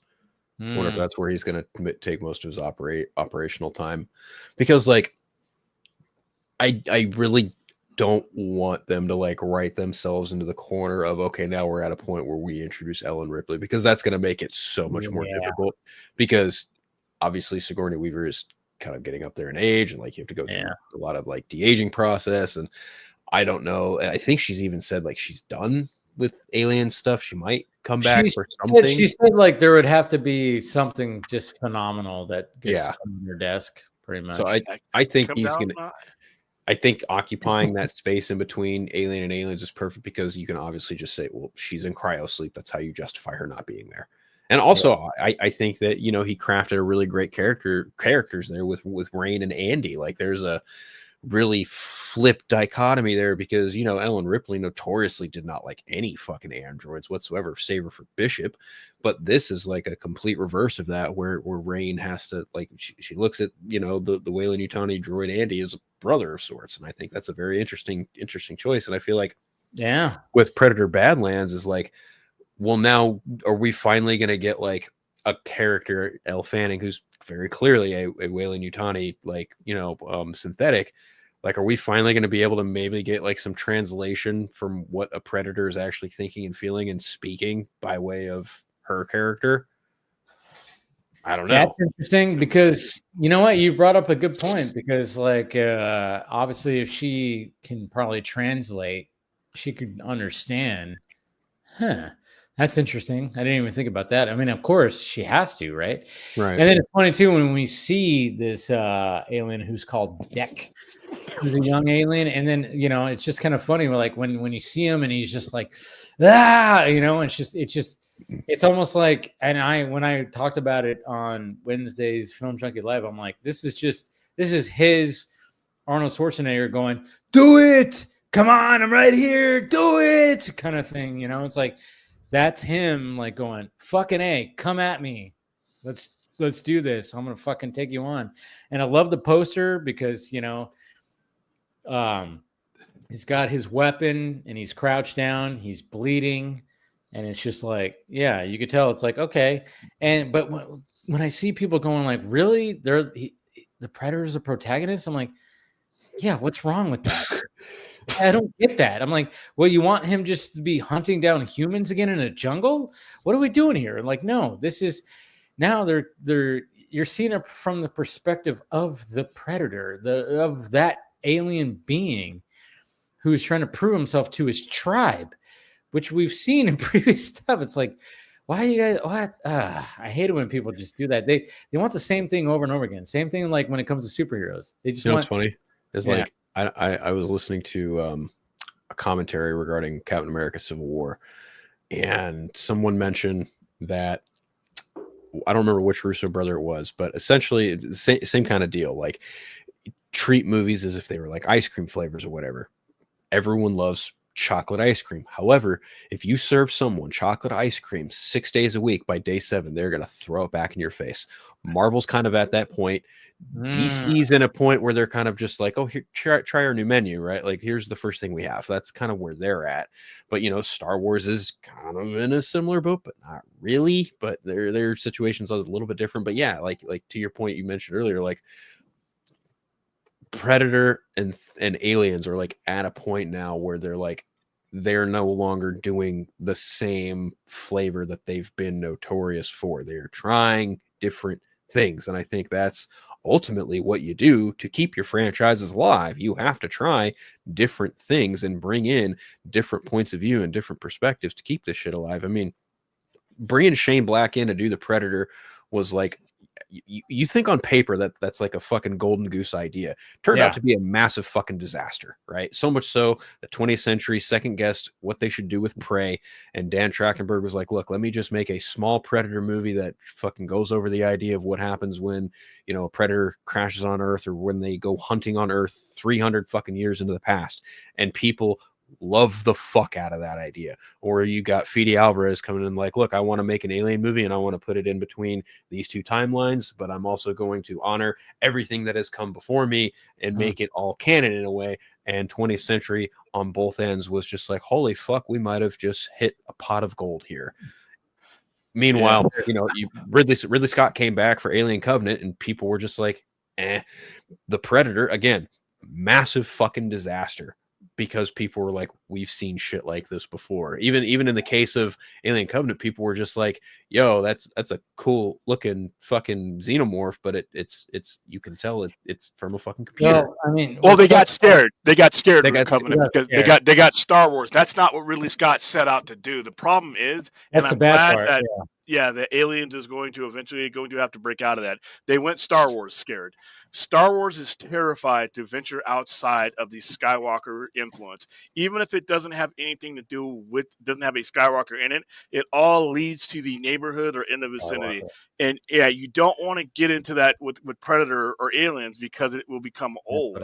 You know, so, and that's what happened with Covenant. That's not the movie he wanted to make. He wanted to make something that was more of a connection to Prometheus than anything else. And when you see what Fede Alvarez did, he basically took that. That's why I have a lot of faith in seeing the resolution of what started in Prometheus, because I think that Fede Alvarez is appreciative of that. He considers that part of the lore.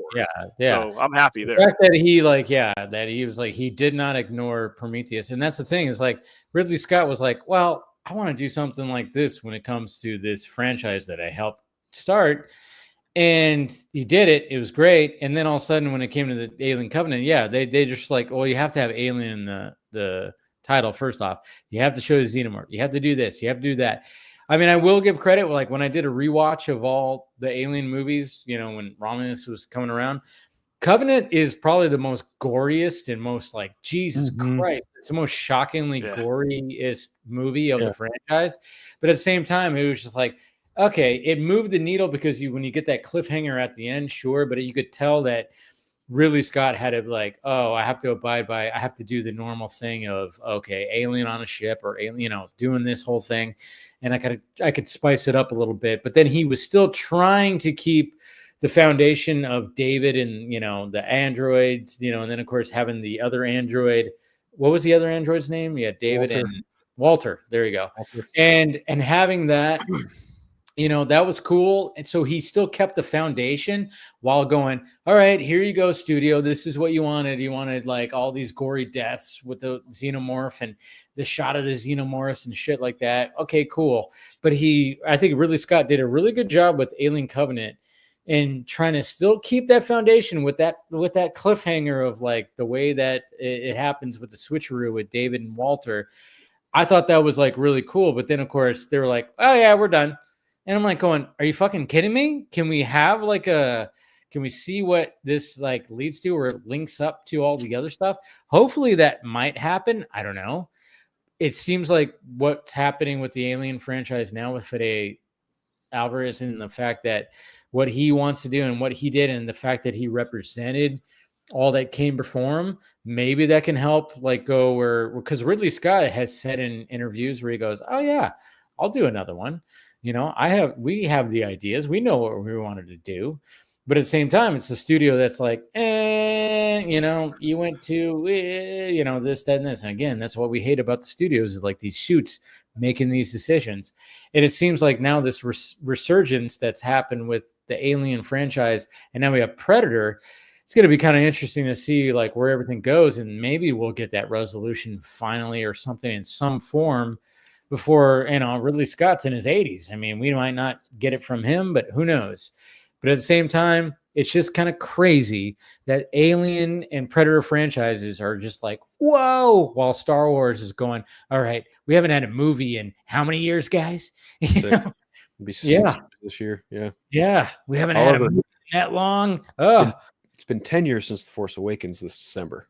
Crazy. Crazy. Wow. Damn. Wow. Yeah. So, but at the same time, what's cool about the Revenge of the Sith re-release right now that's happening this weekend is a lot of people are showing up to it. Like the screening tomorrow, I saw, 12:05 tomorrow. Yep. When my screening on Thursday, it was practically sold out. I was like, wow. And this was at 6:00, of course. So it was like right in the heart of, you know, the evening time. But it was kind of crazy because we were in the back row. Because my nephew who was all about this, I was like, all right, you're handling the tickets, you're handling this, you're handling that. Because usually I'm the one that handles the tickets. But I was like, all right, it's up to you, man. You're all about this. Because he grew up with the prequels. You know, he's young. He's only 22 years old, which is crazy. he was 2 years old when this fucking movie came out, or 3. Yeah, I think 3 actually. 2, 2.5. I saw that in an air hangar in Middle East. They released that movie. Oh yeah, you were overseas stationed.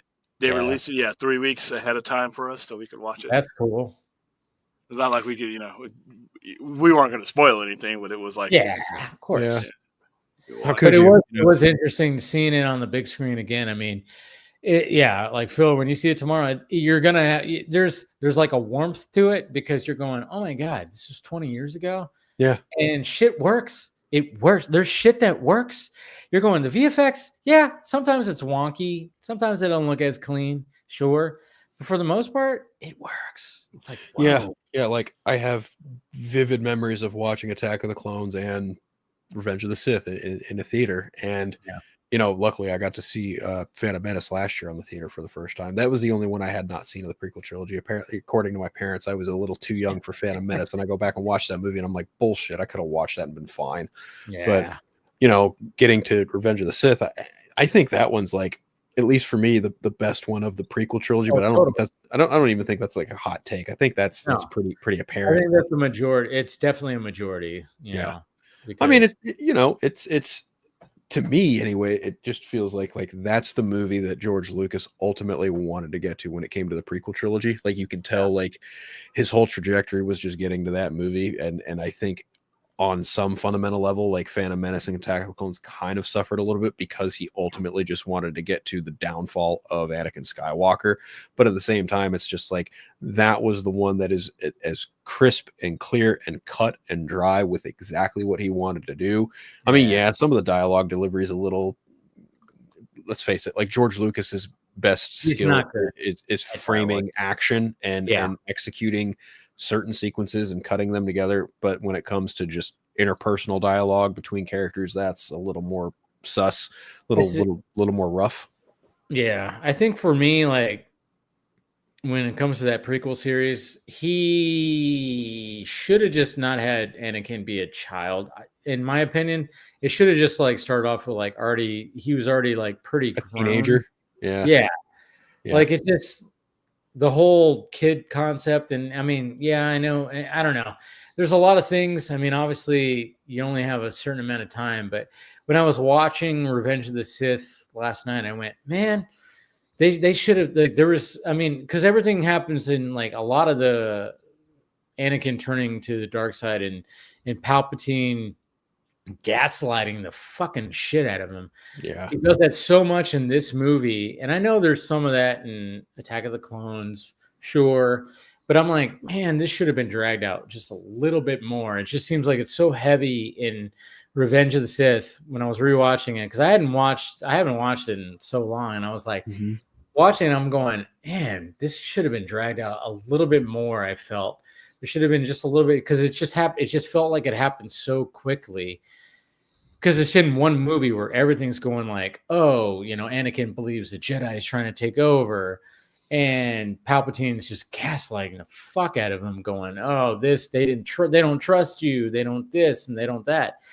It just seems like there's just so much that happens in Revenge of the Sith that probably could have been spread out a little bit more in some of the other movies, and the fact that they started off with him as a kid, just, I don't know. I think they could have just, maybe they could have started off like how, like his age in Attack of the Clones, him being that young in Attack of the Clones should have been the start off. I don't know. That's just me though. Yeah, but no, it's understandable. I mean, I'm just such a time jump between Phantom Menace 1 and 2. Yeah, there's a 10-year time jump, right? Yeah, it's like, why not just start where he's already that age or something like that? But then again, there was so much they wanted to, I guess, establish to remind people about the Star Wars. Have you ever heard of a machete cannon?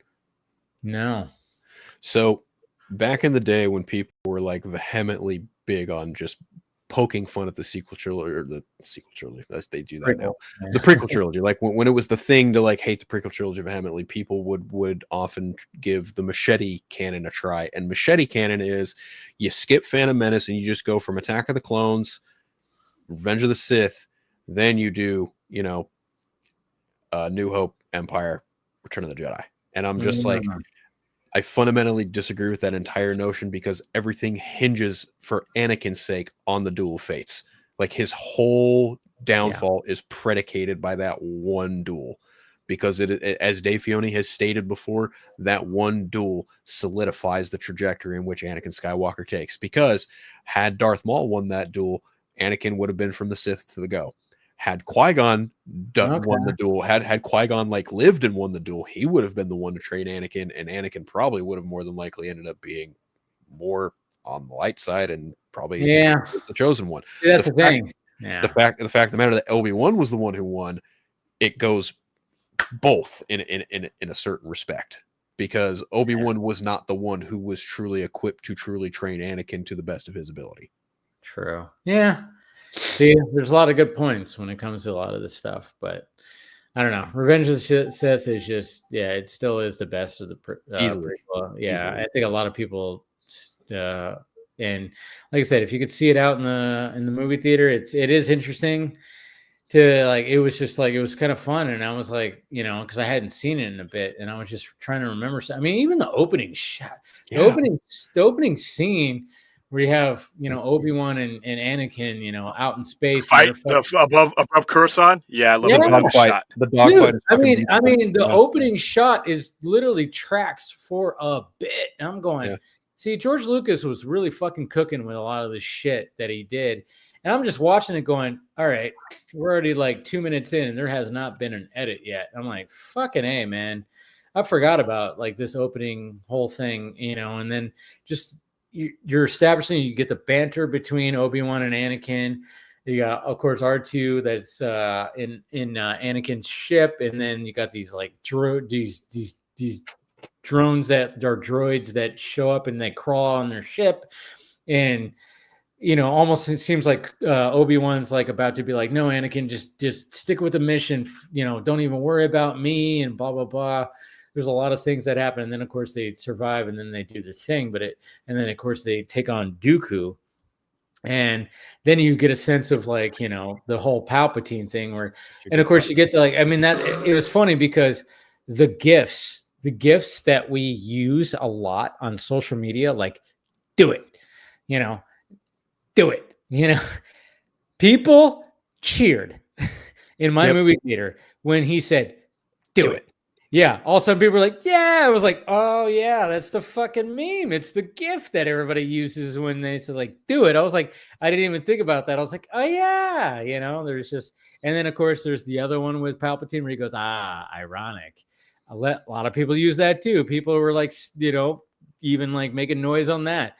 So it's kind of crazy when you think about certain things. And then, like I said, people went crazy when he with the younglings and the lightsaber. We were like, like what the fuck? It was so funny. Yeah. Of course, my nephew was the one that led that one. I was like, Jesus Christ, you psycho. But it was funny. It was funny. He even said he told me he was gonna do that. It's like, oh yeah. But he does the younglings, I'm gonna yell out. I'm like, okay.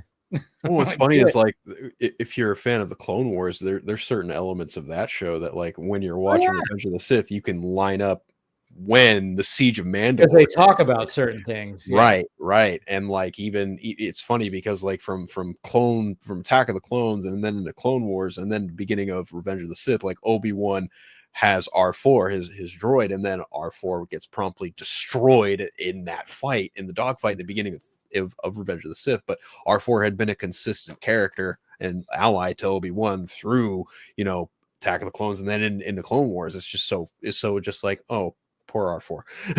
It's just one of those funny things, But I'm looking forward to it. It's gonna be a fun time. No, you're gonna have a good time. You're gonna have a good time with it, and hopefully your theater is like I said, mine wasn't as crazy, but there were certain moments, like I said, the moments that I told you guys about.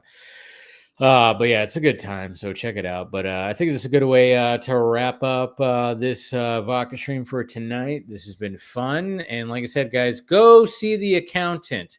Go if you're a Star Wars fan. Go if you can only afford one. Then go see Revenge of the Sith. I don't know. It's like it's going to be interesting to see the box office this weekend because Sinners is probably going to have a small drop.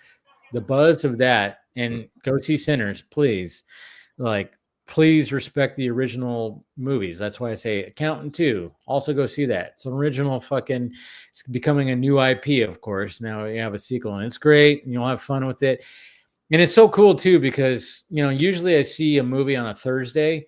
The fact that I saw this on 12:30 on a Friday, oh man, my theater was probably 85% full. It was older people too. That's what was great.